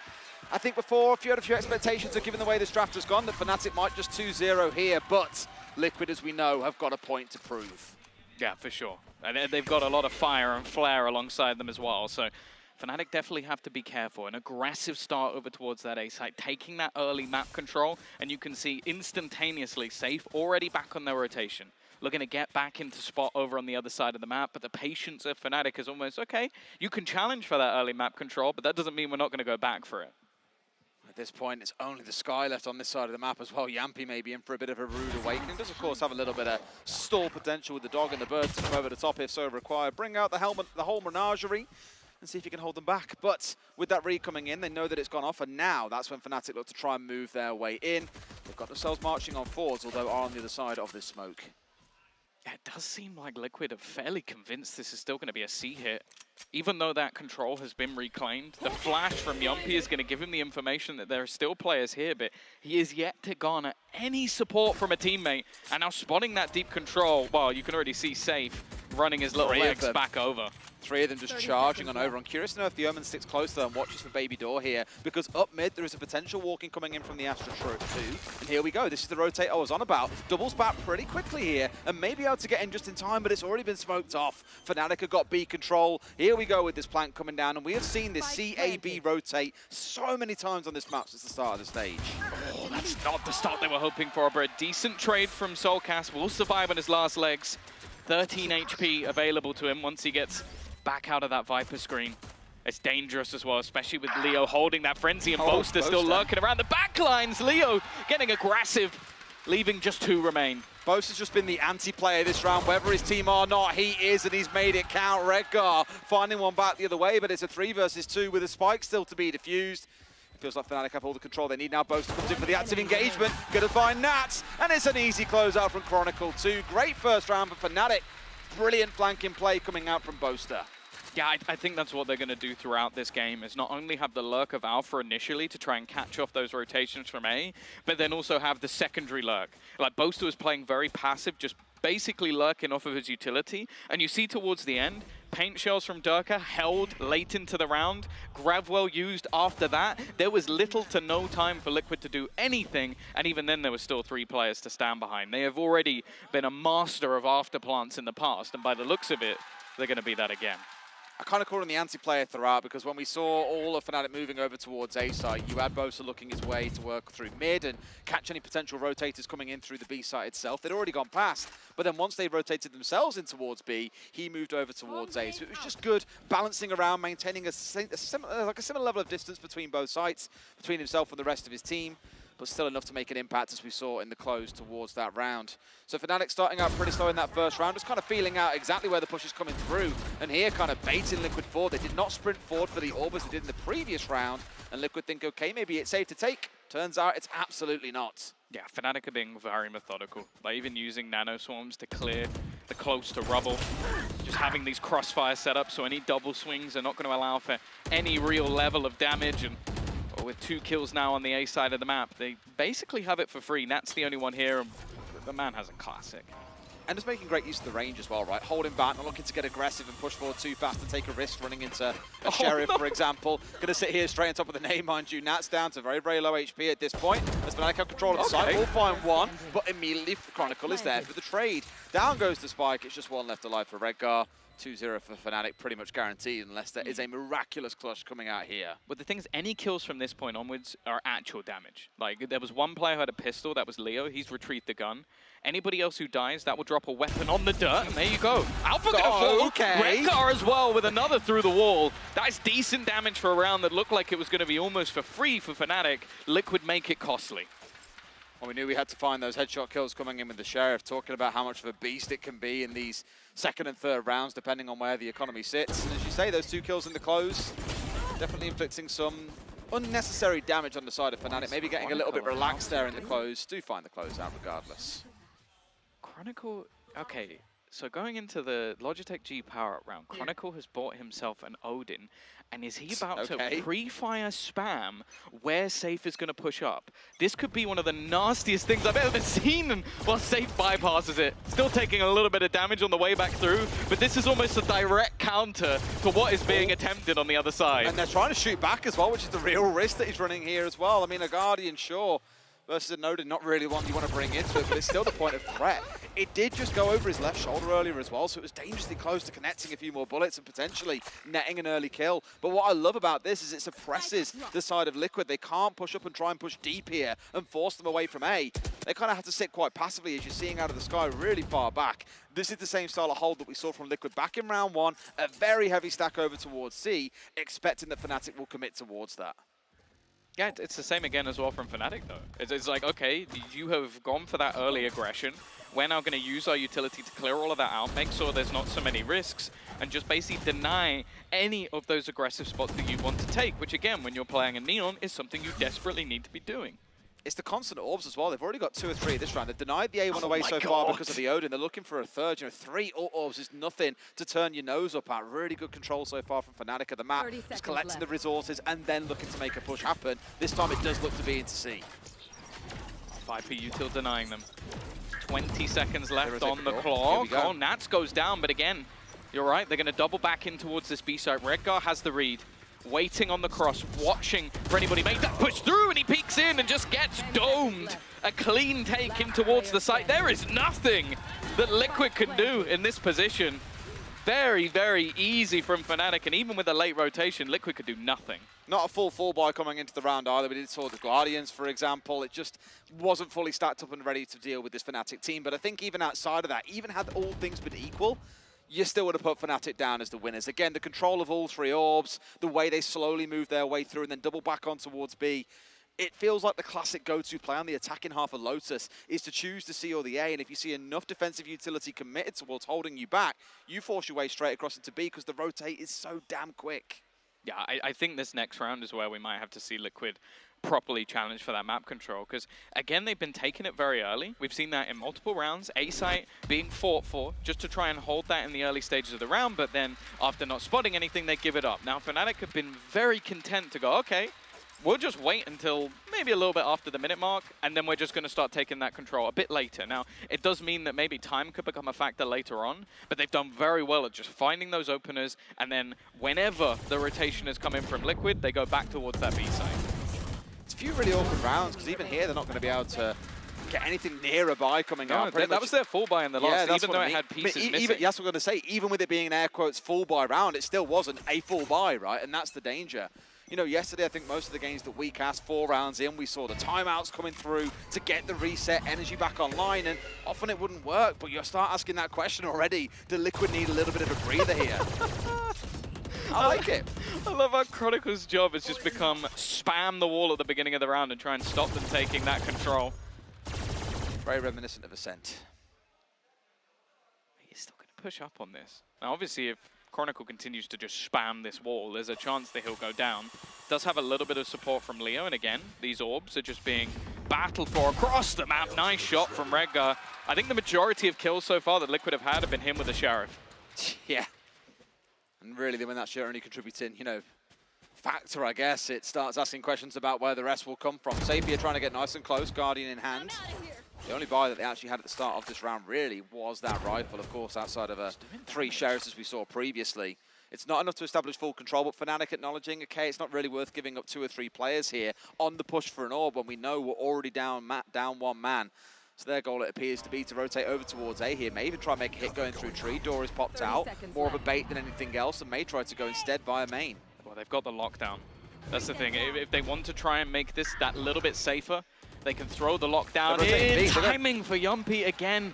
They're going to be caught out as they head into the B site. Now the lockdown put into play. They have a showstopper if they need it as well. Safe's just gone past. To the right. He's just gone past. 10 seconds I don't think they even realize, but the steps are eventually going to be heard by Durka, realizing they're still here, and then he swings off the back of that lockdown and just takes off both heads. There he is himself. The king awakens for the first time on this day from his slumber. And even in the 4 versus 5, sure, they had the rifle advantage, but again, fantastic macro play, baiting all of Liquid over towards A, and then making use of that smoke in towards mid to go straight to B, get the spike down, pop the Killjoy ultimate.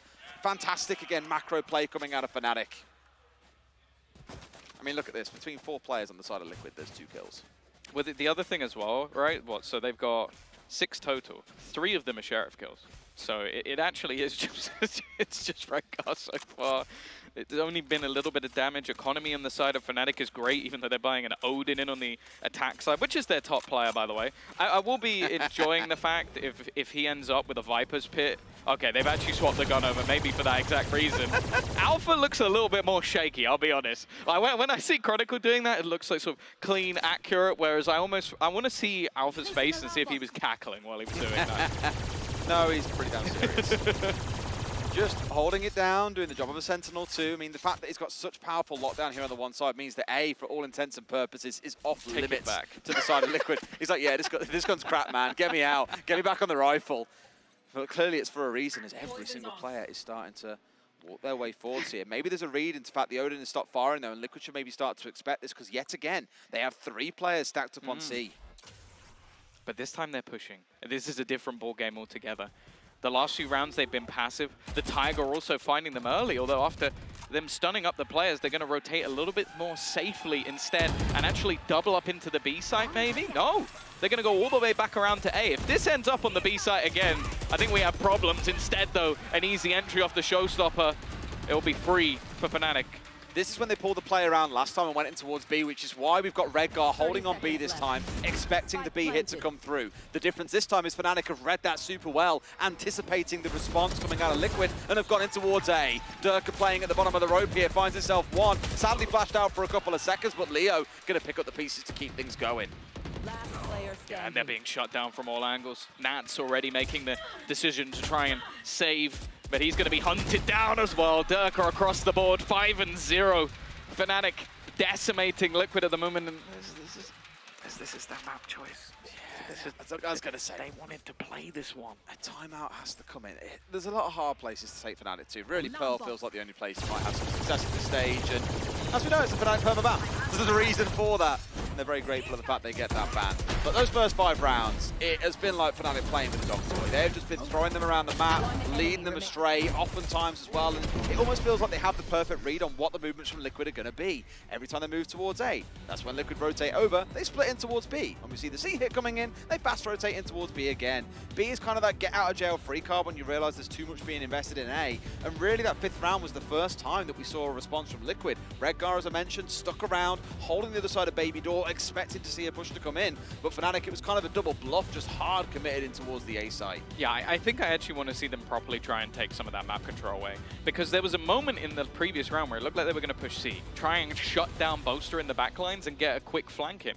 Instead, maybe because of the information found by Yumpy, they decided against that. And I feel like there's now been a lot of situations, like Yumpy at the bottom of the board, but I'm not going to sit here and blame him for that because he has been on an island. Like, he's isolated over on that A side of the map every single time, and he's getting them that information, but there never seems to be any support in time for him to actually be able to do anything. So I think, again, either you have to push up on A, try and hold on to that map control, which has been difficult. Fnatic have been very methodical at clearing out those angles, or just take something away. Because if you give Fnatic the whole map to execute, well, you might as well DC from the server now and move on to the next one. That's the way it's feeling, and I think it tells the story when you haven't really seen or felt the presence of a single player on the other side who's really going for a spray down, and Soulcast has to dip away. Thankfully, the heal coming out of the sky going to top him back up again, but of course, that armor, not recoverable. I love the fact that their plan in this round is, I'm going to buy a Guardian, and I'm just going to try and wallbang him back. I want to point out, Chronicle took a total of 0 damage while you were trying to counter that, so maybe not the greatest plan ever. Alpha as well, whichever it was playing with that Odin, didn't even take a point. A little bit of pressure in towards C, and the problem is I know that they want to go aggressive. Look towards mid, for example. There's 2 of them trying to push their way through. But the thing is, Fnatic have backed away. Every time there has been pressure towards an orb, almost like, you know, Liquid want to fight them off the orb, Fnatic are like, okay, then we'll just rotate somewhere else. We don't mind giving up the orb because of how fast we're rotating through these rounds. And here we go on a push again. Soulcast maybe kicking himself a little bit that he didn't get a single kill there, but reminder once more, we have got Liquid playing in an eco. Yeah, not the greatest weaponry. They're going to know there's a man on site again, but it's just a ruse. It's just a ruse being sold. He's trying to bait them in that he's already gone. Nice shot from Yumpy, but the rest of the team have gone. And look where they've gone. An empty C site awaits them. They're going to use the Nightfall, which will tell them everything is completely clear, and Afterplant almost guaranteed. And as you mentioned, some of the weaponry weaker, they've at least retrieved a rifle. Yes, they had the second Guardian rotated back over as well, and they're going to even commit the ult here as well. A little bit of respect being shown to Liquid that they have got some weaponry on side that needs to be dealt with. That Viper's Pit now being deployed across Bomb, across sites itself, looking good. Oh, the turret placed behind. Is it actually going to spot Yumpy? No way. He's going to get past it. He still manages to get a kill, and that's huge. They have to clear him out. He might get caught in the Tiger. We're still using it for a second, but they start to lose the battles. In fact, all of them fall. Yumpy's the only one remaining. It looked like there was a chance in this round for Liquid, but again, Fnatic recover. Just so well played as well. Had each other's back, rotating round throughout the fighting for a second. Maybe look, a couple of kills are coming in. Though as we saw, slipping past that turret only really guaranteed the one. The other 3 players all sat inside of the Viper's Pit.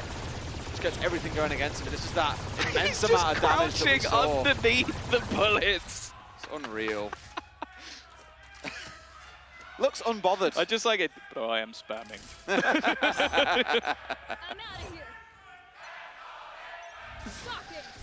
There are still some Liquid fans in the crowd. So that they can get behind the boys in when they are down 6-0. Now again, pretty aggressive control coming in towards Mount here, trying to get hold of the orb, which it looks like Boaster's going to pick up. And that's a pretty early committal by Nats. I mean, we've seen Fnatic play really the first 40 seconds of most of these rounds, just dancing around spawn, deciding where to go, teasing in towards us where they can. It's a double swing coming on through. It's good mid-control established, but immediately it is snatched back by Fnatic. Yeah, and even Safe going down to 5 HP. I imagine he's going to try and rotate back around and get Yumpy to heal him up at least a bit. So it won't be the end of the world. First time we've kind of seen an early trade go in their favor. They've been caught off quite a bit. Yumpy able to go around the corner. That's a real support player right there. He's willing to go the extra mile to try and help out his team. Got these guys that just won't wait for me to heal them. All they want to do is charge off again.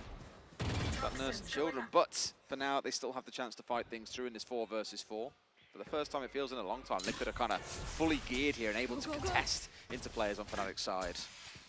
And the thing is, it's just being made awkward. All that utility, the Viper screen locking out any real angles. Now they're going to go pushing back through a stun up onto Soulcast. He's completely stuck in the mud here, pushed through, and timing's not going to be the best. He at least wins that initial battle, but the trade is immediate. Boaster's there ready, and Safe's now going to poke his head through and hope for the very best. Elsewhere, it's Yampy coming up against Chronicle. These two not realizing they're either side of this sound and bullet blocking screen. No one yet daring to cross. Chronicle bringing down Yampy, changing responsibilities with Boaster, who was holding this angle previously back in the early game.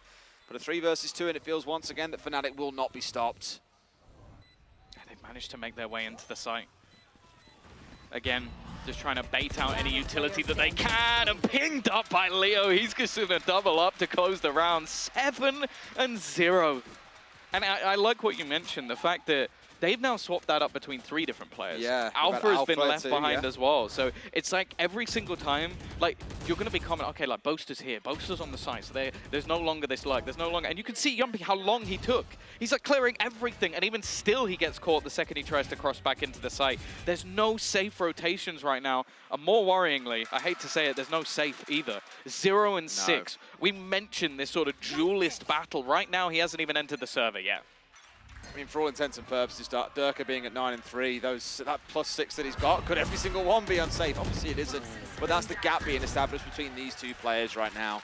We have got to see Safe come online, but I look back to Kellogg's yesterday and think about how well he was playing on the Neon, the space that he was creating on this map, and you start to get a little bit of hope for Liquid after the half, but you've got to get through this half first. Durka straight in, straight into spot and finds Yampy as well, clearly expecting something else, but it's simply not to come. He just keeps on marching through, picks up 2. Who needs an ultimate?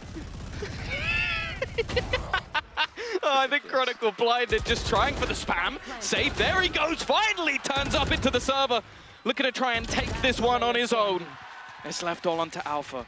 He's gone for this rotation back through mid. I don't think they have any idea where he is. Soulcast finally starting to realize it's a second crazy shot out from Alpha. The turret, but no! And he finally gets the kill! What is that from Alpha? How on earth do you let that one happen? Just when it looked like Liquid was stepping back from the precipice, Alpha steps up and gives them a mighty "this is Fnatic" and boots them into the pits. This second kill is unbelievable. Just a snap onto the head here. Oh my God. You pay good money for a shot like that. Oh my. That is unreal. We haven't even had to see the clutch factor coming out of Fnatic yet in this game because they've dominated the macro, but now you're even seeing it when all the chips are down. What a round. Well, that's the thing, and on the desk we had earlier, Sue was saying they haven't had much time to practice with Alpha. I'm going to tell you for free, you can't teach that. You just can't teach that. No, you cannot. That's why you wanted this man back in the roster at any means necessary. And that's the thing, that will break Liquid. You finally had a round. You had a round guaranteed. A 1v3. For the second couple of kills, you even knew where the man was. Yeah.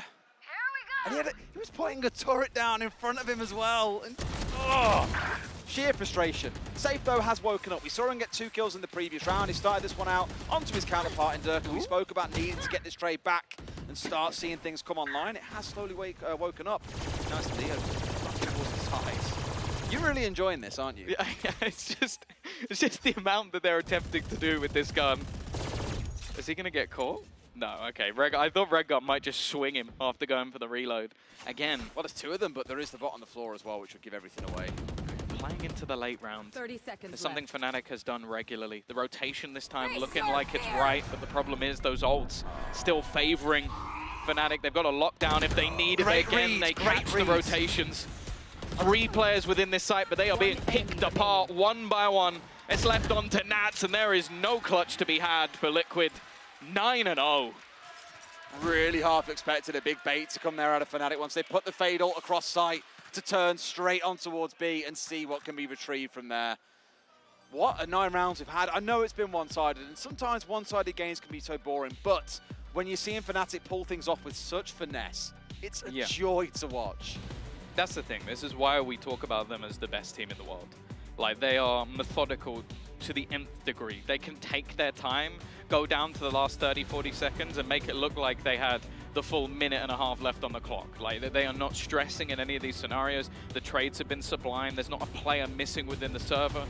lurking as well has just been off the charts. The amount of times they could just seamlessly swap someone out and go, okay, now you're lurking behind, now you're waiting behind. And then even just the small pieces like the Odin, just to counter any aggression, like anything Liquid are trying to do to just stop them having all the control and all the decisions they could ever want, just gets denied by a man spamming a wall with an Odin. It's just rough for Liquid. And that was my main worry. They've come into this map, they've changed nothing. So in other words, they've given Boaster and Mini every single tool they could ever need to counter this composition.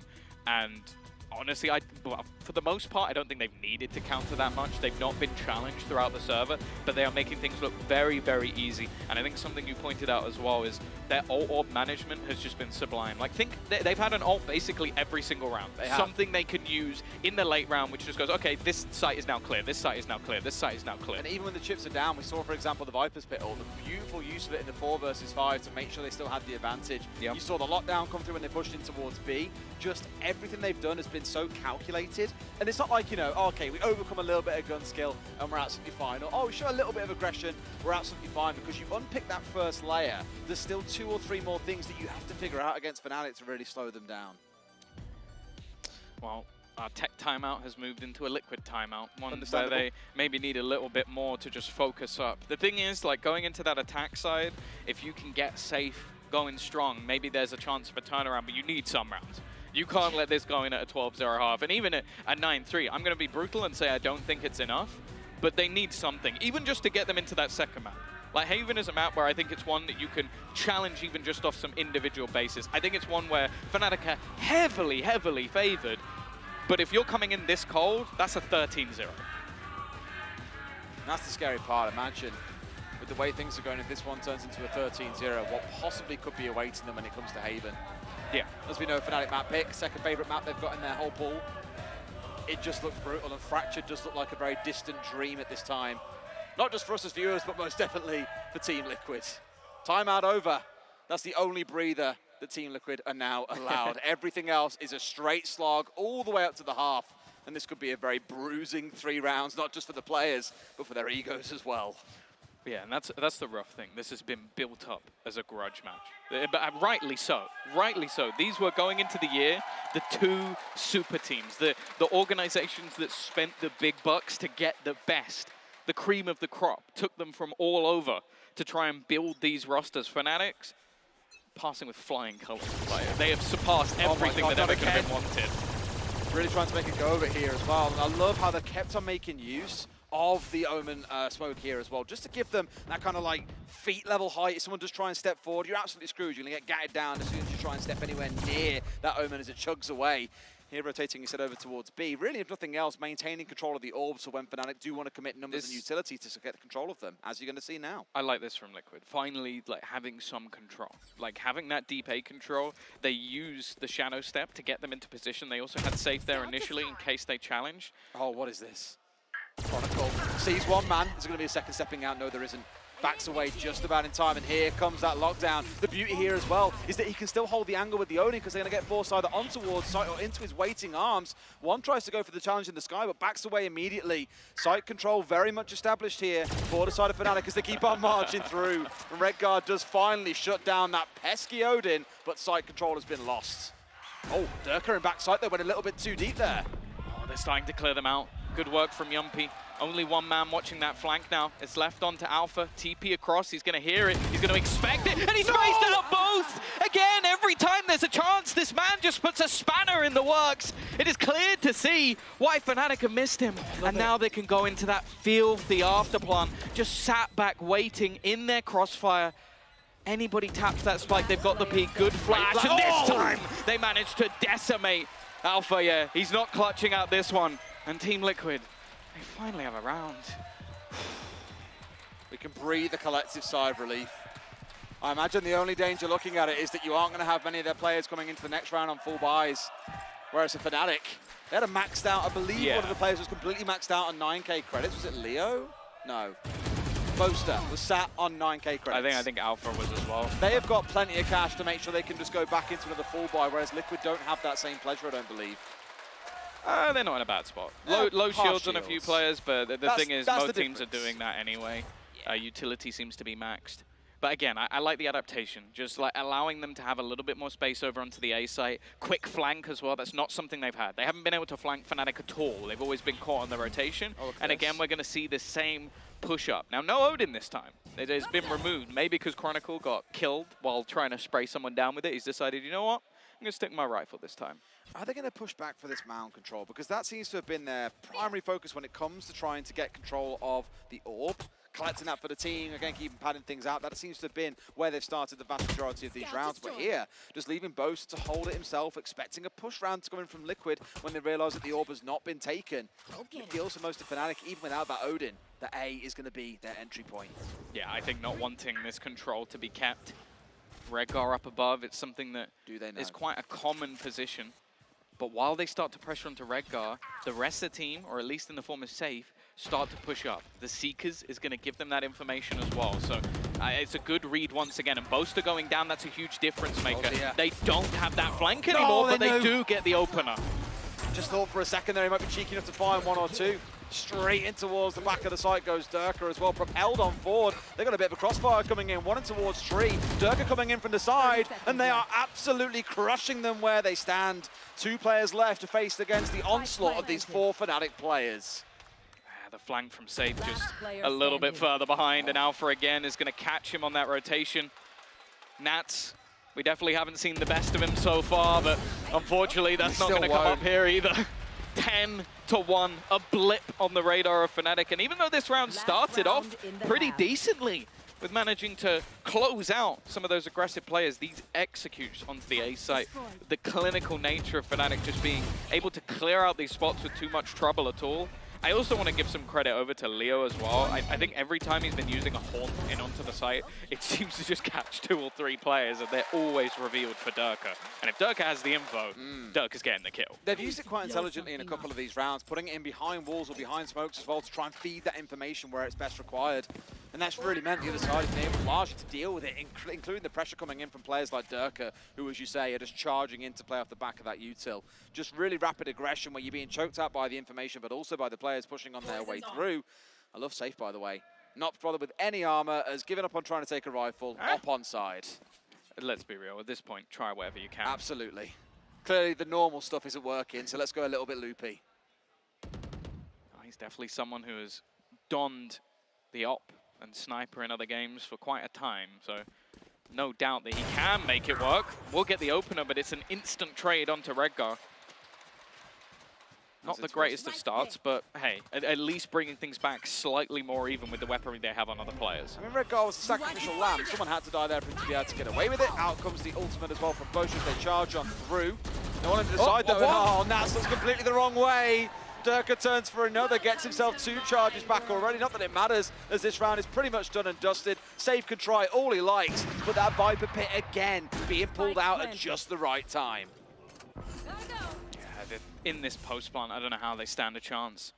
Durka so aggressively placed, especially with a Viper's Pit down, you're not going to expect him to be here. They are looking to clear those angles. Actually, the flash is perfect. That's at least the start.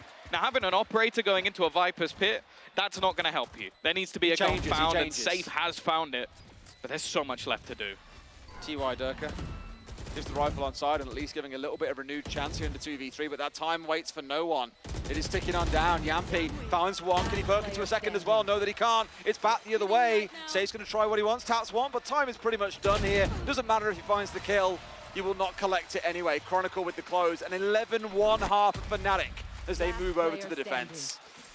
Switching sides. Well, that's about as brutal as it could possibly get. A map hit coming in for Liquid. They get 1 round in the first half. I just hope they have something prepared when it comes to the next one. And even if they do, they don't win the pistol, Des. They're going to have to go into Haven and try and reverse sweep. Just go into Haven against Fnatic and just reverse sweep it. Yeah, just casual. Mate, you should be a coach. Like, have you ever thought about applying? Just win. That's what I've heard before.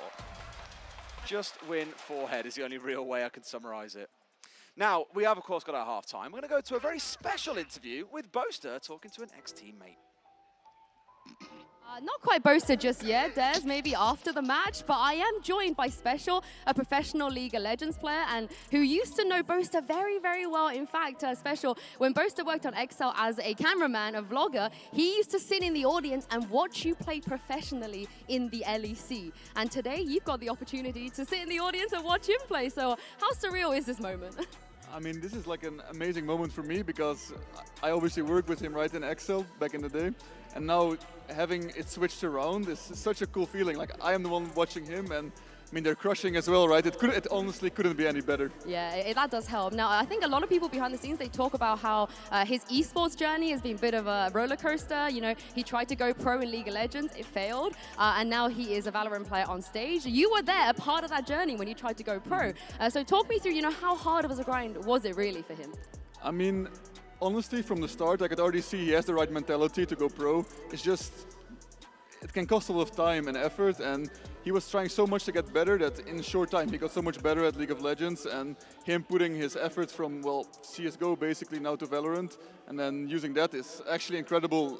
It doesn't surprise me because I've never really met anyone with a work ethic like that. You knew he was going to make it. Yeah, I did. And lastly, again, you've known him for many, many years. What's he like off the server?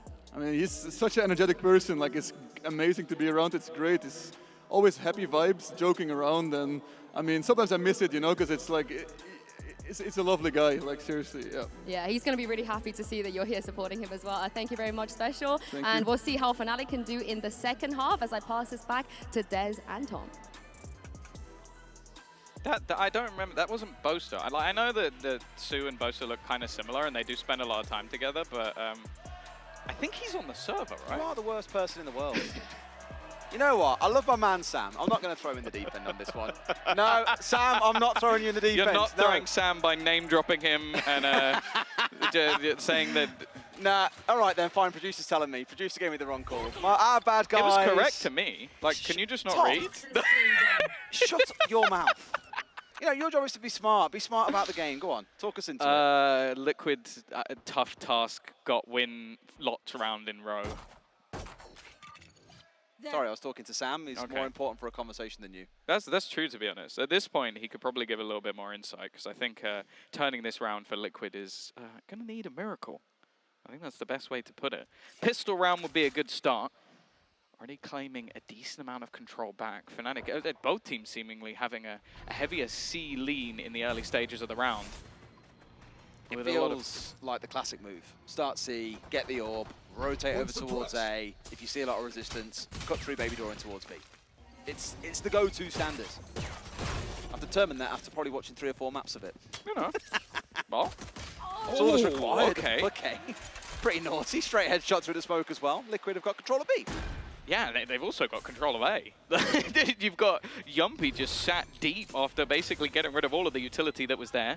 Boaster going to be pushing back through. Nice work from Redgar. There is a trade, but a 4 versus 2 situation. This pistol looks like it's on lock. It's a good start. It's exactly what Liquid wanted. They didn't want to be walking out of their own map choice down 13-1. But here, tucked into the corner, right in front of your face, buddy. How's it going? Down he goes to the nade as well. At least 1 back for Durka, but there are still 3 more to find in a 2 versus 3 with about, what, 10 seconds to pull it off? Last player standing. Simply not going to happen, is it? How many does Durka get? That's the only real worry, but no. Good start from Liquid. At least getting something into this second half. Of course, it is going to be a mountain to climb as ever, but at least they've managed to get themselves a pistol. And on the other side of things, I imagine Fnatic are probably not going to invest too much. Focus on those 4 buys. You only need to get 2 rounds and this is over. That's it. Focus on the next round here and just see what you can possibly pull out here. Maybe a Sheriff or 2 on side to dance with death a little, although by the looks of it, no. Completely holding out, at least for now.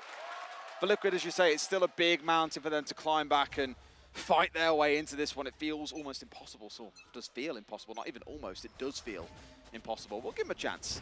An aggressive push from Fnatic out towards C here as well. We've never seen this kind of push come out from Liquid, but Fnatic really want to take the fight in towards spawn here. If they're looking towards B, they might find one. Chronicles found one on a swing out as well. Good bit of team play. No. There are 4 players coming in from behind here. What is that for a pistol force? Oh, no. And they've got the Spectre. Oh, this is starting to get really worrying. This would basically just crush them, maybe even for the next map as well. I was hoping this would be a confidence builder for some of the players, and Yumpy's just been dinked up as well. Redgar finally gets the first kill on the board. Stun up is going to force them back in towards the site, and the remaining players of Fnatic, they're being held by a fragment for now, but they'll start their rotation. It's a good hold by Soulcast as well, that Bulldog bullying Fnatic away. Still have the one on side to work with. It's Redgar off towards the left. Leo finds one. Down to a 1 versus 1. Is this actually doable? Feels like it might be if he gets the read first, but doesn't find it. Soulcast completes the 3K. A little bit precarious there for Liquid, but they hold on. A little bit. They almost lost a round to what was, I think, 1 Ghost and 4 4 Classics. Like, that was far more than a little bit. They didn't start out with a Spectre. They picked it up off the kill they got on B. Yeah, no. I think they just literally had Classics and a Ghost. Like, it's an absurdity. And now you look at what they're going to have to come in with here. There's already an Odin on board for Chronicle. I'm not even surprised by that anymore. And it's basically everything invested here. If Liquid don't win this round, it is basically GG. Whew. Okay. Hopefully this time around, no, really aggressive, pushes in towards 4, and absolutely not. But Durka starts out with 1, at least some A control established, but at the cost of safe. It's not doesn't really feel worth it, does it? Not worth it, no. Because now they're probably going to have to back away anyway, because again, with all the walls being lined up, 2 players still holding on to way. Of course, that knowledge being taken really away from the side of Liquid. I can't help but ignore how much of a utility we got stacked up as well out towards C and B. Players on A, everything else the other side of the map. They're slowly looking to make their way forward. The thing is, you've got Killjoy utility here, and you've got Chronicle sat there as well. Maybe trying to make sure they just can't be caught out by KO util. Now, Redgar has managed to take the site. This is not really being challenged for, although with an Odin, it might just be an attempted wallbang if he tries to go for the plant. The thing is, the rest of the team may be looking to try and head into B as this is a bit of a ruse. And again, Redgar is going to find them an opener, pulling some players away. But in fact, the attack might actually just move that direction themselves. I mean, he's got control and he's baited the TP out, which really makes the defenders think here, okay, they're rotating off towards B. It was really good use of the door, but Fnatic, they ain't messing around with this one. They still find a kill for themselves. And TL have got to work their way forwards. They've managed to get full site control now, 3 players in. But we have got 2 angles being set up. That Odin just will not stop making an appearance. They get a couple back on the side. There's only 1 left, and it's Soulcast all by himself to hold against them all with 13 seconds on the clock. Alpha Year with the collection. Match point coming right up. Yeah, you could see why they want that Odin on that side of the map. The classic default plant spot, it's just so easy to spam through it. So even Boaster just goes, picks it back up and just denies them once again. I also love just the sheer confidence you're getting out of the Fnatic players right now. Like, Alpha dives through the smoke just to kill off Redgar and just give them that advantage straight back into things. 12 and 3. 1 round of the next 9. There's only 1 team I know that could turn this around, and unfortunately Liquid are against them. And it's probably, even on any map it feels, given how this game has gone, they could do it on as well, not just on Icebox. Here we go. Out of here. I just love that someone's actually peeking with an Odin as well. It's absolutely ludicrous. Well, the Let's Go Liquids are still chiming out. I appreciate the optimism, the support for the team, but that's all it is at this point, I'm afraid.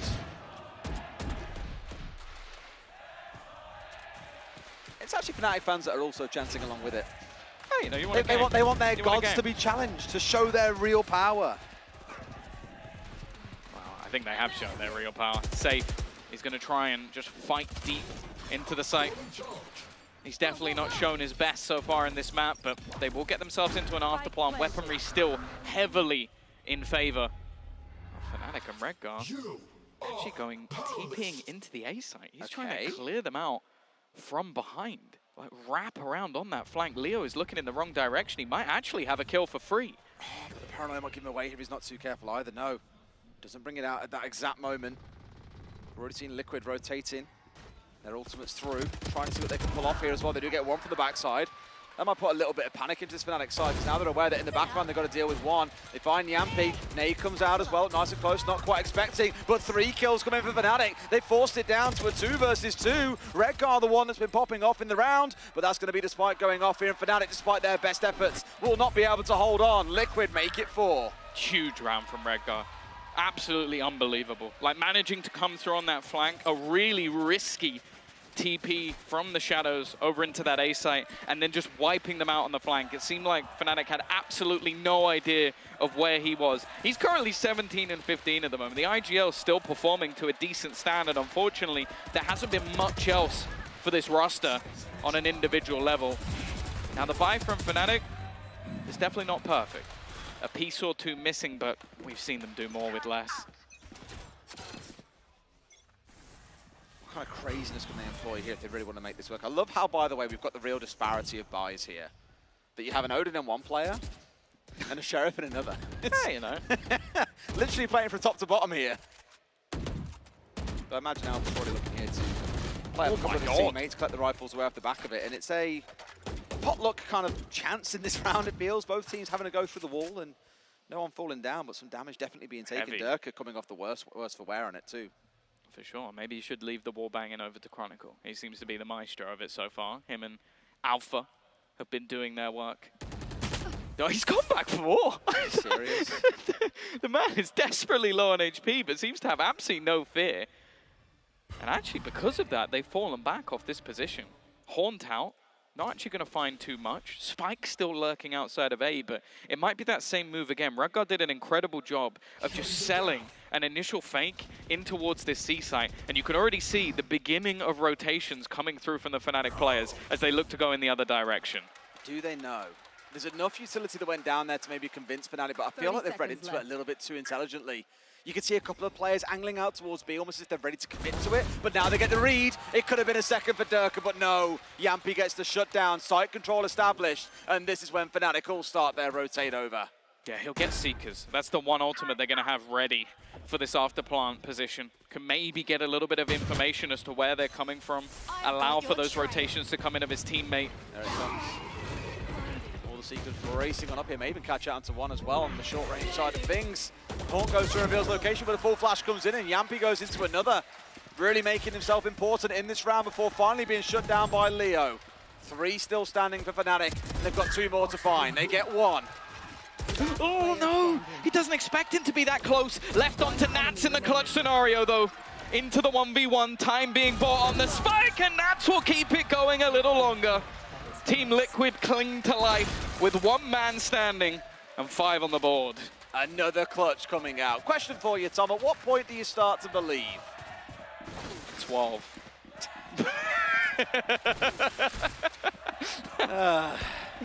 That's not very British of you. We love an underdog normally. I do love an underdog. Unfortunately, I'm not delusional.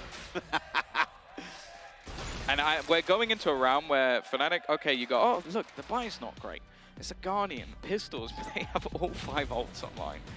That, for me, is enough. They might not even use any of them in this round and just save them for the next, but they're going to have multiple opportunities with their ultimates. Now, we spoke about it on their attack side. When Fnatic had ults, even just one, that was enough to close a round. Almost every single time, they would make things very awkward.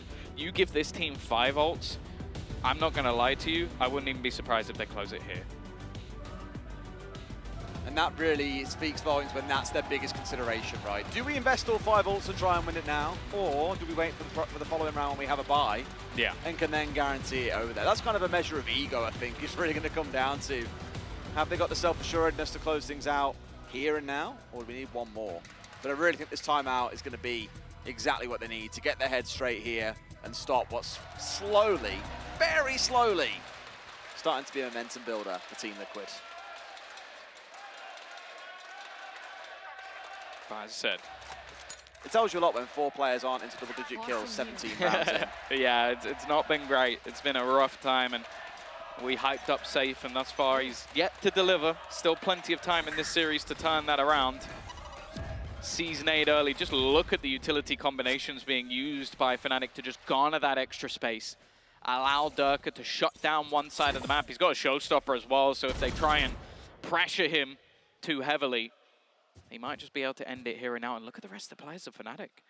Splitting themselves between C and B. They have a very, very fast rotation if Liquid double up into this site. This is very similar to the holds that we saw out of Liquid in, I'd wager, probably at least a quarter of the rounds back in the first half. 3 sat on C, 1 was in towards B and 1 was on A. But their positions are so much further forward. The fact that you've got Durka holding up really close and tight on towards A main, and then also got one holding much closer on B, I believe it's Boaster, looking to pressure in towards Orb again. It's always been these similar spots. They don't even need the Orbs in these rounds, but it's denying resources away from Liquid. The Boombot has caught at least one player, so instantly Fnatic start rotating back, but Liquid are reading into this themselves. B site seems to be their best bet. Boaster just playing around a single smoke, waiting within it. He's gonna try and survive. I don't know how he's alive, but he's run out of bullets. Quickly decimated. Leo's found one, but Safe just looks to take control. And those are the ones there as well. Great read in, and they have absolutely strung on their way through into sight here. Durka's in a 1 versus 2, has the ultimate on side. Does he believe in himself? Not quite as much as Nats does in himself. That's it though, because as we said, they've been quite conservative there. They've held on to the ultimates. Yeah. And now they get a 4-buy. Yeah, now they get a 4-buy and 5 ults. That's the thing. If Liquid survive this round, genuinely, then maybe I start to believe. Because if you can beat Fnatic with a 4-buy and 5 ults, then we're talking. Now things get interesting. I still think it's going to be incredibly difficult, even if they do manage to get through this, but that's the toughest thing of all. Like, you've got a lockdown, you've got a Viper's Pit. Like, these are high-impact ults. A showstopper as well. Nightfall. If you need a retake, you've got everything you could ever need. So I don't think this is going to be an easy one for Liquid by any stretch of the imagination. I think even if Liquid lose the game here as well, you know, I think they've proved that probably a lot of this comes down to the sides on this map as well. You know, Fnatic were up 11 rounds on the attacking side. Liquid have only dropped 1 of their attacks so far, and have looked mostly convincing. Sure, a couple of rounds they've won out clutches, but have shown up that, you know, we're not absolute clowns. We're not getting rolled over 13-1, 13-0, for example. It still feels competitive, even if we don't get to see every single round in this half. Yeah, I will say maybe they'll hesitate a little bit more when picking this map again. If they need to put a little bit of work in on the defensive side, but you've definitely got a point. They are showing that they have. It's not the rollover I think we all thought, what, 5-6 rounds ago. Here we go, though. Again, just basically playing plant denial over on that defensive side. Lockdown available if they want to try and put it in. For now, at least hesitating a little bit. Maybe have the read wrong as they start to go back in the other direction. Spam through is going to do so much. These Odins have just caused issues, and now Chronicle watching his buddy from the sidelines. Lockdown now thrown in. This is looking bleak. They're all going to back away. The thing is, they hadn't got the spike down here, so actually, it's far from the end of the world. They're going to hard rotate off and towards B and bring out the Viper's Pit as well. The Fade ult rolls across. Everything being dunked into such a small room here. They've got to find the kills, but it's Alpha Year to collect a 3. Makes it his map, 13-6 to Fnatic. Yeah, an impressive display. The inevitable confirmed.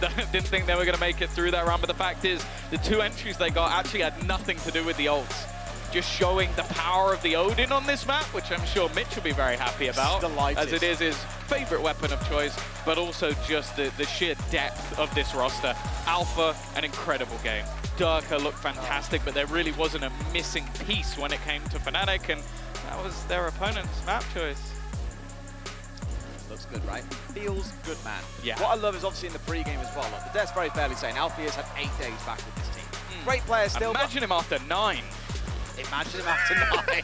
But he's at a stage where obviously you've just seen him absolutely pop off as well. Yeah. So Fnatic, for anyone concerned that there was going to be a blip in form for a few games. No, that 1v3, I think everybody's doubts just went straight out the window and everybody's just having a good time watching Alpha again. I mean, again, we'll come back to that point. You know, Fnatic looked incredible that first half. Liquid, I'll give it to them. Also had some good rounds in that second half, but just not quite enough to bring down the Kings of EMEA. Let's see if a break will help them out. Back with you guys in just a few minutes.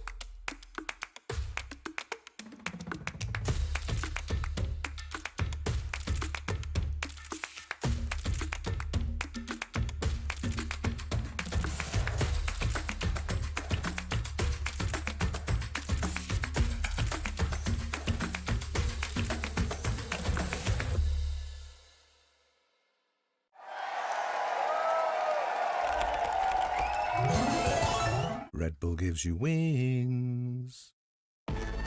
Zero distraction. Zero doubt. Zero opposition.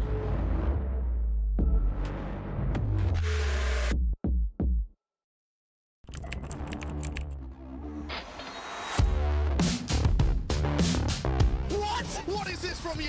He is currently unstoppable. He is just a consistent demon. El Diablo. Hey guys, it's EA. Welcome to my course on optimal VALORANT training.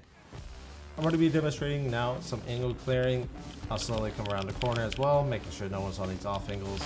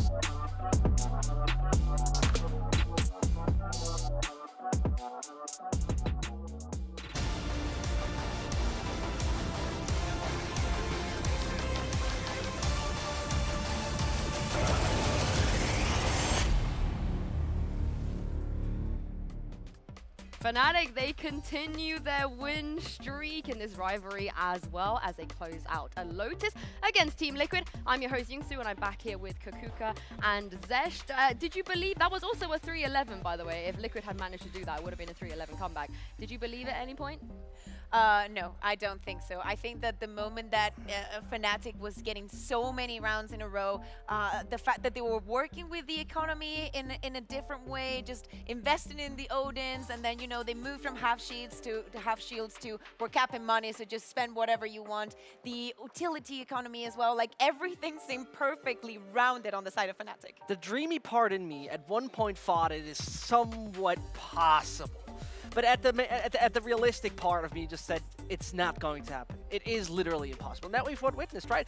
They were getting a bit momentum here towards the end. They were getting a bit more of the actual showing us how much it sometimes is a bit more attack side where you can set the pace for yourself. But at the end of the day, we have once more witnessed, I would say, something close to a masterclass. Yeah, a masterclass, and I think it also has to do, obviously, as you said, with the side that we have started, because when Liquid was in the attack, we were starting to see, you know, build them up the rounds, actually understanding the plan that they had and yada yada, but after a 1 to 11 half, it's just too complicated. And the way that Fnatic was doing it with the Odin. So what are the things that you can do when you're playing Neon and you're on the defense? You either have to be aggressive or you have to rely a lot on the retakes. On the pistol round, they're even saved his utility to play for the post plan. So they were going one step ahead, completely prepared for what they were going to do. We saw Safe and Redgar just trying on the defense to maybe, you know, pick a little bit, and it was either Alpha or Chronicle with the Odin being like, are you sure you want to cross that wall? Yeah, they tried. But Vincent, you were setting up this Durka versus Safe. You know, Safe, Lord. he's coming for Durka's throne. Not today, though. Not today is a good way to put it. Let me say it like this, right? It was round 8, and at round 8, it was Safe still without any kills. The man was absolutely, you know, shut down by anyone within this team, particularly, of course, with Durka, but it was just not the confidence we've usually seen from him, where he can shine, where he can loft, where he can smile, where he can shit-talk his opponent so well. And this is something that obviously has to do with two things. The individual prowess of Fnatic, as mentioned, for example, with Durka, but also the entire system that did not even allow it. We did not see that great initial duel where he was like, yeah, I'm going to come out and top find the first kill in the first 10 seconds. Yeah. That just did not happen with it because Fnatic was cautious. It's especially the first rounds. We were seeing Durka just going one step forward, going on the hunt. The retake wasn't even possible. It didn't matter if Safe was with somebody else. There's not much that you can do when they're literally on your face. He did get diffed a little bit by Durka, and Kukuka, you know, in the beginning of the day, you said that there was an incredible stat that Safe had, which seems to be ruined now. Yeah, exactly. He was, until now, the only player that had ended up positive on duels against every single player that he had played, and that just didn't happen. Yeah, and this round, I think, summed up what was happening, you know. I thought that they were going to win kills, this. by the way. This is Safe's first kills. This 3v1. This is a piece of art. This is basically a piece of art because Safe The was second getting one. his first first, but this is where it stopped. This is where time stopped. This is where everything stopped, and he was playing that so well. Here, he was not panicking too much. He knew it was just the direct direction. And who cannot feel the way Emil does? There was no universe where they lost this. It was so complicated, and after 8 rounds being like, okay, this is going to be it. I think it is one of the few times that we actually get a mini reaction. Sometimes it's just like, you know, another day He's at the always so office. stressed, I feel like. He's always like just sweating, like, ugh. But he was happy with that one. And again, another day, I felt like Liquid would have won that round. It was just Alpha having that time of his life. I'm glad you mentioned the Odin, because we always credit Fnatic being the meta setters, the people that come up with really, really great ideas. And this Odin, Kukuka, caused Liquid so many problems. Yes, exactly. We were talking about, you know, you want to be aggressive on the defense once you have that Neon, but it is something that, you know, it's not going to happen. Chronicle is going to be shutting you down. If it isn't him, it's going to be Alpha. It's going to be spread out around the map and trying to cause as much damage as possible. And this is what's crazy when we compare it to other teams, right? Who invest a lot of utility as attackers early on, who invest information utility to actually deny that space near rubble. They have done the total opposite with that Odin by just spraying through, and neither the deep angle nor the close I'm gonna push you angle has pretty much been allowed due to I could always take damage. And this is where this Odin is so useful because it seems like those walls are made out of paper. And it's not only that, the walls are made out of paper, but also you have the utility combos coming from Leo with Durka. If you add that up to an Odin, there's so little chance for you to actually do something in regard. Look how quick it killed the dog. But it's just gone. It's so important as well that when we were done with this half, 2 players in Liquid had died every single round. The other 3 had died 11 rounds. So he's constantly on the hunt. You're not saving guns. It's not going to happen. Every single down, you're shut down, 100%. And also, you were saying this to me in the match, but nice little camera there shot. You were saying this to me in the match that, you know, other teams are starting to do this half buy, half shield thing. Maybe the Odin is the counter because Liquid were doing the half shield, but you can't do that against an Odin, you're dead. I think that it was the last rounds where, of course, you need to make as much as an investment possible. But you know that if you have that half shield and you're going to be against the Odin, there's such a big chance that you're not going to make it, even if you're jumping around. Even if you're playing Neon, it doesn't matter. Yeah, I'm gonna bet that a lot of other teams are gonna start picking up this Odin because Fnatic have already shown them. But the thing is that you can only because hear me out. When Chronicle bought the Odin, it was on round 3. It was their bonus, and he goes and is like, I'm just gonna buy an Odin. I'm just gonna go and buy an Odin. Like, what I mean is that so many teams, one, are not gonna have the courage to do that, and the other half are not gonna have the economy to do that. I believe he actually bought an Odin every single round. No. There was the round that lost after they lost that round, and I think he got Chronicle was dropped done. He was like, no. There was the time that he stopped after 9 rounds. He was like, like, okay, there was one round. There we go. But what I will say is, you guys mentioned briefly, you know, Safe and Redgar, they were really trying to bring this back. Redgar in particular, as you guys know, this is such a high-pressure grudge match for him. And my God, he really, really tried, Zesht. He really tried his best to try and get his team back into this game. And it was nice to see because oftentimes he was just in the middle towards the bottom of the scoreboard. Right here, I think he played a pivotal role, particularly looking at the second half. I enjoyed it so much how he baited, how he was the one that is actually setting up setups like at the 50-second mark, trolling around a bit more towards the C side, whilst everyone is actually going towards A. I think it was a really good pillar of the success that has been found by Liquid, whilst also doing that in the fragging department, and it seemed to become personal. I love what we saw also. I think it was round 16 where after the plant he decides to TP onto A and just, you know, try and give Liquid that chance. To me, he tried from the moment that the map started until it was done. Yeah, he did indeed, and as you can see, they only got 6 rounds. He was putting this kind of number after getting 6 rounds, 15.8% first blood as Omen. He was really trying. Like, to him, it was 1,000% personal. Of course, we need to remember that this is the map that Liquid picked. They knew that they were probably going to start on that defense, and it's something that they had to be prepared for. But especially on the head-to-head, let's give it, you know, we were saying that it's Redgar versus the Monitor. Is Redgar versus Boaster on that IGL head-to-head. He did end up 5-0 against Boaster. So, you know, there's that tiny little bit of a things win. in life. And if we consider that Liquid won 5 maps overall so far in VCT EMEA, this was his best performance in VCT EMEA so far. Yeah, he's individually best. You could tell how it meant him, but he really wanted to win that. But as we move on to the next map, however, it is going to be Haven. They have faced each other before, and in fact, the last time they faced each other, it was the map that knocked them out of Champions. Liquid was knocked out of Champions by losing against Fnatic on Haven. Is history destined to repeat itself today? I mean, it's Haven and it's Fnatic. It's become quite a comfort pick that throughout lock-in, they've picked it as much as they can, as much as other teams have allowed them to do so. So they have the reps against the best teams in the world. They definitely have the calm of just 13-6 Liquid, and they definitely feel comfortable enough. They've done it before and they can repeat it. And also, let's not forget, Gambit, of course, back in the days, they hated this map. It was a permaban for years and years and years. Redgar and the Reyna. He's coming back. Reyna and Jet. But the Reyna was better. Do you remember? He didn't even know. He told us in the interview he didn't even know how to dismiss.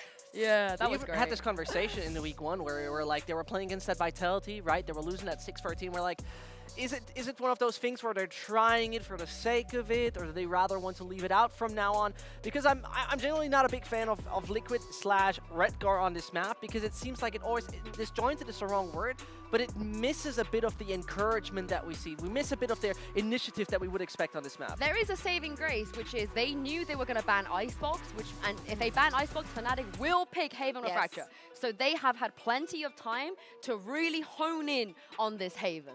Yeah, exactly. It's still not going to be easy. We have to remind people also that the last time that Fnatic played this map, it was with Kamik, and he had a brilliant performance. Sue, you said you may be a little bit concerned about how Alpha is going to go. Okay. I literally take it back. Because, you know, he was shining then, and Alpha will do it now. Well, Fnatic, they haven't changed a single composition yet so far in EMEA. Let's see if Liquid will do that here. Well, so far it sticks the same. I don't see any changes coming in. It would be a bit of a surprise to be thinking about that. Boaster is going to the Astro. Obviously, no big surprise on Durkee. I think there is going to be no change. It's exactly the same. And well, it feels like the, let's say, compositionally most boring game we have had for a while, because nobody does anything different to them before. But that proves to you how high the stakes are. Yeah, like if there's something that you can rely on, if there is something that you put extra time in, it's the moment to use it. For Fnatic, it's still a comfort zone, but you know, it's a very slight difference. Well, Liquid, they have to win this map if they want to take it to map 3 and win the series. Des and Tom, what do you think their chances are here? Go on, Des. You take this one. You be the positive light we want to see in the world. I'm used to being the cynic. I want to be on your side of the world here. Look, realistically, you're stepping into a fortress that belongs to Fnatic. That last map, first half, absolute domination by Fnatic. Sure, they redeemed themselves a little bit, but not enough to get really too close to a win. I can't see this going the same way. Yeah, I think this is, you're walking into their realm at this point. I think Fnatic have been so good on this map recently. I think role-wise, it's where things really sort of match up for them. You've got Leo on his Sova, which is something we always enjoyed. Durkee back on Jet. I do think there's a few people that I want to sort of talk about. Like, you've got on Liquid Nats playing that Cypher. That this was the agent that made him his name, made him famous almost, made him infamous for many. He wrote the book, right? So that's the thing. If he can start pulling out some of those Nats rounds, which I think have been or were definitely missing in the last map, maybe there's an opportunity here. But that's what I'm looking at. More so than focusing on, okay, do they have this down structurally? Can they beat Fnatic strategically? No. We need the Liquid that has those superstars. We need those players that are going to step up to the plate and win rounds individually if they're going to stand a chance on this map. Well, there is going to be a lot of work to do. It is Fnatic starting, of course, on the attack. 1 on their home map, 2 into a 3 site. And we've just seen how adept they are at rotating between sites on Lotus. Now, of course, things are a little different here on Haven. It takes longer to rotate between the sites themselves. They're set a little bit further back towards the defensive side of the map. So there is more work to be done. They won't be able to drag Liquid around as easily. But given the firepower and the clutch ability that we saw coming out of Fnatic, I'll still be nervous for Liquid from start to finish. Oh my god, they've caught him while stuck in his cam. That's one. The shock darts from Leo are the nastiest in the world. There's just nothing you can seem to do against them. And already... You saw his name last week, right? Leogolas. Yeah, we're not carrying that on. We definitely are. It's just disgusting. Now that I've seen that reaction on your face, I'm carrying it on deliberately. Okay. Well, you've carried on Baby Door, and I don't like that one That was either, from Blame and what do you call it? Hobbit? I just call it Broken Door. They called it Hobbit, you told me earlier on. Either way. Quick push into the site. Nice start from Safe. Is already going to dome 1. Trade's coming back, but he's just hitting the shots even through the smoke. Chronicle and Alpha going to have to fall back off this one, try and reposition, take themselves to the other side of the map. A few tagged up players though, Des, so there's a chance. There's a chance, but that's really all it is at the moment. 30 seconds Chance. left. They're still going to be able to get the spike down here and then win out in a 2 versus 4. And really, this is where you look towards the composure, the discipline out of Team Liquid to play for trades, even in that numbers down situation in terms of HP. Still have more guns and therefore more ability to win. They've still got Paranoia onto Redgar. That's going to be one of the pieces of utility that could completely change this. He's playing back towards the spawn, so I might think he may even try and clear out this backside. I think they even know that Chronicle's there now with the utility that he's already used, and the wraparound coming in for a teammate leaves him isolated. We saw a 1v3 before from Alpha. He now needs to add another to the tally, but Safe is going to shut him down before he gets the chance. Liquid are off the mark. Oh, I wonder where Safe was, and we've just found out. Waiting for Fnatic on Haven. Good first round coming out with a 3K. A little bit quieter back on Lotus. Just really good initial pushback I felt against the members of Fnatic. That is infuriating because on the camera you also get to see it come sailing past and still hit you. That's what's even more frustrating. I think it's a good sign for him though. Like, we haven't seen many quiet maps from him throughout the entirety of this event so far. In EMEA, him moving back over to the Duelists has been one of the highlights of this Liquid squad. In fact, half the reason they have wins on the board is because that man has been one of the best Duelists in the entirety of the region. Him getting off to a 3-0 start, edging his way towards that Blaze Storm, having a rifle in round number 2. I'm interested by Alfia buying a Stinger though. Doesn't even have any shields behind it, just gonna try and do some damage, I guess. I guess he can get a rifle with a half shield next round? Yeah. I'm sure he can as a result.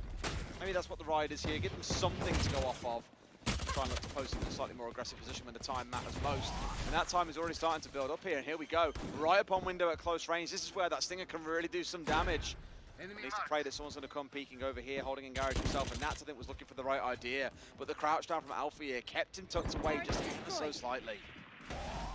Flash through. He's going to get absolutely nothing. The one weapon that they had, the rest is just pistols. Now this becomes an almost impossibility. Aftershock will force one out. Chronicle still manages to get a kill. Again, at least making this one a little bit more costly. However, they're slowly being picked apart. Good work from Liquid, and a second round comes quite easily in the end. As expected as well. Some cute little ideas, I think, coming out of Fnatic. Sheriff or two on side, playing on the back of the Spectre and Garage, as we commented, but not quite able to pull it off to perfection. Liquid with a really good bit of discipline there being shown. The 2v1 through window, making use of the flash. Smart stuff overall. Now you can really hear the crowd getting behind Team Liquid here in Messe Berlin too. What round is it, Tom? Well, it is the Logitech G Power Yes, round. it is, Tom. And this is where we actually get the purchase coming in for Fnatic. So that strong start is one thing from Liquid, but this is where, if they can steal this round away, it will be a huge boost going into this defensive side. Durka already getting slowed and stunned up early. And actually, Safe is going to go battling for this control. Now, bear in mind, he is the only Vandal currently in the hands of the defense, but with the amount of control he's already got, they're not in a bad spot. The amount of kills he's been racking up as well. Certainly not in a bad spot. A couple of kills in the round, and maybe he can turn that gun over towards Redgar. Pop the ult if he really needs it to secure this third round. Is that bonus round they're playing in? And he's the one posting up so tight and close here. Chronicle, I think, has at least a whiff of what's going on towards A. Backing his way ever so slowly back past Spawn. Looks like actually a push through Garage is on the agenda for the side of Fnatic. Oh boy, it's an optimistic fight from Redgar. A pistol up close, and now Nats is just trying his best to survive. Had a little bit of support. The thing is, he's walking straight back into Boaster. The flash, however, is sublime. The utility usage is forcing Fnatic back, and with the spike still on long, maybe there was a chance, but they have just been wiped out over the last few seconds. Yeah, and Safe at this point, I think, going to stick it and just try and hold the rifle. Thinks about pushing back in maybe here. But with the 4 versus 1 on the board and all the rifles on side, I think we all know exactly which way this is going. Yeah, I feel like just holding on to this has so much more value. He'll be able to buy anyway, so it wouldn't be the end of the world. And I guess the thing is, if he gets 1 kill and goes down, that's actually Bladestorm for the next round. So I think that might be the only sort of thought in his brain is, okay, do I want to just try and trade this to almost get myself that ultimate, have the chance to rule the round? Still, though, I like how disruptive Liquid are being. Like, there was a lot of utility put in there to try and really battle for Garage. Happy to get up in the faces of Fnatic, not allow them to have that sort of same execute presence we saw in the prior map. And there was a genuine chance where if Chronicle doesn't get that double kill, maybe this round slips at least a little bit closer. For now, though, Fnatic, they make it look relatively easy. They have 4 players alive, keep their economy strong, and Safe, well, he holds on to the 1 rifle, or strong rifle they brought into this round, and they'll have a full purchase coming up in the next.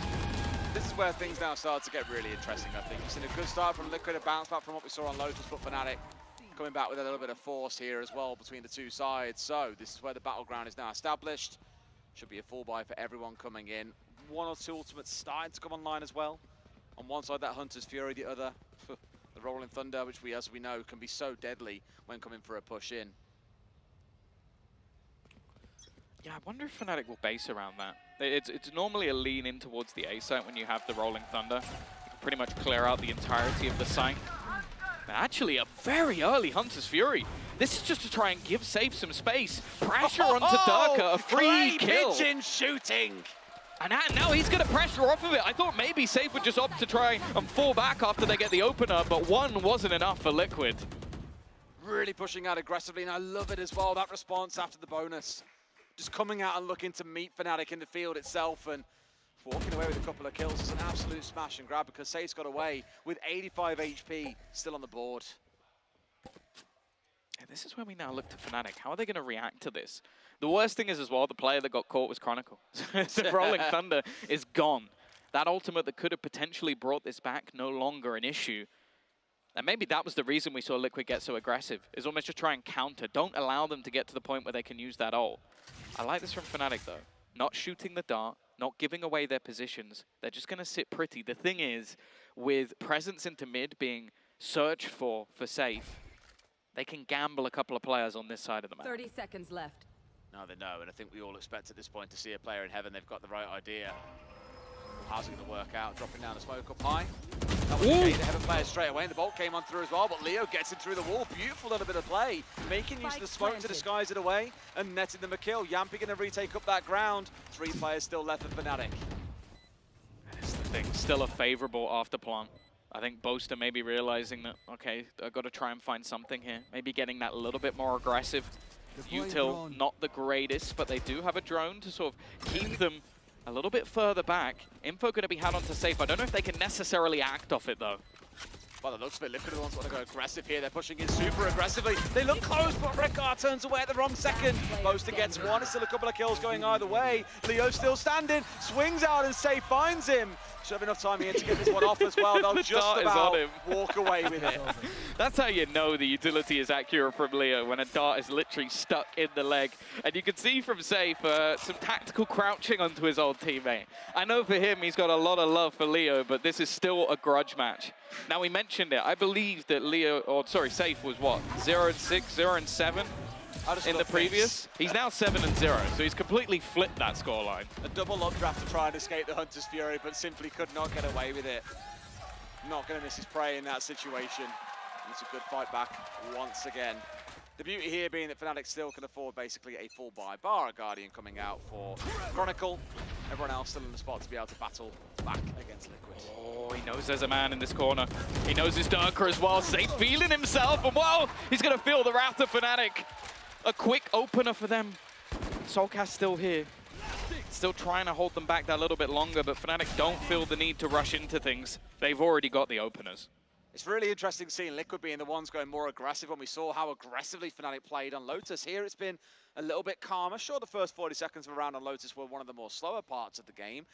Kind of a similar story here, but it's a full rotate away. Just this slow and steady on with Boaster being left to lurk here inside of sewers. Could be a freebie onto Soulcast if he gets too aggressive. That's the thing, they need to do something. They can't just sit back in a 3 versus 5. It seems like they might have an idea that he's here. Flash dodge! He looks the wrong way. Little bit unlucky. And while the cross is somewhat being held, Nats is going to go back and try and destroy this man. Eventually drops him. But the rest of the B site is completely fallen. Fnatic in a hugely advantageous spot. And unless Redgar can pull off some more TikTok plays, I don't think there's much to be had in this position. As he knows, what they can do is just spam here freely onto the spike itself, and deny Liquid really any chance. Just managed to get rid of the Nana's form, which is one thing for it. There's at least for now covered by smoke. As I said, there was the free fire smoke coming on through, and it's Durker as well to bring him down, leaving just one left standing. It's Nats all by himself by the looks of it. Wants to just save out in this round again.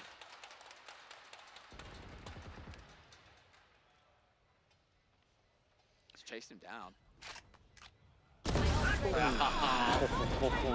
Just when Nats thought he might get away with it, Durker reminds him, absolutely not. But that's the thing. I think can that's... confirm the crouch key is still working as well. Yeah, I think those are Durker's first 3 kills as well. A slower start to this game, but that never seems to last too long. And they counter-save, because that's the thing. Over the last few rounds, he's been able to run riot, just taking control deep in towards A main, so this time Fnatic properly battle for it. It seems like they're going to do it again, just wanting to make sure that Liquid aren't able to get that control for free and allow them to have those easier rotations around the rest of the map. More of those ultimates coming online is the one thing to be aware of. Durker, I'm keeping my eyes on here. That placed online. No! Did you see the cam reaction? Straight into the free fire, and he knows what he's done. Get me a replay of that. Get me a replay of Safe. Jacob, I know you're listening out there. Someone will take that replay anytime, buddy. March on through here behind the Al drone as well. Really trying to fight hard for this control of sewers. Even the previous round when they left it behind, they didn't want to leave it as an easy rotation away, but he sees 4 players pushing in, and that's all the information Liquid will need to know exactly what's going on. Oh, I like the re-aggression. Again, you can't just sit and allow Fnatic to execute onto you. So they're trying to claim some of that ground. Instead, they're going to be hit by that Rolling Thunder, or at least one of them is. The players at the back of the site are not connected onto, but it doesn't matter. Still surviving within all of the utility is Yumpy, but he is surrounded. Durker back onto another. Still site control and number control for the side of Fnatic in the 4 versus 2. A scary couple of initial rounds. Really feels like it's now been turned on its head and they are warming back into things here. You got the potential plan coming out of Redgar, but so well posted. You've got Fnatic just holding off towards the right-hand side. In fact, maybe a little push down here towards A main. Up nice and close. It's Leo to find Redgar. Things are drawn all square. Yeah, again, good response by Fnatic. That's 2 rounds in a row where they've basically just gone, okay, you're going to try and pressure us, you're going to try and take that map control away from us, so we're going to fight you tooth and nail for it. And I think this is where Liquid actually need to make some sort of response. Okay, that's now no longer working. Where else can we find gaps? Where can we find control that's actually going to work out for us? Now, unfortunately for them, finances are a little bit more of a minimum, but Safe does have the Blade Storm. Now, he is someone in the early stages of these rounds that started to rule the server. just look at it. Not a happy bunny. Not a happy bunny after that one. A Valorant moment for you, tried, true, and tested. Quick technical pause coming in here then, before we get things back underway. I mean, 6 rounds in, we're at 3-3. Things all square between the two teams. We know that Liquid started out stronger in those first 2 or 3 rounds, but Fnatic have battled their way back in. You can see that momentum now starting to build, Tom. Yeah, this is the stage where, like, okay, you get the pistol, you get the follow-up round, you even manage to win round number 4, which normally sets you up very nicely if you're that defensive side. Unfortunately, Fnatic's breakback has now actually put the hurt onto their economy instead, and you're looking at players like Durka with like 8,300 credits. It's the same sort of rounds that we've seen before from them, where they've just built up so much economy that no matter what happens from this point onwards, you're going to be up against it on the Liquid side. So I think although obviously this pause is technical, I wouldn't be surprised again if we see another tactical call by Liquid, just giving Emil a little bit of a chance to sort of talk things through with the team, because this is a map that already we know can easily get out of control for the side of Liquid if Fnatic start getting on the heater. And you also have to bear in mind those first few rounds, Durka didn't get a single kill. The last 2, he's got 3 and a 2K, which are basically just sheer entries into the site. You know how Fnatic are feeling good? When they're buying full armor. Yeah, you know, if you've got the credits at this to spare. point, at this point, splash out. Got himself a Gucci bag on the way through. They're absolutely laughing to the bank with how much money they've collected up across the team. Liquid looking a little bit more ropey though. Eco round coming in for them, so I think we all have a pretty fair expectation of what will be the outcome of this round. Well, yeah, the only focus here is safe. That's it. Yeah. Like, okay, maybe Yumpy can get a kill with a pistol. Redgar's also been probably just as deadly with his Sheriff as he has been with anything else. But this Blade Storm has to be the focal point. They have to be using all of their utility to try and set this man up. Really, it's about how hard he can pop as well. Got a full stack for himself in terms of the util in the back pocket. Fnatic likely it needs acknowledging that's online. They know this is an eco round. They know that's the real threat. So playing around safe themselves, not just, of course, Liquid playing around safe, but also Fnatic looking to play against it, have got to put a lot of consideration into things. Yeah, that's why they're taking their time. You can kind of expect some of these positions to be had. Now, Redgar has got aggressive with his Sheriff. Now, I would be gobsmacked if this isn't cleared, but a nice shot. Can he get out of there? No. Okay, instant response. Spraying into the distance as well, hoping to find someone. He dinked Durka there. Yeah, but not quite managing to finish anyone off, of course. Still noticeable enough damage that Durka's down to 38. And there's a good read here from Liquid, where they've got everyone stacked up on site. In comes the concuss right to the backside of Plat, and it's safe. Rotating himself around. They really need to find this man, because he could be the absolute heartbreaker. The thing is, they're going to start rotating back. It's late in the day. 35 seconds left on the clock. They've held on to mid-control just through Althea alone, but the thing is, this gamble rotation hasn't just come in from one side, but the other as well. Liquid have split up and started to look for clues. And it is going to be that late B hit. Maybe a chance here. Safe's not far away, but there's no one actually watching. They can get in and get this plant down as well. I mean, control largely established. Save now knows as well, with all the utils starting to be dropped here, and the spike going down too. It's got to go in big, but really could do a waiting for the team here. In fact, goes in, finds one blind, looks in towards the second. He's found 2. Can't quite connect onto the third, as Nat's going to stick it away, sorry. Still one less standing in Alpha here. We've seen him cut up a couple of times, but it's not going to be how to do it. Massive round coming out from Liquid. As you say, playing off the back of Safe, getting back some rifles, that is going to be huge for their economy. Yeah, I think you have to give credit to Soulcast as well. I'm pretty sure his stun catches a couple of players, so at least one of those was completely free for Safe. And then I think the other pistol kill has helped out as well. So just solid breach utility from him, allowing them a way back through. And just basically catching Fnatic with their pants down. A big round for Liquid to steal away, and now the big boy gun comes up. Sure, as we mentioned, the economy, it's not going to be hurting for Fnatic at all, but they do have to face off against an AWP.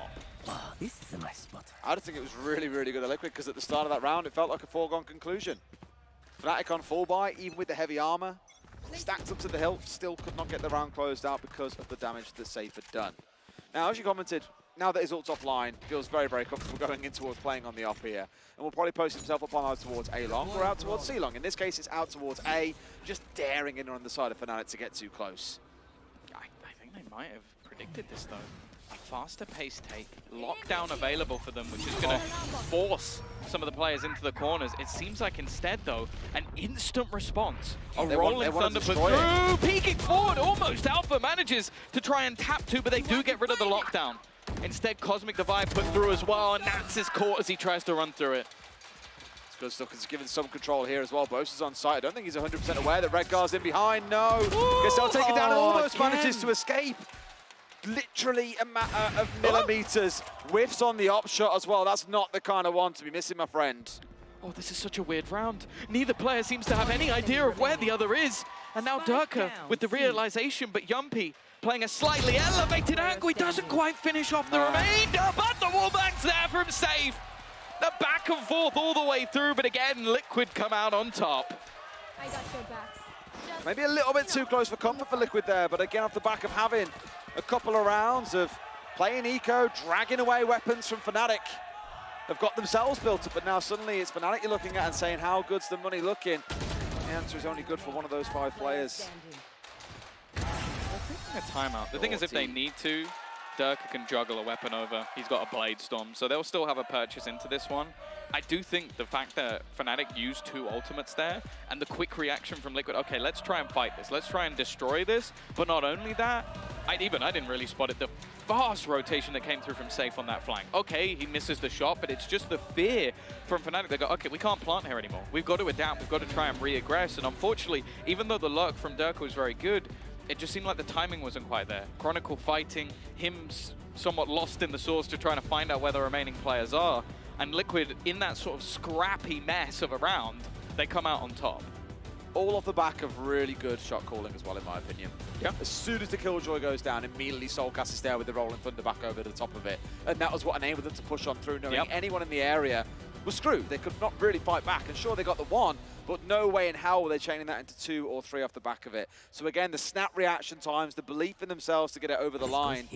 It's kind of a turnaround to what we saw in the previous map. And suddenly, we start asking that question. You've come into the fortress again that is Fnatic's map. And so far, Liquid are looking good. Yeah, a lot of their maps have been close. 13-9 versus BBL, 13-11 versus Na'Vi, and 18-16 versus Furia. They did kind of smash Sentinels, but you know. This is a change of pace, though. Yeah, Durka's chance to march on forward with the ultimate in a second, I'd expect. Out on top, looking at pocket is over 5, finds one into Rengar as well. They keep on going, he's got the right idea as well as they are tucked in towards the back here. As Leo brings the ult out, not yet finding anyone on the tuck through, but it's what else they can pick up. It's 2 for Chronicle, as Boaster falls down to Nats off to the other side. But now they're holding up on these tight angles and denying any re-entry into the site from Liquid. Unless there's a mistake here, it's going to be difficult. Durka up close with that Judge. Oh, shot dart almost manages to get rid of him. Yumpy trying to clear, but not the gun he was probably expecting to face off against, and now Safe no choice. Just hold on to that operator. You don't want to throw economy into the wind. I like that, though. Just a change of pace from Fnatic. Okay, we've played slow. We've walked around the map waiting for you to make mistakes, waiting to find openers against you. Let's just blitz into that C site, use the raw individual skill of Durka. I think they want the op. I think that they are going to find it as well. Real unfortunate. You could see them slowly kind of bringing in that cage around Safe. You have 1 posted up on A Heaven, 1 working their way in towards sewers. Just enough to slowly force him back. And like a caged animal, he has to lash out and they put him down. Still good enough. So it's not the end of the world. It definitely is a bit frustrating that that's gone down. I like the fact that Redgar was basically just teleporting around the site, trying to find a gap. That was ridiculously clean, though, from Chronicle. And that's the thing. I feel like he's had a lot of really high-impact frags in rounds that maybe Fnatic shouldn't have been as competitive in. 9 and 6 on a breach right at the top of the board. And again, we're going to see this battle for A-site control. Now, you mentioned this was a spot that normally Safe is fighting for, but not this time. No, instead posted towards mid. Oh, no, again! He's just shooting players through smoke! He's done that twice now! Can we get a compilation of reactions maybe towards the end? I'd love to see how much that's rattling the mental of Liquid. I mean, probably not all that much, realistically. They're at 5 and 4, again, on Fnatic's map. They won't be feeling too beat up about it.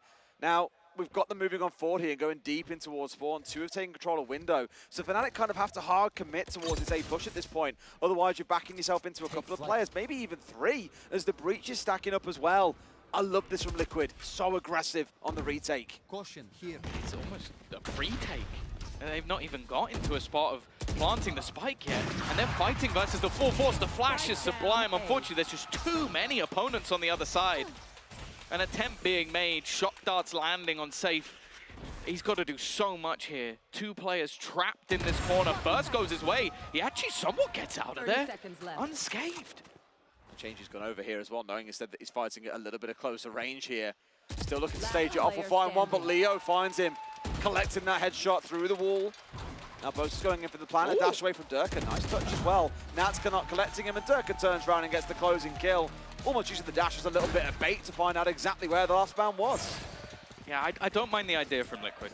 I think it's just one of those spots where there were so many players from Fnatic ready for this. Obviously, the information of the turret being broken. You also saw the drone being thrown in from behind. This is just utter filth, though. That's the second player that Chronicle has just domed through smoke, and it seemed like there was absolutely nothing they could do about it. Frustration on the other side, and while Fnatic, after what was a bit of a slower start, again, just seemed to be breaking back into this one, and while Liquid are left with a low buy. I think if you ignore Lotus, it's hard to ignore Lotus. It was such a dominant affair for Fnatic overwhelmingly. Wait, they played Lotus? Yeah, well, barely. It was a pretty quick speed run, let's be honest. Game's done quick in a month or 2, guys. Calm down. But looking at how this map's going, set at 5 and 5, this is much more of that close affair that I think a good few people were hoping to see between Liquid and Fnatic. It's that rise to the occasion itself that everyone wanted to see, and now is being delivered, albeit on the second map. Off your feet! Rolling Thunder sent through. They've actually put it just to try and kill off Redgar. Maybe expecting more players on the other side, and now they have to fight versus that raid boss of Durka. Alpha even holding onto the operator here. I don't see any way back into this one.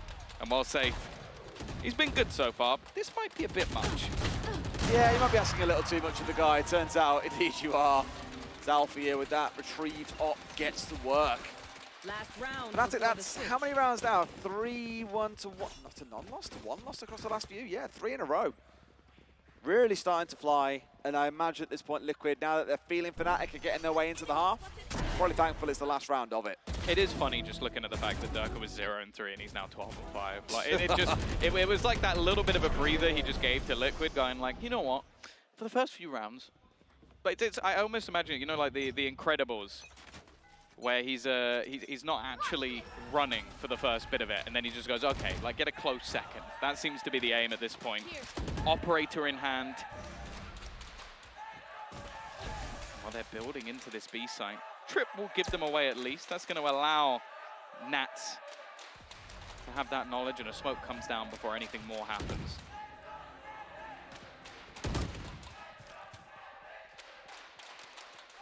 Either way.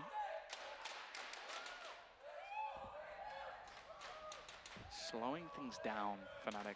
Not really wanting to overface. Rotations coming up. You've got deep control out at the moment from Safe. So he's giving them the information. Okay, it's not A. They are not going in this direction. 3 players on the B side with a fast rotation available. Ults that aren't necessarily going to help them too much. Maybe the Blade Storm from Safe can, but they have definitely got a decent idea of where this is going. It's the snowball that it can turn into that concerns me. Blade Storm on, find a single kill, straight into the ult from the Cypher as well. No!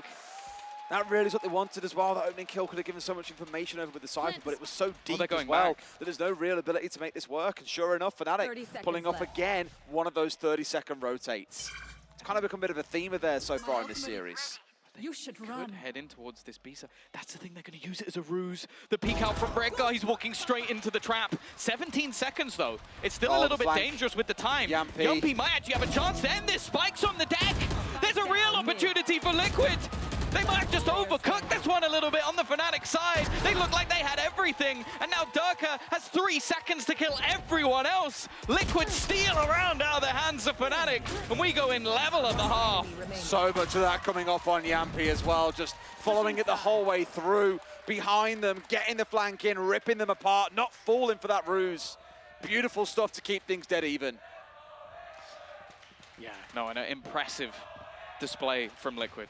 Like, to go into your opponent's home turf, to have some crucial clutch rounds. Even when it looked like Fnatic had that one almost dead to rights, I think the clock ended up being the real burden for them there. But going in 6-6 is not bad. And now, well, again, we're going to focus on the man safe. I'm getting ready for him going into that attack. I think he's got quite a lot to give here. Oh, there's that, but there's also the Durka's warmed up as well, as you commented on. That's true, that is true. But maybe we're finally getting that battle we were talking about, right? We were excited to see Durka coming up against Safe. That was the big hype story, the battle of the entries, you know, will Safe rise and join the gods upon Mount Olympus in the form of Durka? The answer has been no for the most part. I mean, now we've also seen Durka coming online again. That just kind of, again, separates those goalposts even further. Yeah, I think as well you have to give highlight to Chronicle. Like, he's had an incredible map of just not only shutting down aggression, but also just some really high-impact multi-frags. And I don't think things are going to get any easier. That's the real problem. Like, you mentioned Durka, he is going to be that same sort of aggressive defensive player. You can expect the Operator to come in as well. And again, I'm going to be more focusing on how Liquid can have that push and pull on their own attack side. Like, how are the lurks of Nats going to work out? Because again, he is someone we've highlighted many a time as being one of the real big pickups for this Liquid side. Now, in this series so far, I'll be honest with you, he individually has been a little bit underwhelming. All right, well, we've got a little halftime interview for you. It's Yinsu with Sliggy. That is right. I am joined by Sliggy here, who's watch partying from the Coliseum, actually. First question, Sliggy, what's the experience like? How's the watch partying booth? Dude, it's really, really good. It's nice in here. I didn't realize how loud the crowd is. Yeah. Online, I can't hear them that much. When I'm here, they're so much louder than I thought. So yeah, it's really cool to be on. Yeah, some cool Liquid chants going on as well. Yeah, you know. Even when it was like, even when they're getting wrecked on Lotus, like the crowd was trying to pump them up. I like that a lot. Yeah, I think Eamon has been leading the charge out there. I spoke to him earlier. He said that he likes to get in the crowd and he likes to give it. So I respect it. Okay, I gotta say though, you know, when it comes to Liquid versus Fnatic, no other Liquid personnel is more familiar with this team than you are. Out of the 6 times they played against each other, you were the coach for 5 of those times. What is the secret in beating Fnatic? What do Liquid need to do right now in this Haven map to win? You're probably asking the wrong person because I lost all the important games against them. But in terms of what they need to do, I don't know. It's a lot of safe bailing them out at the moment, so that needs to keep happening. Yeah, it's togetherness. Okay, last question. Can Liquid do it? The reverse sweep. The reverse sweep? Yes. Win Haven, win Fracture. Yeah. Oh, okay. Well, Sliggy believes in them. Let's see if they can close out Haven first as we head into the second half. Back to you, Des and Tom. Thank you very much, Yinsu. Tom's in bits. Come on, Tom. That was the least... Yeah. Did you... I want to know if Sliggy also did the team talks. It's like, guys, are we going to win? Yeah, we're going to win. That's it. Coach, do you believe we can do this? Well, that's what we should do. We should have Sliggy versus Mini on who can do the most inspirational speech. I think it might be both of them suck, but they're very good at the sort of analytical side of the game. I'll give them that. Sometimes your players need a calm coach. I think Emerson a big hype up guy. Ooh, well, Durka don't need hyping up. He does not need hyping up. The man's possessed. Always just turned up to 11 and already starting to fly. Redgar's put down dangerously though as well, just sat here on 15 HP, not the start that Liquid wanted to this half. Yeah, I think Durka's not ready to give up his crown. Commit as well. Just yet. Oh dear. Low HP for Redgar. A single bullet will do the trick, or a bullet to the face, that works too. Overkill to say the least. The spike's also up there, safe. Maybe trying to get some sort of response, but now Durka's support finally arrives if he needs it. Please not a third is my only ask. We don't need this to go from bad to worse from Liquid to break their spirits in round 1. Instead, moving their way away from sewers down long here as well, of course, forces them into a little bit of a bottleneck. But that should be the read. Such a good stun. Such a good stun. The supportive utility again from Fnatic, just setting up Boaster, leaving him in such a great spot. And they are being picked apart one by one. It's left all on to save. Sliggy wanted him to bail them out, but before I could even finish the sentence, he's already down. And this is the thing, looking back at some of Fnatic's previous games where they found most of the success on this map is on the defensive side. Often walking away with 8 or 9 rounds. Mathematicians out there will know they only really need the 7 to get this one done and dusted. basically guaranteed yourself 2 here, if not 3. Yeah, and the terrifying thing about this one, this was mostly just Durka styling. Yeah. Like, aggressive A push. And you even see, like, when Nats tries to go for his lugs, Boaster is constantly checking for it. And before taking a duel, like, that's a 1v1, kind of a 50-50 there for Boaster, until the stun comes through. And then it's so far in his favor at that point. There we go. Slow marching. No more unlucky deaths to smoke spray for that. No unlucky deaths. Sorry, what was that? Cast a curse. Can we get a replay of Dez, please? Cast a curse. Sometimes you just got to do it to them. 4 players survived the initial gauntlet. It's better now, though. Like, they've only got classics. If you're going to get unlucky, why not have it now? Yeah, now's the time for it, sure.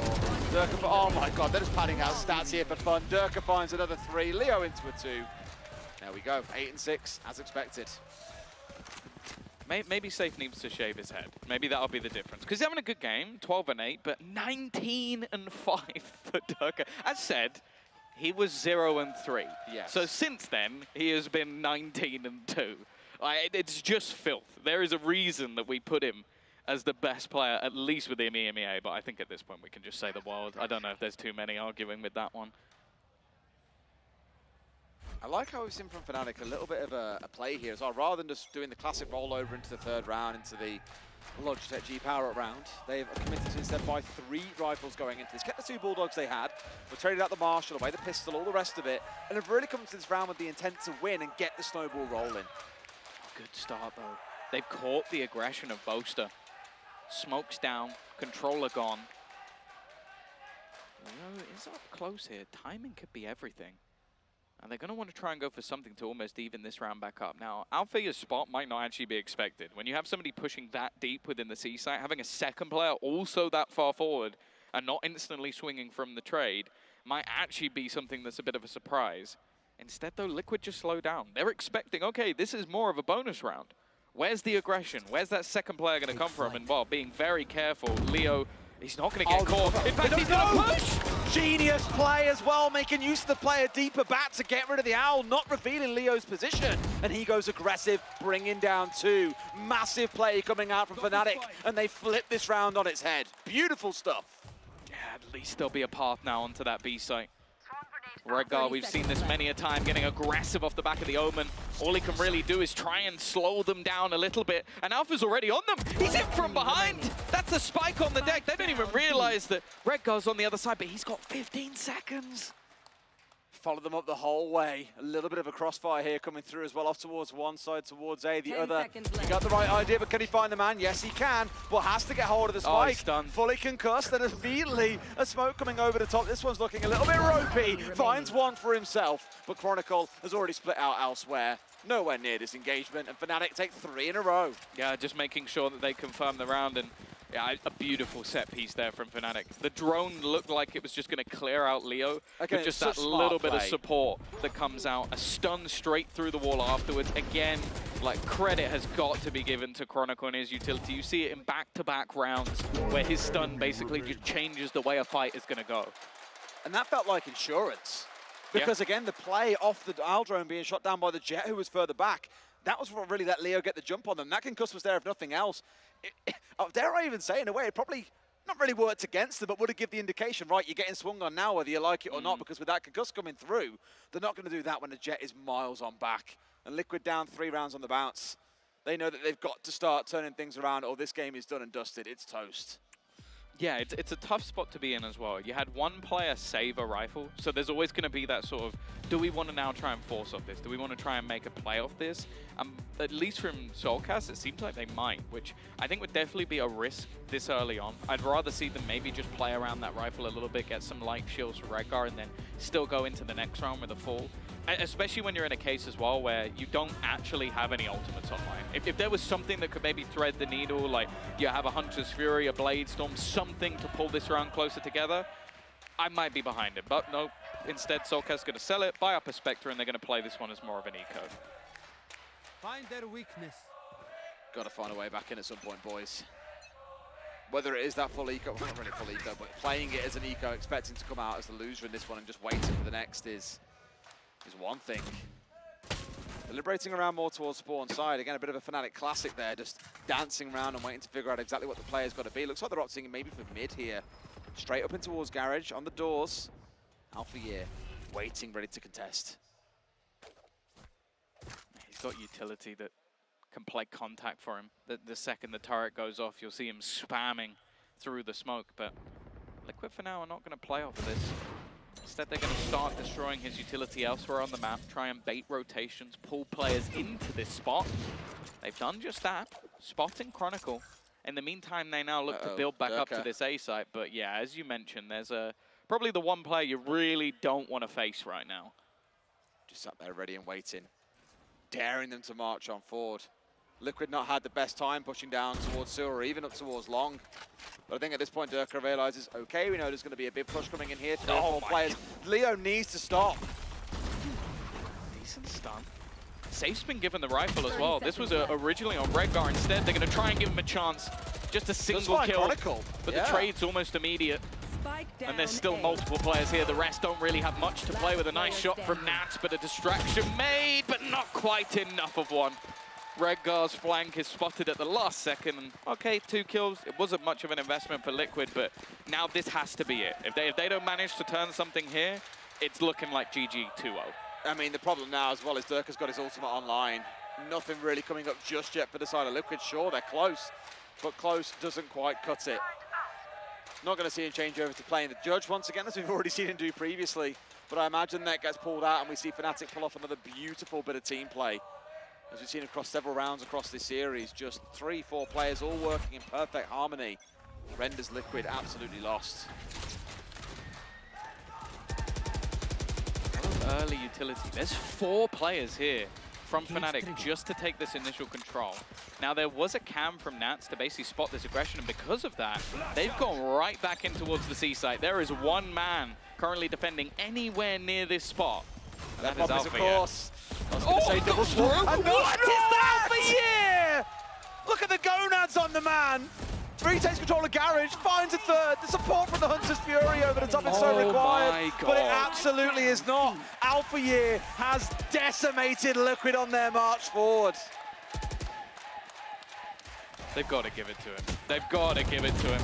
An incredible round. 1 HP. Chronicle's going to thieve it. He's going to steal it. But I said it. There was 1 man. There was 1 man defending the C site. He wasn't even on it. He jumps through the smoke, gets 2 kills, and then gets the other 2 as they try and cross into the site. To say this man was missed is an understatement, and this is just a ridiculous play. Like, this is one that, if he dies instantly there, maybe Mini's going to be calling a pause and going, bro, what are you doing?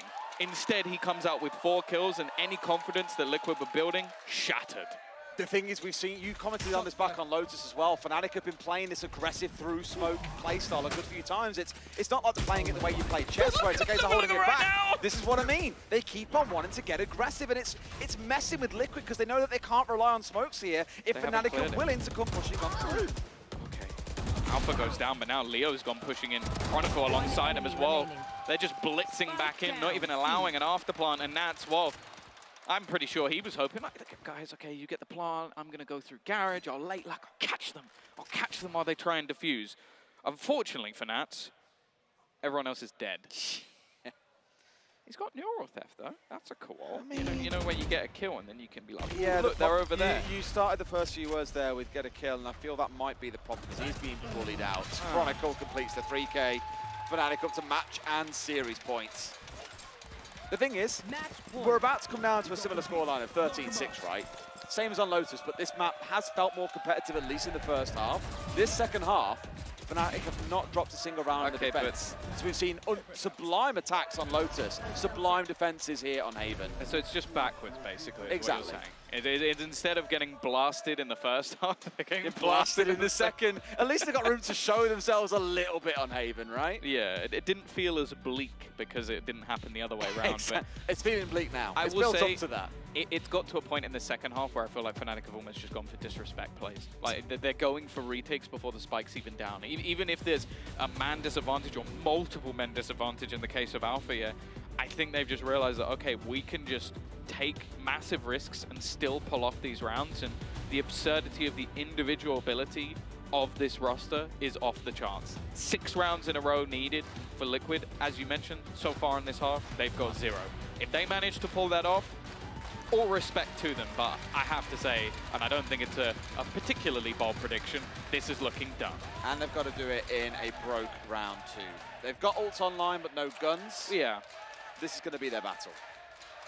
It's definitely possible, like, especially with everything they've got online. I think it's fair enough to say they could go for some ult spam, looking like they're building up for some early C aggression. But the thing is, with how aggressive Fnatic has been, you almost have to play in a default. You can't just let them take all of the map control. And again, they're building up for some early space towards this A site.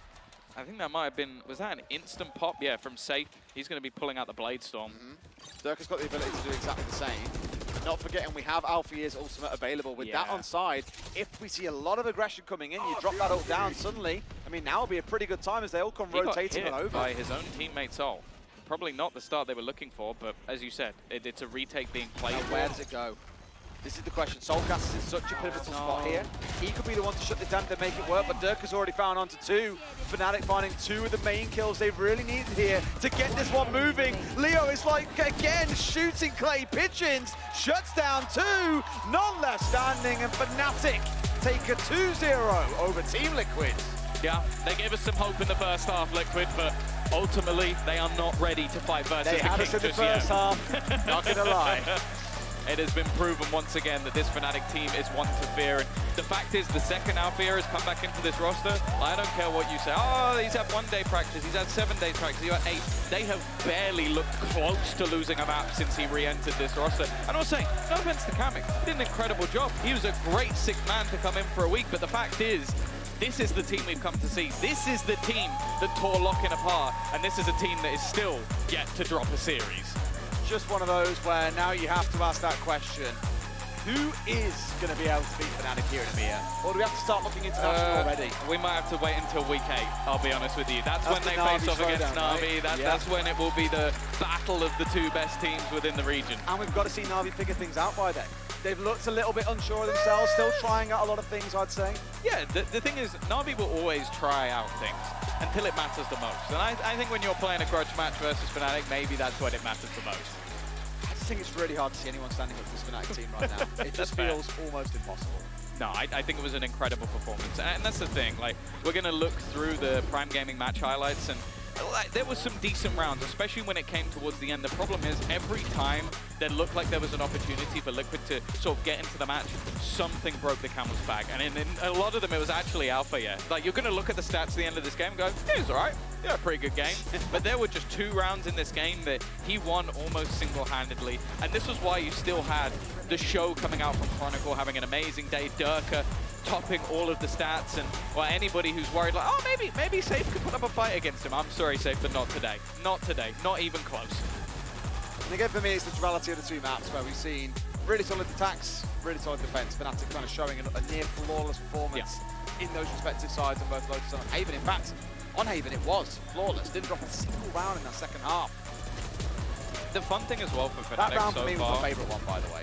No, mine was the Alpha, yeah, 4K. I don't think anything beats that. The fact that he was the solo defender on that side of the map, and it's just, like, what do you even do at that point? I think you just DC from the server and you accept that you lost. But yeah, I think for Fnatic so far, the thing that's been cool is you're talking about Na'Vi sort of reinventing a lot of their stuff. Well, I think heading into playoffs or even heading into Japan, Fnatic haven't had to show anything yet. Ultimately, they've been playing old comps. Okay, they brought in an Odin. That was cool. They brought in an Odin and then played the same comp and didn't really change too much else. If a team can do that and still win versus pretty much all of the toughest opposition so far, that's an incredible sign for them, because then all the creativity we know Mini and Boaster have, that's going to be shown later down the line.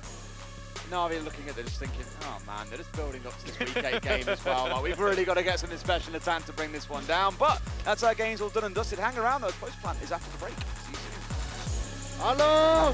Hello! Nice, good job, boys. Good job. Where are you going? Hello! Nice! Bro, I saw this come move.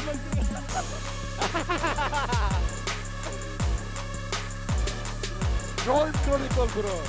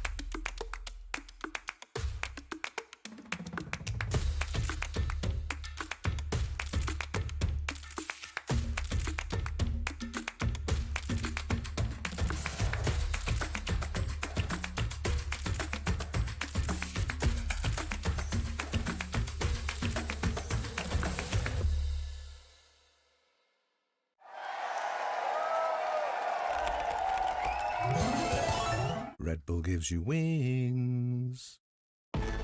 Zero distraction. Zero doubt.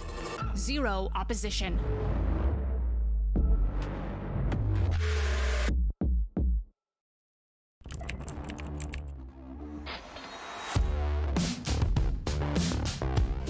What is this from EA? He is currently unstoppable. He is just a consistent demon. El Diablo. Hey guys, it's EA. Welcome to my course on optimal VALORANT training. I'm going to be demonstrating now some angle clearing. I'll slowly come around the corner as well, making sure no one's on these off angles.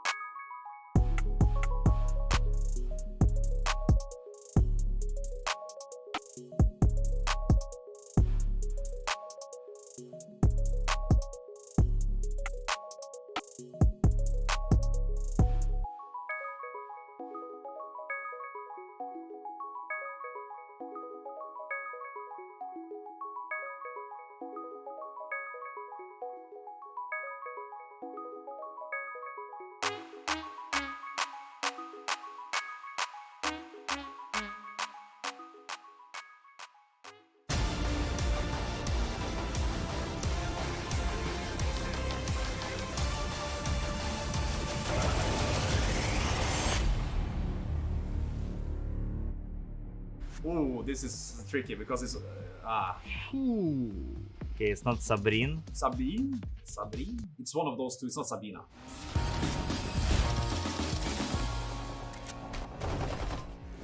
Sabina. I think it's Sabina. Hiç Sabine tipi yok. Hiç. Viper'da öyle bir tip yok. Sabrina the one? Düşünüyorum şu anda. Viper'a yakıştırmaya çalışıyorum. Sabine diyorum ben.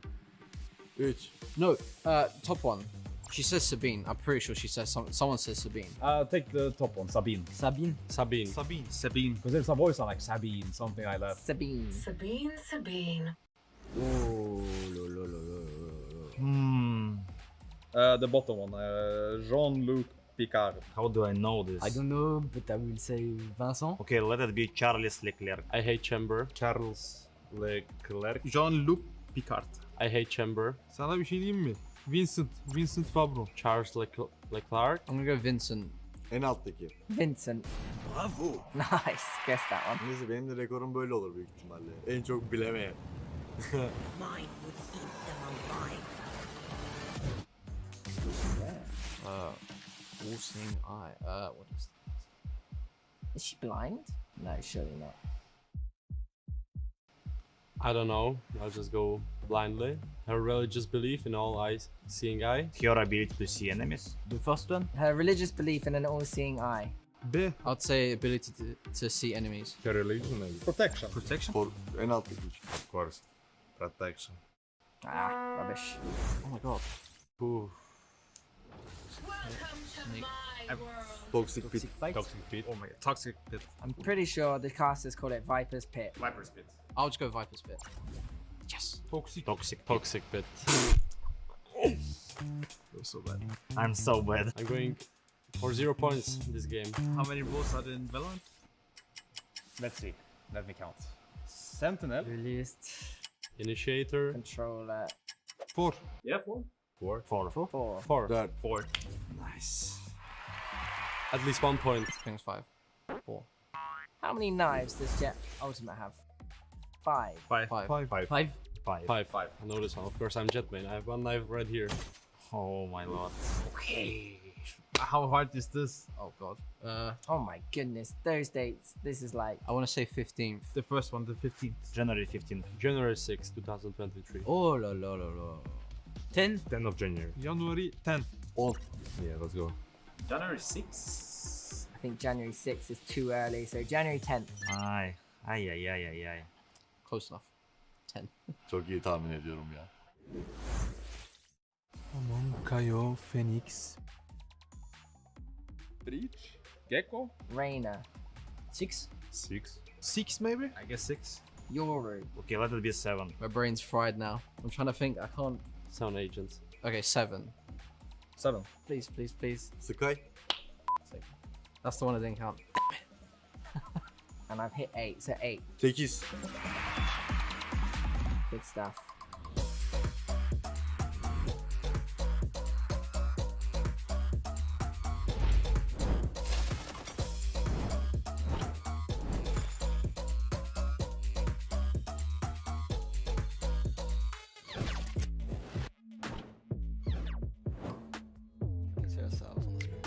Hello everybody, welcome back to Post Plant of the Day. I am joined by Minnie and Leo, who we don't actually normally get, so I'm very, very excited to have you here.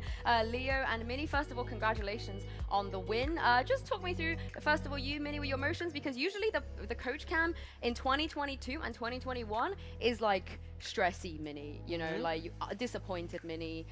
Every now and then, a bit of what you think you're doing, Minnie. But today it was all smiles. Oh really? Yeah. Like I don't know how I react. Like I don't know. Like I haven't ever watched back VODs and seen. Like to me, I'm still stressed out. Like I'm 100%. I want to go to bed right now. Get something to eat. You know what I mean? Like Alpha Year pushing through a smoking garage and killing 5 people. Like to me, I was like, what the f is he doing? You know what I mean? Like why is he pushing that? You know what I mean? So I don't know. Like we're winning games, we're winning rounds, but there's still moments where I'm still stressed out because we're still making mistakes. You know. And Leo, you're someone that seems to never be stressed. Is that fair to say? Maybe I don't show it, but yeah, sometimes I do feel stressed, but nah, today was a walk in the park.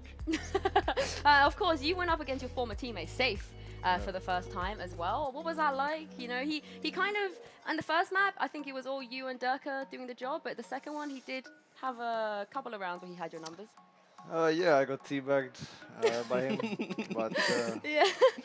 Nah, I mean, first map I don't think he could do much. He was playing Neon, so he had hard time to finding openings. But yeah, when he's playing Jet, he can be a bit more aggressive, and yeah, he had a good start, but yeah. Everyone has kind of set this up as the grudge match because, like, the narratives, there's so many things going on. We're going to take a look at the highlights as well. Is there a grudge between you and Safe? Like, is he? You just want to beat him? Do you want to beat him more than you want to beat anyone else? I wouldn't say so. I treat every opponent the same, and yeah, if I'm playing against a former teammate, it's the same as playing anyone else. What about you though, Mini? Fnatic versus Liquid, this is a very storied rivalry and one where you've been in every single one of those games. So did it mean a lot to you to be able to beat them? Not in terms of like historically. I think it was a big win today just because they looked really good and it might have been our toughest opponent so far. So like the win today really kind of pushes us like as a favorite to win the league, I guess. Tougher than BBL? I mean, we had a substitute, so I think okay. You know, it's always a bit, you know. Yeah, no, BBL aren't doing so hot, are they? Like, it was a tough game against them, but like, realistically, in the league standings, I think Liquid are kind of looking better than BBL, you know what I mean? I guess it's only because you lost the map against BBL. It felt like maybe that was a little bit harder, Leo. What do you think? Yeah, against BBL, obviously we played with standing, but I mean, they're very strong on Ascent, BBL, so no, that was toughest match so far, but I think we might have tougher matchups in the future against other teams. Yeah, you got to play FUT. Did you watch the FUT game? Not really, but we saw, well, no, we saw double dive Ascent. Yeah. And we were so confused what's going on. Like, Atta Captain never played Raids from what I've seen. No, never played Duelist. Never played Duelist? Not one time, okay. yeah. There's just something about Turkish Raises that are just like popping off, so Turkish Ascent, that's fair enough. Turkish Raise, Turkish Jet. But no, back to the Liquid thing, it's not felt like, how long has it been since Liquid's beaten us? Like, it's been a while, right? It has. You only faced them once in 2022 because they didn't really either won in your group or they didn't qualify. Couldn't get to the stage to play us as well. There we go. But yeah, it has been a while. I think Sliggy was in charge back then. There was more of a rivalry with Sliggy, I guess. Do you guys feel any rivalries now? Like, is it Na'Vi, I guess? Is that the natural one? Maybe it's so. I mean, I guess in Europe maybe. They played a lot each other last year. I wasn't a part, but I guess right now it's looking like we're in the top. But yeah, we will see in the playoffs, I guess, with more on the line. Yeah, I also really want to quickly, guys, show you a round from Haven that we saw. I promise I'm not trying to BM you. It is a round where I think Safe was doing just Safe things. So, Leo, talk me through what was happening here. Yeah, so Boaster, he inted on C-Long. Yeah. So we had no smokes, and they just, they go when we plant. We're just getting flooded because we have no space. So I mean, this was just a really dumb round from the get-go. Like, Boaster's called some stupid strat. Like, genuinely, it was really bad. Like, they're eco, and we just got to avoid the jet knives. And he's just ran into C-Long by himself before Leo's drone, and Leo's shouting at him, just wait for my drone, and he's just entered, so that one's on Boaster. Yeah, I think a few rounds have always been on him, right? Maybe he's dying at first, you have no smokes. He's a lot better now. Yeah, he's a lot better now. One thing, though, I do also want to address, we're going to rewind a little bit because we saw something pretty cool on Lotus. The Odins. The Odin go Burr and Mini, you must be behind. You must be one of the people that's behind this. Okay, attack side. I have no idea why we're buying it on attack side. Chronicle just bought it a few scrims ago and he started using it. And I didn't say anything. But defense side, I suggested it because I saw a comment that from a coach from NA in Sliggy's chat that they were using it in like there was NA teams using it. And I started thinking about it quite a lot, and I think there's lots of value to be had with Odin on this map. Yeah, I mean, as you can see here, especially when you move on to the defense, I think there was a couple of rounds. There was one on C site, just off of the back of the Odin spam. Leo, you play a lot of Sova, you play this Initiator role. I was kind of expecting you to use Odin more than anyone else. What do you think about this? Odin is not the gun for me. Yeah? I stick to the Phantom. Why? I don't really know. I've played Odin a few times in scrims, but not the gun for me. You don't need it, I guess. You can just kill them with your Phantom anyway. It doesn't really make a difference. But yeah, like we see that time, there was another round where they were planting, and Basically, what happened was like I suggested it to Boaster, and Boaster spent an entire scrim just playing with it every single round on defense, every single position, and we kind of worked out a few things off of that, basically. Oh, so it was a mini Boaster brainchild kind of thing. That's usually how it works. Like, usually he's the one that like makes it work. I'm just the one that kind of plants seeds and kind of guides him. The test rat. Yeah. What I will say though is while we're on the Odin, we're seeing a lot more teams doing the half buy thing, the half shield thing, like you guys do. And obviously if you do the half shield thing against an Odin, what do you think? What do you think about the fact that other teams are starting to do the half shield buys? Which makes a lot of sense. Like it seems like teams have finally realized like why it's good. Like we did it at Champions and got flamed really badly for it, and then we win an event and people are like, oh, maybe it is good. So, you know, it's one of those frustrating things where you can't win sometimes. But I never wanted to explain why we were doing it, because obviously I don't want to convince people why something's good. Yeah. So I think people have figured it out now, most of it, you know. You wanted to sit on that advantage, yeah, of course. I'd rather look stupid and have an advantage than, you know, have a disadvantage and look better, you know what I mean? So. I want to quickly touch on stats for you, Leo. I don't know if you know this, but you actually have more shock dart kills than you do first death right now, which is kind of crazy. How many first deaths do you think you have? Take a guess. I don't know. In this in the league. Yeah, in EMEA only. 6. Yeah. How did you just know that? He did really well on the spike. Yeah, he was unreal. We're gonna talk about this. We're gonna come back to that graphic production. I'm sorry, we're gonna come back to it. Yeah, you do have 6 first deaths, which actually is the least amount of first death out of anyone that's played regularly. Like we're not counting Alpha because he's only played, 2 weeks. We can't really count Kamek, like and players like that. I think it's one of those things where it's like Leo's really disciplined, but at the same time he is on a team with Durka, Alpha, and Chronicle, who do love to face. So. Yes, Durka actually is leading with the most first kills. So on your team, you have the player that is leading in the most first kills, and the player that's leading the most first deaths. It's like they're polar opposites. It's so funny. Yeah. Do you want to guess how many Durka has first kills? Test your knowledge. How many maps have you played? You played 4 games, and you went 2-0, 2-1, 2-0, 2-0. I don't know, maybe 38. Leo, do him better than that. He's got way more than 38. Really? Way more than 38. Really? Yeah. 55. I think he's currently on 65. I think, yeah. So, yeah, you guys are underestimating a little bit. But can we get the Viper thing back up? I do want to ask you guys about it because you guys run Viper on Lotus. So do Liquid. And Anders, you know who he is, has done a little bit of a nerdy kind of breakdown of the win rate, the pick rate, and the win rate of Viper into non-Viper comps right now. So, I mean, it's looking pretty good. It makes a lot of sense for Viper. So, why do you guys run it? And do you feel like everyone else should be running it? Well, because Anders told us to run it. Like, legit? Well, Anders was the one who helped us with Lotus for lock-in. And so, yeah, we still running the same stuff pretty much. Like we've kind of developed it a little bit, kind of practiced it a little bit. Unfortunately, he's not working with us right now, but hopefully we get him in again to help with bind maybe. He's helping us now. He's doing stats for us now. Yeah. It's too late for you. We're keeping him. I steal him back. Yeah, no, we're keeping him. We're keeping him. But yeah, it seems like kind of obvious that Viper's just really good at the map right now. It's it's so weird on defense to play that map. Like you need something like a Viper to just.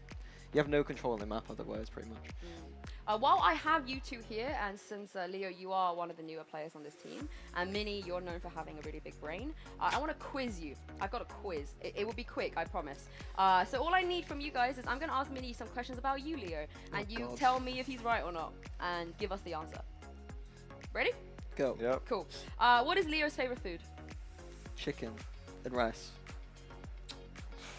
I guess. Okay, you're correct. All right. What is the Leo's favorite game outside of Valorant? He doesn't have a favorite game outside of Valorant. It's just Valorant? Yeah. Leo? Yep. Oh, wow. Okay, you really know him well. How old is Leo? I don't know. 18. Leo? 19. Oh, Minnie! Oh, sorry. Minnie, you call yourself a coach. You don't even know how old he is. They're all just Zoomers. What agent would Leo play outside of his regular agent pool? So get rid of all of the initiators that he's playing right now. So what do you think the one agent is he would choose? I don't know. Sentinel, I guess. Killjoy. I don't know. Killjoy? Yeah, I guess if I was to play Initiator, probably Killjoy. You know him too well. You know him too well. What is Leo's favorite skin? I don't know what he uses. He uses Phantom a lot.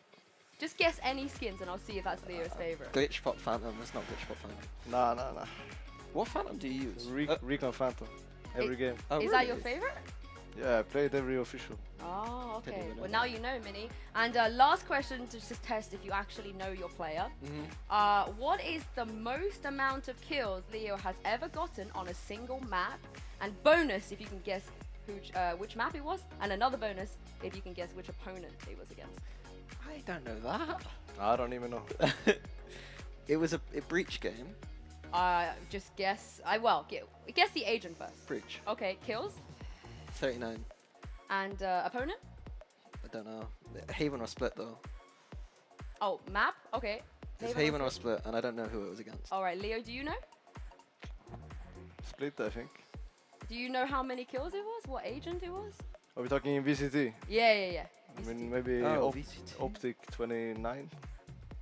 Okay, well, it was 31 on Sova, on Ascent. I thought you said Breach. No, it No, wasn't no, Breach. I He guessed said Breach. He thought it was Breach.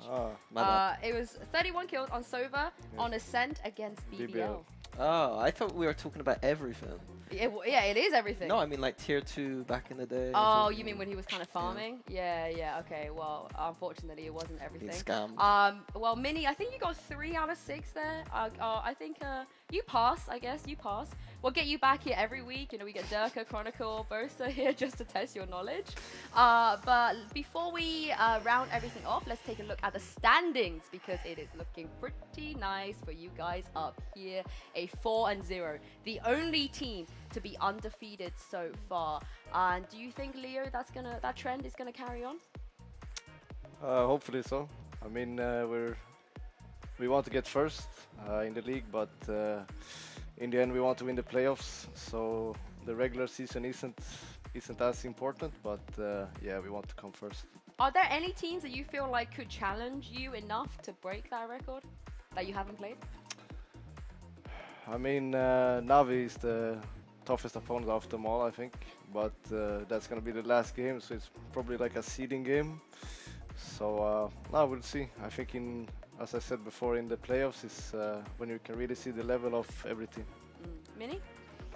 I think like if you saw the graphic, like 4 of the teams we got to play are like at the top. So it's like all of those teams are still good. Like it really depends on the map vetoes and what they've prepped and stuff. Like today, like it's just every game. It's not as simple as just Fnatic win 2-0. You know what I mean? Like there are holes in our game that people can exploit for sure. Always the optimist, Mini.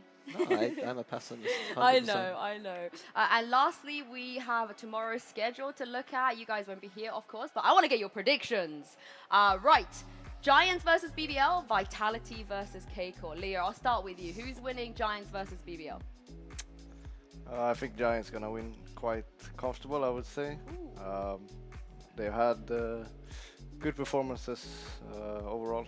I think even though they're 1-2. So I'm going with Giants. Mini? Yeah, I think Giants too. I think BBL got a bit unlucky in some of their games maybe, but Giants look like they're on that upward trajectory.